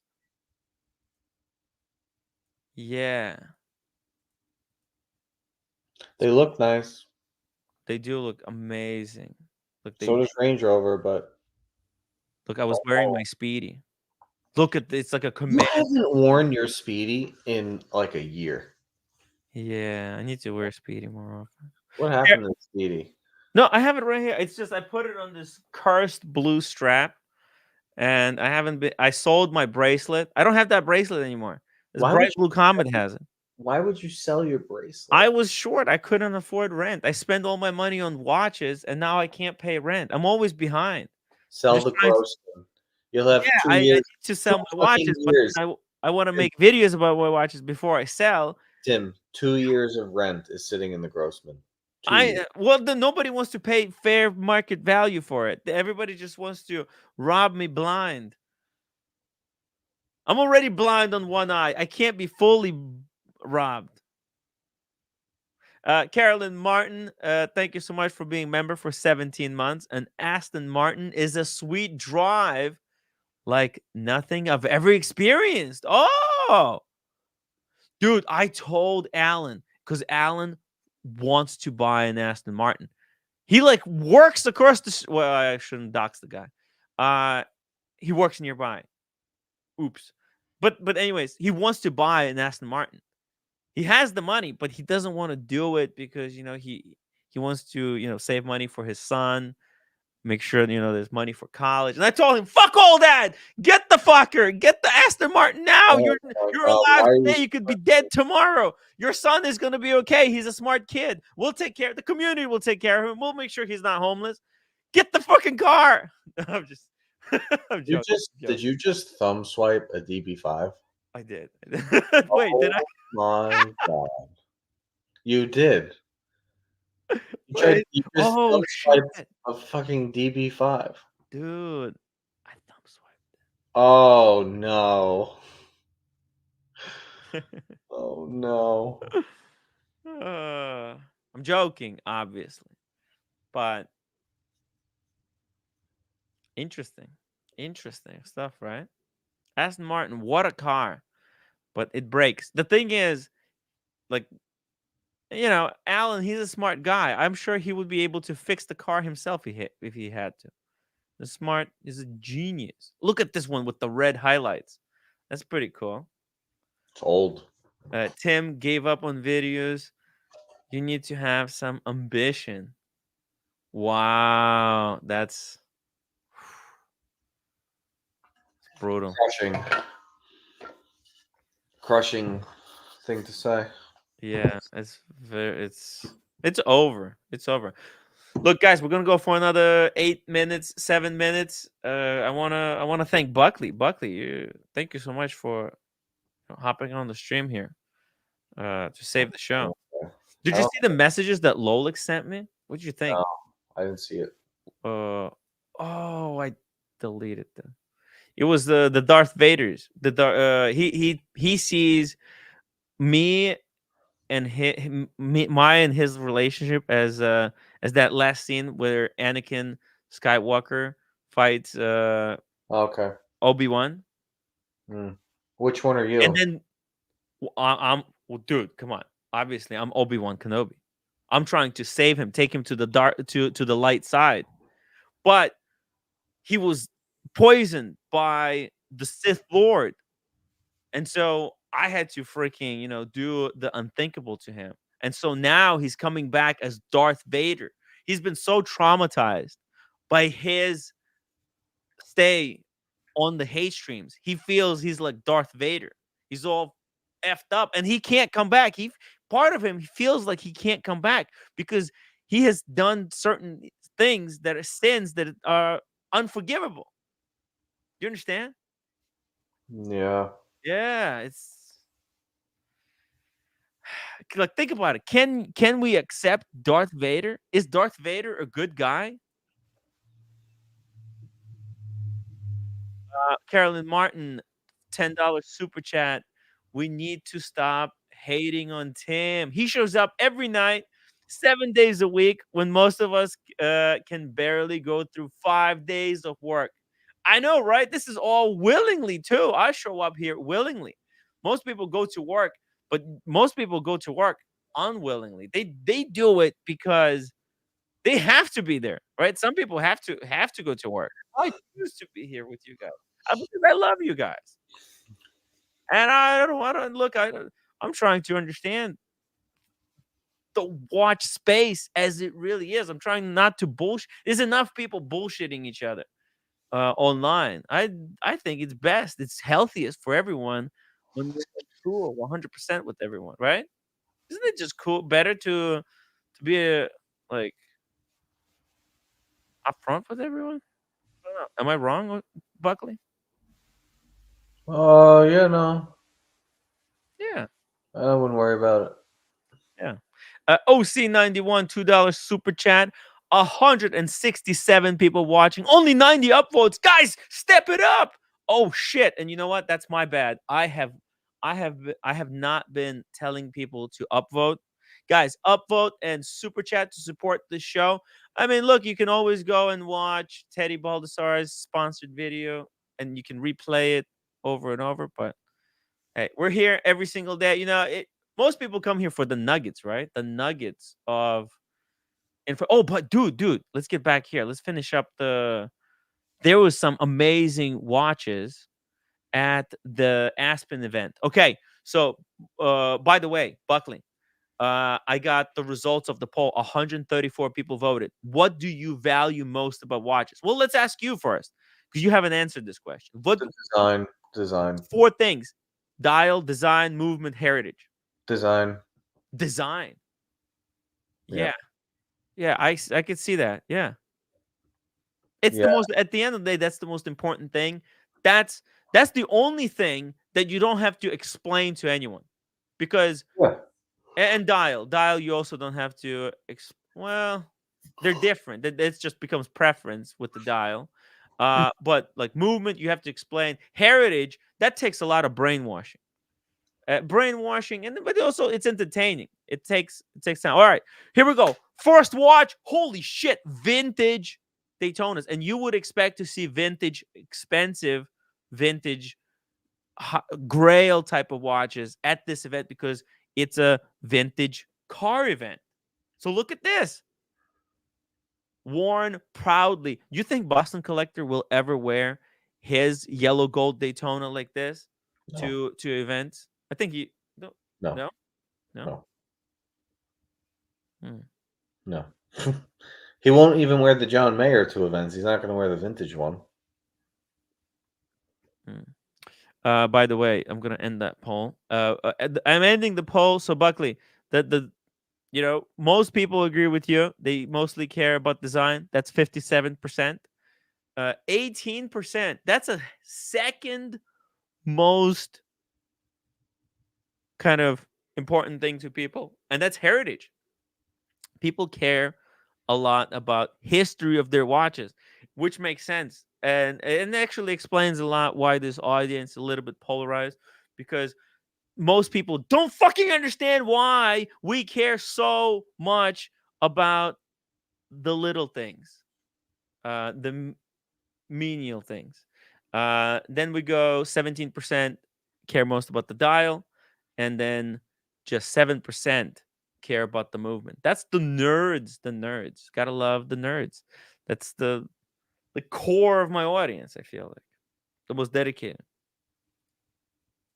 Okay, so that was the first vintage watch. Let's see. Are we gonna see a lot of cool shit? Boom! Right there. Yeah, Porsche there you design. go. Porsche design to be expected. Porsche watch, Porsche cars. There's a lot of vintage Porsche there's. Boom. There's gotta be someone with a Porsche designed watch. Let's go to next one. Boom. Ghost bezel. Ghost bezel. Another vintage Rolex Sea Dweller. A Sea Dweller. Hey, Clark Kent is back. He's back. Hey, we're going through the watches seen at this ice race in Aspen. Have you were you there by any chance? Oh, in Aspen? Yeah. Oh, I visited Aspen. Yeah. It's interesting. What is this watch? What are we looking at? Oh, it's a Sea Dweller Ghost bezel. Wow. In this snow laden environment, it looks so cool. Like it's sharp, bright sunlight, white snow. This watch looks perfect for the occasion. I bet this guy purposely picked it out, right? This guy probably owns half of the country. Let's see. Oh, look at that. Oh my God. What a shot. Also, what an experience. What is this? Is this a Chevrolet? Is this a Corvette? Yes. Looks like a Corvette, yeah? Nice. Okay, here we go. Next watch. Scorfa. Ew. Dive. Ew. Let's go next one. I'll just skip it because it's garbage watch, right? Do we have to talk about do we have to talk about this watch? Please don't. It's a Submariner ripoff. Yeah, Submariner ripoff. No sub, please. Right? This is exactly. We could just get past it because we already know. But there might be someone who's like, why wouldn't you even consider it? Because that watch has no history. We don't care about it. It's just completely irrelevant in greater scheme of things. In the watch world, it has no meaning. Look at these lamps. That looks freaking wild. All the extra lights, right? That's like 6 extra lights on top of the front lights. Oh, look at this. What a sexy front. Oh, dude. Oh my God. Toyota. Hey, oh, here we go. This is not a Bamford collab. This is some other brand collab. I forgot what it is. But What did I mean, Tim? What did I say before? You said you want the Unico. No. When you get to this level of wealth, it's Rolex, and then it levels off to the weird shit. This is Hodinkee. This is like a Hodinkee limited edition. I bet this is a brand. You see that limited edition? Hodinkee always covers these collabs. Undefeated collab. Boom. There we go. Thank you. OC91.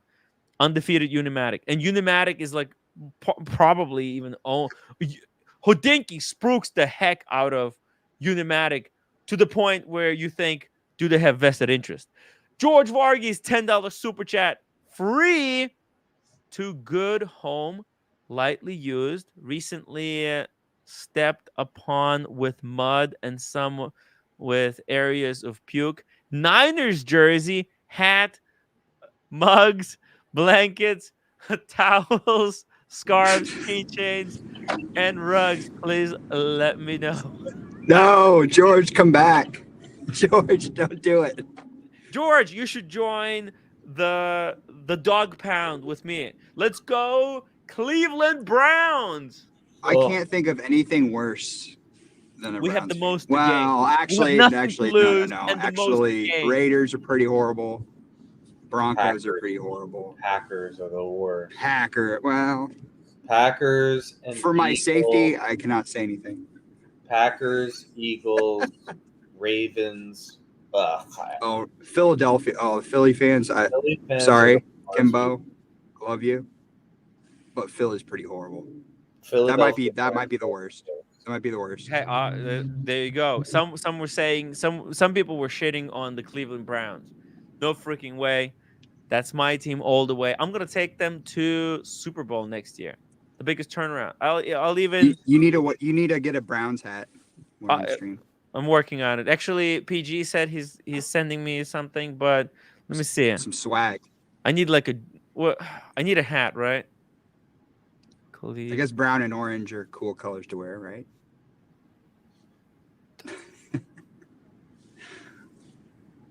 The worst jersey in the whole NFL. The Browns and the Packers have the worst. The worst. Hey, Tim, you know what's funny? Because I have a wrench, I can delete America's comments. Oh, yes, you can. He doesn't have a wrench. He willingly gave it up. He doesn't have a wrench, so I can go in there and I can just time him out. Put him in timeout. I guess if you want to go down that path. Put your timeout. There you go. I'm an innocent bystander. Oh, that's funny. Let's see. What else? What other watches were there? Bam! What is that? Mido. Huh. What do you think about Mido? How does Mido sound? That's another brand. Nah. It's spruiked by Hodinkee, though. I think. Mido, it's kind of interesting looking, no? Look at it's GMT. The 12 o'clock marker is a diamond shape, and then 9 and 6 got these triangles. It's actually kind of hard to read. It's not very legible. It feels like, hey, we need to make a GMT, but all other shapes were taken. Come up with something that looks original, but it's actually a knockoff of a Rolex Coke. Right? This is what it feels like to me, because why the fuck would you put the diamond at the 12 o'clock? It's so illegible. I don't even know which way the watch is turned. It could be upside down for all I know. It's not the most legible symbology they chose, right? Like, it just feels like this watch doesn't need to exist. But is that controversial? Hey, maybe it's at a good price point. They're selling it cheaper than some competitive watch. Great, cool. What do they cost? Okay, let's see. $1,000. How much? I would say what, 25? 1,000? 1,500? Try to guess. I don't know, something like that. Oh man, there's so many news. Let's see. Mido GMT. Let's see. Mido GMT. That watch costs. There you go. $1,400. Okay. It's not good. It's not good. I mean, it exists. All right. There's no. What does this replace? Is this a good GMT for $1,400? I think you just need to save. Get the Explorer 2. Until, like, there's no reason, if you need an Explorer, if you're gonna spend $1,400 on the GMT, you could spend a little bit. You don't need you know what I mean? If you can, how could somebody spend $1,400 but not be able to go all the way and get, Explorer 240 mil, which is like what, 6, 7, 8,000? I told Just you, save. they don't care. Just save. Don't be cheap. The guy is worth $200 million. He brought his $10 million Porsche. He doesn't care. Why is he being cheap? Why you telling me that this guy who They bought get that weird, Porsche, James. right? He's driving a fucking vintage Porsche. They get weird. At that level. Why? They don't care about watches anymore. What like, you could spend fucking $10 million on, what type of guy a this vintage is? Porsche. You know what But you couldn't spend. There's such a big difference between, but for you, there's such a big difference between 1,000 and 10,000 for a watch. Give me a fucking break. They hit 100 million, and they go from however many watches down to like none, and then the other wrist becomes all bracelets. That's the move. Dude, the logic. Do we call this watch guilt? Is this watch guilt? I don't know what it is, but I always find that with these guys that are like, watch any billionaire on TV. Like, you'll find a Royal Oak, you'll find like a Batman here and there. Most of them, though, fucking Panerai, Seiko, Casio. It's so weird. They don't care. There's like a thing. They don't care. They just don't want care. something. It could be anything. It's just it's so like they could wear a $10 Casio one week and then a $50,000 Royal Oak. For them, it's kind of interchangeable. They don't look at monetary maybe value of these objects. They just like the objects for their physical appearance, and that's it. That's period. Bottom line. Yeah. They don't care. They don't. Yeah. I mean, it must be great and liberating to. Dude, Jeff Bezos wears a Ulysse Nardin. Yeah. Jeff Bezos. You know that? Wow. He wears a Ulysse Nardin when he's wearing a watch. Wow. Elon wears an Omega. Yeah, because that's just a watch that he saw. He liked that. Maybe Elon probably maybe even seen it in one James Bond movie, and that's how much thought he gave to it. And he past that he doesn't care. They go in the store and they're He's like, doing other things. He's doing more important things to him. They go in the store and they're like, oh, I like that one. And that's it. Yeah. That's it. There's your watch. Yeah. They're not doing. We're losers. Look what we're doing. No. We're not losers. We're like watches on a different level. We like to look into watches deeper. No, we're more upset because we like the symbology. We like each watch is a symbol for something, right? Just like people were obsessed with the poppy seed symbol, that it's for many people it's a very strong symbol of for pro-veteran symbol. And in the similar way, AP is a symbol. When we see someone with AP, we think, oh shit, that's a nice watch, very tough. We could immediately tell, the kind of struggle that person possibly could have been going through. Hey, America got blown up a second time. Test.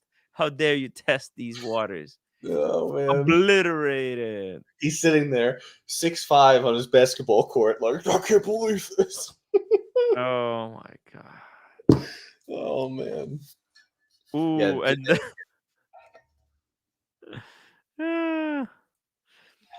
all right. Well, that's the show. Unless you guys. Oh wait. Yeah, let's finish these things up. I mean, I don't know. I don't want to keep you guys for too long. Oh, let's finish these up. Yeah. Huh? There's a Panerai. Yeah.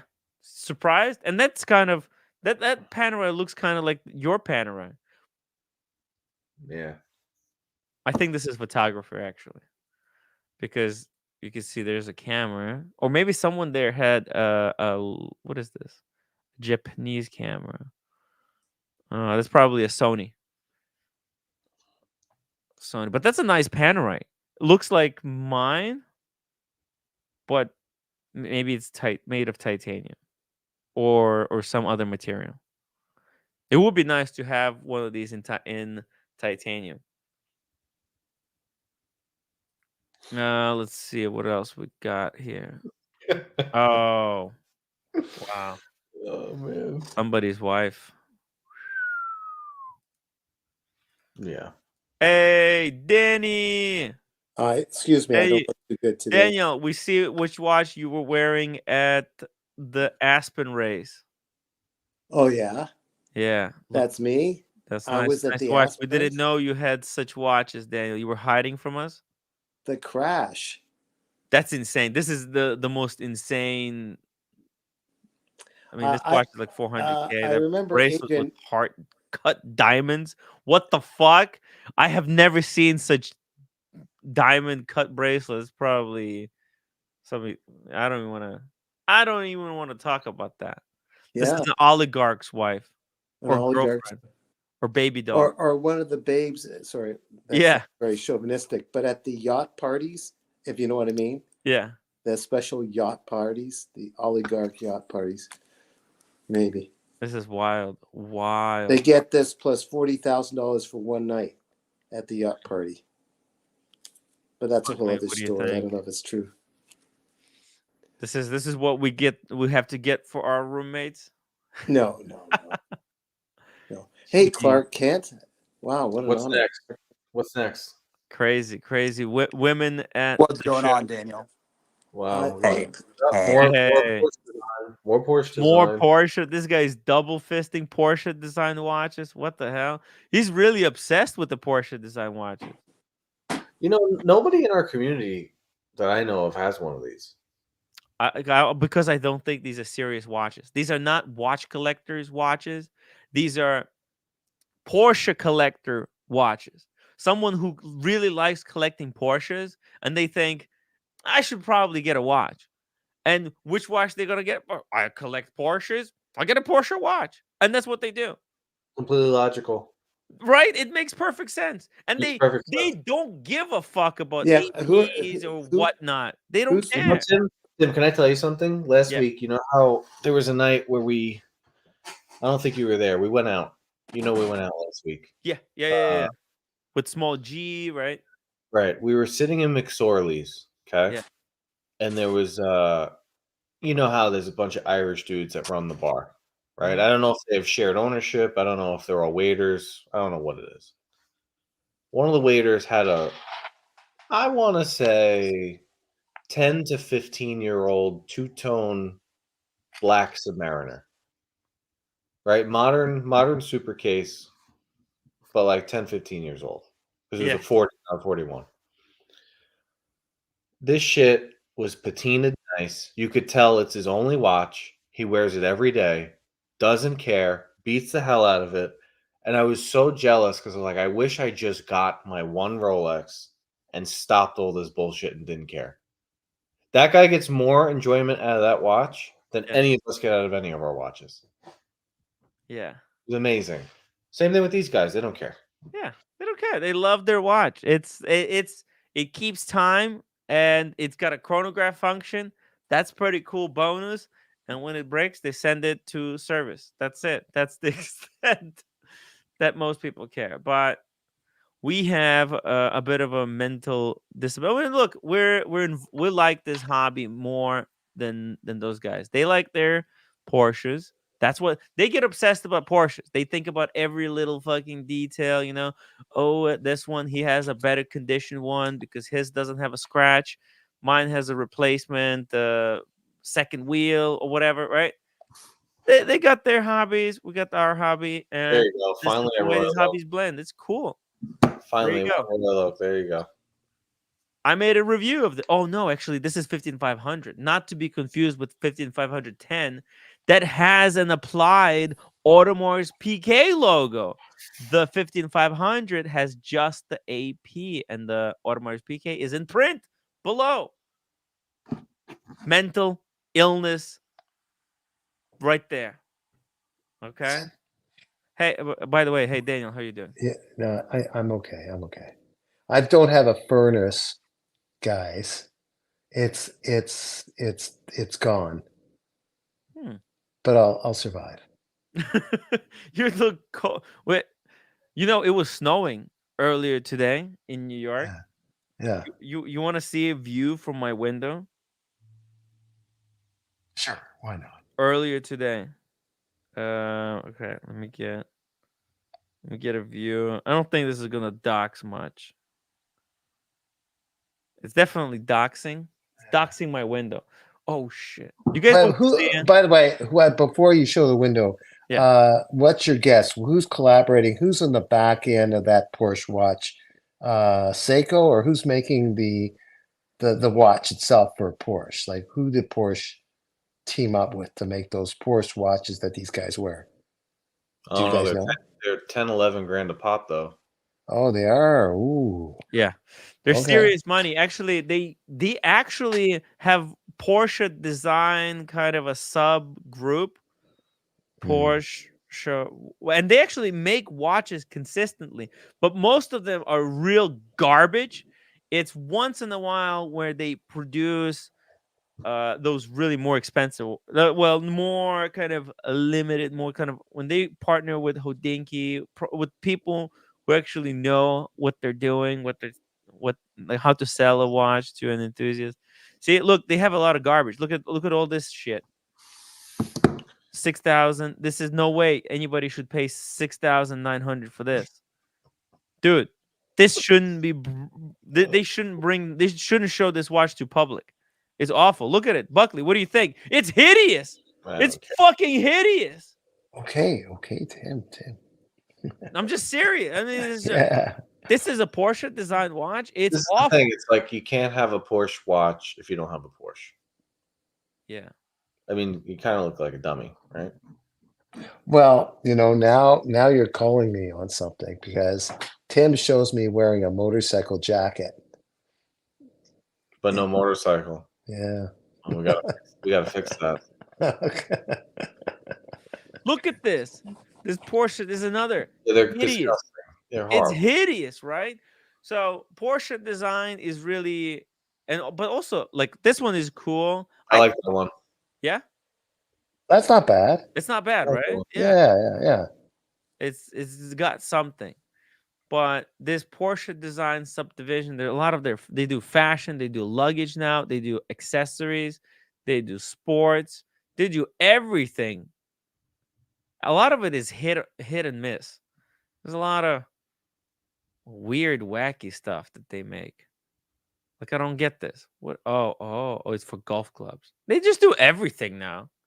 These brands think I think it's all drop shipping. They just partner. It costs them nothing, right? They have on an existing client base, right? A Porsche enthusiast. They partner with a brand in China. They send them this. They hire like a clothing designer, someone who knows how to design clothing. They say, hey, just make us some designs. Then they take those designs, send them to China, and boom, on the other side they get drop shipped this shit. And why not? Why not? Look at this. It's just watch cases. I just looked this up, and just a bunch of Yeah. I just looked this up. It's just a bunch of gibberish, and they won't. It's just the flowery talk that won't commit to saying what it is. Made in Switzerland, Porsche design watches represent the perfect. Okay, never mind. But it's just a bunch of nonsense. It doesn't tell you who actually makes the watches. It doesn't say who makes them. I think they're no with someone. It's with Designers Studio FA. What is that? Doesn't tell me anything. In Austria. Exactly. It says nothing. And watchmakers at Porsche Design Timepieces AG. Again, a bunch of nonsense. Yeah. So it doesn't say anything. Yeah, I think. Look, I think they have small in-house team. They don't make that many watches, and they kind of outsource and slap together this stuff. They're not doing it at any consistent pace. Wait a minute! I found something. Wait a minute! I found something. The work WERK is a proprietary 4HZ automatic movement with 48 hours. The movement itself is manufactured by Concepto in a setup that is exclusive Porsche design. Still doesn't say a whole lot. But. Yeah, well, it's a small company. Yeah, that they basically got to put watches together, right? Like they have a few team members, and they all of the stuff you could build. Look at the Long Island watch supply guy, right? Yeah. He's doing the same thing, but he's doing it for cheap watches, right? Manufactured in China. He has some ideas. He sends them to these guys, and they produce. But I think they have a guy or a small team who does that same thing for Porsche, but for smaller batch, higher quality watches. Okay, what they don't say is there are people that are probably expatriate employees for Jeu de Paris or ETA, Ferretta, or for even Solita, and they know where to get the parts, and they've been doing it all this time. They can put together some kind of thing, which is basically, a commonplace movement that's been fixed up a bit, I guess. Whatever. All right, so here we go. We got this Seiko, a very interesting Seiko chronograph, vintage looking, right? That doesn't look like a normal Seiko. This looks very cool. I wonder who's the owner of this one and whether they had it for a long time or it was a vintage buy. Anyways, there was someone. Look at this with a Canon recorder. What is this? This is a modern hipster, right? a camcorder. At But least what, it's an what SD year? card. What year is that? What year is that piece? Oh, it's got to be that early 2000s. There's so many Oh, yeah. hipsters, weird people. Look at this. I guess, Yeah. look, you record it through this camera. That video is gonna have certain vibe to it. It's and as you can see, it's an SD card. I don't know. I don't know even about this, Tim. You know more than Well, I do. because it has an SD card, means you can plug it into. You can take out the footage. It doesn't record onto Oh, a okay. card, which then you Oh. need like a converter, and cards have, you know.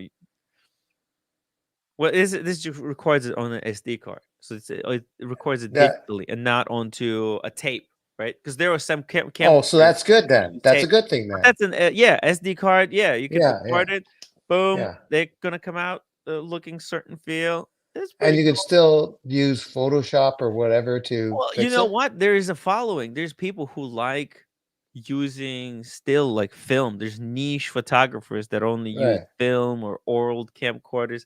There's an entire subgenres of different medias. You know, there's people who watch only old stuff. No, but Yeah. based on what you Good said, communities, yeah. that old camera can still, it's got that card that could connect Yeah, to a it system will be and low quality footage, but I think okay. there is, but it has certain charm, right? Yeah. You shoot like like it records it like a 2000, like it's as if it was recorded in 2000. Yeah, but it can be touched up, couldn't it? Yeah. It could be touched up, I suppose. I don't think Edit it. no, I don't think that's the point. It's like Oh, yeah. you shoot something today to make it look like it was shot in 2000. Okay. It will all right. automatically have that feel. Obviously, everybody is going to have iPhones in their hands. It could be an interesting way. People will watch it, right? Because then you can upscale it to 4K, and it will have like as if you applied a filter to it. Mm. And you know they're at a vintage event, right? So they're at a Right. vintage Oh, car I see. event. Oh, it's So a the vintage guy is event. filming with an old camera, and then when he edits the video, he can edit the video in the modern software, put it on YouTube. It will look like this was taking place in 2000. Yeah, yeah. Impressive. Yeah. And even that car, go back to that other car.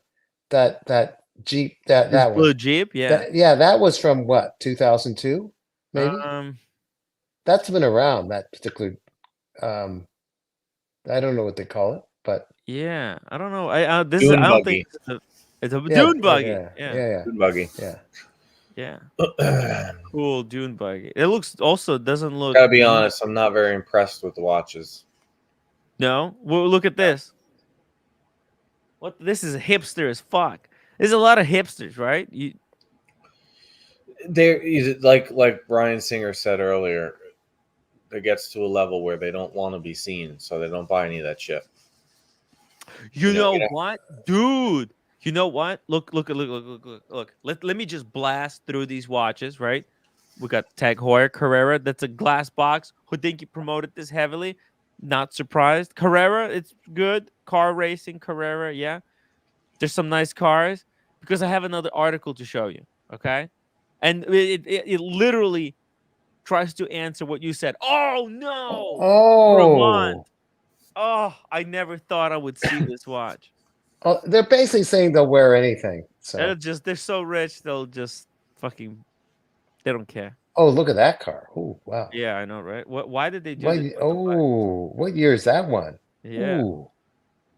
Wow, blue chip. 19, I would say 59, maybe. Why don't they make beautiful cars like this anymore? Yeah. What did they forgot how to do it? What- Buckley, what's stopping anyone from making these beautiful cars today? I would buy something like this. It would probably cost 10,000 to make. No, Tim, 10,000. just work My on your price rent, point. Tim. Work on your rent. Talk about this later. It's very But what- uncomfortable. I'm Rides like okay with being a little bit uncomfortable. rides What- like shit. It's very unsafe if you get in a car accident. Yeah. Wait. I don't know anything, Buckley, but couldn't they take that design and put all the comforts of no? There's not enough room. None of them in that Oh, car to do it. so you've been in this car then?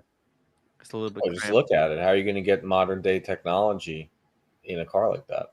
They make Here's the this iPhone mount. look and make everything larger, Buckley. I could see Daniel, you driving in this car like this to What? pick up your groceries. That's all you need it for. Your back after an Your hour daily of driving this, groceries. your back would be shot. Yeah. Ah, What year would you guess? Yeah. 59? oh my! 58? Look at the puppy! Look at the puppy! Oh my god! Aww. Where is this, in Aspen, or is it Aspen, in? yeah. Hey yo! Explorer 2, baby. Finally, black dial, 40 mil, vintage. Yeah. Let's blast through. Hey, look at this. Rolex Fest. Whoa, another vintage one. This is old as fuck. They bought one, Tim. These guys buy a watch. Yeah, and that's it. that's it. They just used their watch to tell the time. That's it. How fast they're driving the Porsche. They don't care about the watch as long as it's accurate. That's it. They care about their Porsche timing. Oh, speaking of the devil, we were just talking about this watch. It's the Patek Philippe pilot's watch. The biggest shitter they make. This is the most undervalued Patek in the catalog. It just, I think it's like $80,000 watch, sells for 30. Completely unwanted. People, Oh, really? collectors think Really? it's junk. It's hated by the Patek community. Yeah, that's why you could get it for cheap, and the price is dropping. It's because of those big ugly pushers on the side. Yeah, that's why they hit the pushers with the. Yeah, I hate them too. If it looked just like that, it'd be fine. Yeah, but those pushers are horrendous. Oh my god! Forget. Oh, that's the Mito from earlier today, the junk. But then that's the Leica. I think this is the photographer. Tim, have you been to the Leica store in Meatpacking? Oh yeah, it's nice. Oh yeah, they got. You know, I have a Leica. I need to start freaking using it. Yeah, the time is running out. I need to start tomorrow. Is it a digital Leica or is it a film Digital. thing like this? Digital. Oh, yeah. No, this is digital. Yeah. Oh, this is digital too? Yeah. It just looks like a vintage one. Oh, okay. Yeah. Okay. Another Porsche. We were gonna see a lot of Porsche watches. Oh, that's what Higgins was referring to, because in the beginning of the show, Higgins left a comment that Porsche was the first watch brand to put DLC in, basically like a black coating, and they were first to use the 7750 movement, which was at that time brand new movement, and actually 7750 probably saved the chronograph and the Swiss industry, because like 7750 was for a lot of brands their only way to add a chronograph into their arsenal of different watches. So 7750 fucking probably one of the greatest movements to have been ever developed. Oh, speaking of, wow, that's a weird one. That's a broken date wheel, by the way. You see that? You see the date wheel is stuck? Yeah, that's a weird choice. Well, because they easily break. That's a you know why it still stays broken? Because it costs like 11 grand to fix the movement. Look at the date wheel. You see it's fucked. And you can also see how the date wheel change function works. Basically, each of the sides, it exists on the cross like spoke, like this. Okay, and I think so. The pivot point is somewhere there. There's the other number. That's the 9. Where does that come from? Who knows? Yeah, it's weird. It's weird. I didn't spot. It's amazing how you spot that right away, Tim. But you see this one, yeah, because you see that one. It's yeah. And you can see there's the number 9 here. Yeah. And that one is broken too, because So it's in the center. Why is it in the center? Oh yeah. It should be because that's the date side, right? The blank that's the blank for that's gonna be here just to show 0. But then the 9 should have fallen into place here. It should have been, Mm. should have been here somehow. But it's stuck. It's stuck. It's a broken Lange. Interesting. But it's full bracelet. You don't usually see the bracelet because No, Lange doesn't make their own bracelets. it's a cool watch. Gotta admit, kind of like it. I like it. It's a baller's. Look at the sweater too. Like that sweater. That's an expensive cardigan. Sweater. Yeah, the cardigan. Yeah. So it might be one of those that goes all the way to your knees. So the movement, that part of the movement may not be working, but maybe the rest of the movement, the chronograph probably tells the time, right? Yeah. I'm not. I can't get behind this. I can't get behind this. Why not? Why not? It's just so. It's just so dated. It's so dated. It's a way to do it. No. I mean, you can do whatever you like. It's all subjective, but to me, that's just you're 50 years too late. You should have done it when Muhammad Ali was alive. Yeah. This fucking Porsche design, man. Another Porsche design. Oh, this is ugly one. Oh, I really don't like the way the strap, the bund strap. It just adds so much thickness, unnecessary. Oh my god, that's a sexy Porsche, man. Wow. Hey, who is this guy? That's America. Dude, you know who this is? That's an actor. I don't know which one. That's the guy who climbed the Everest, with his Vacheron. Oh, you might be right, dude. What's his name? Fuck, I forgot. You see, these are the people that are running the world, Tim, at this meetup with their fucking Seikos and their old Submariners. These are calling the shots, while all of us idiots are getting on wait Corey lists. Richards. Corey Richards, there you go. Is that Corey Richards? Might be. I don't know. These guys are calling the shots, so they're the ones that called Travis Kelce to tell him what to do. Yes. Is that him? You're right, Tim. I think that's him. Is it Vacheron? He's definitely wearing a Vacheron on a white strap. It's a Vacheron on a white rubber strap. Actually, if I go to the pictures, they'll say that they usually, if they know who it is, they put in the title. There's a lot of pictures. Yeah, right. It's full. Oh my god, I love this. This is like, we could actually write an article like this about our meetup at Vegas and stuff, but we don't do it. So, Buckley, did you read about him? Did he do everything right? And yet it was. You want me to publish? Hey, just sorry, Danny. Do you guys want me to publish our pictures from Vegas meetup?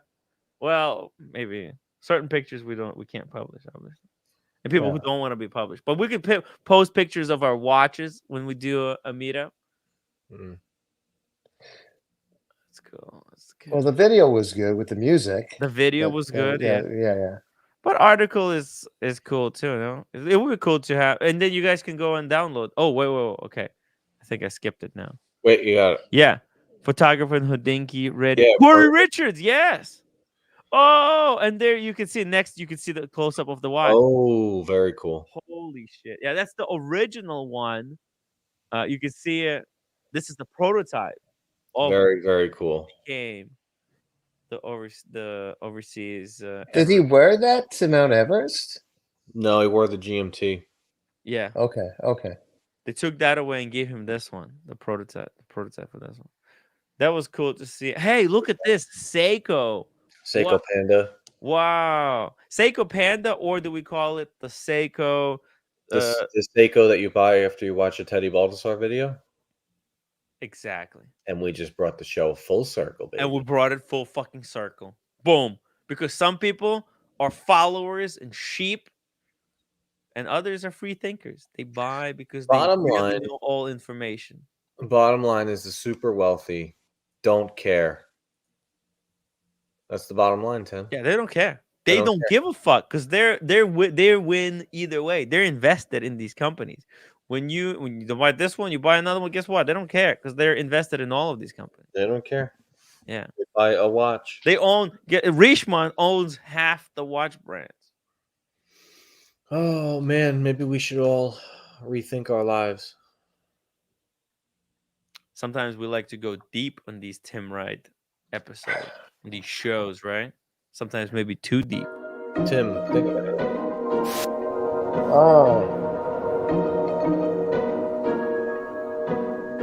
Oh, full circle. So tomorrow we'll go through that article. We're gonna actually discuss. Wait, hold on. I don't want to show the article. We're gonna talk about whether luxury watches as a status symbol, whether that's ending, whether that trend, that maybe that's no longer going to be as symbolic as it used to be during this period of time between 1970s and 2030. Maybe the future holds different other things. I don't know. The link is in the chat, guys. Thank you so much for watching the show. And if you really like the show, please support it by donating, by becoming members, and hitting the upvote button. Please don't forget to upvote before you leave. And if you want to support the show financially, PayPal link is in the chat. That's it. I'm out. See you tomorrow. Okay.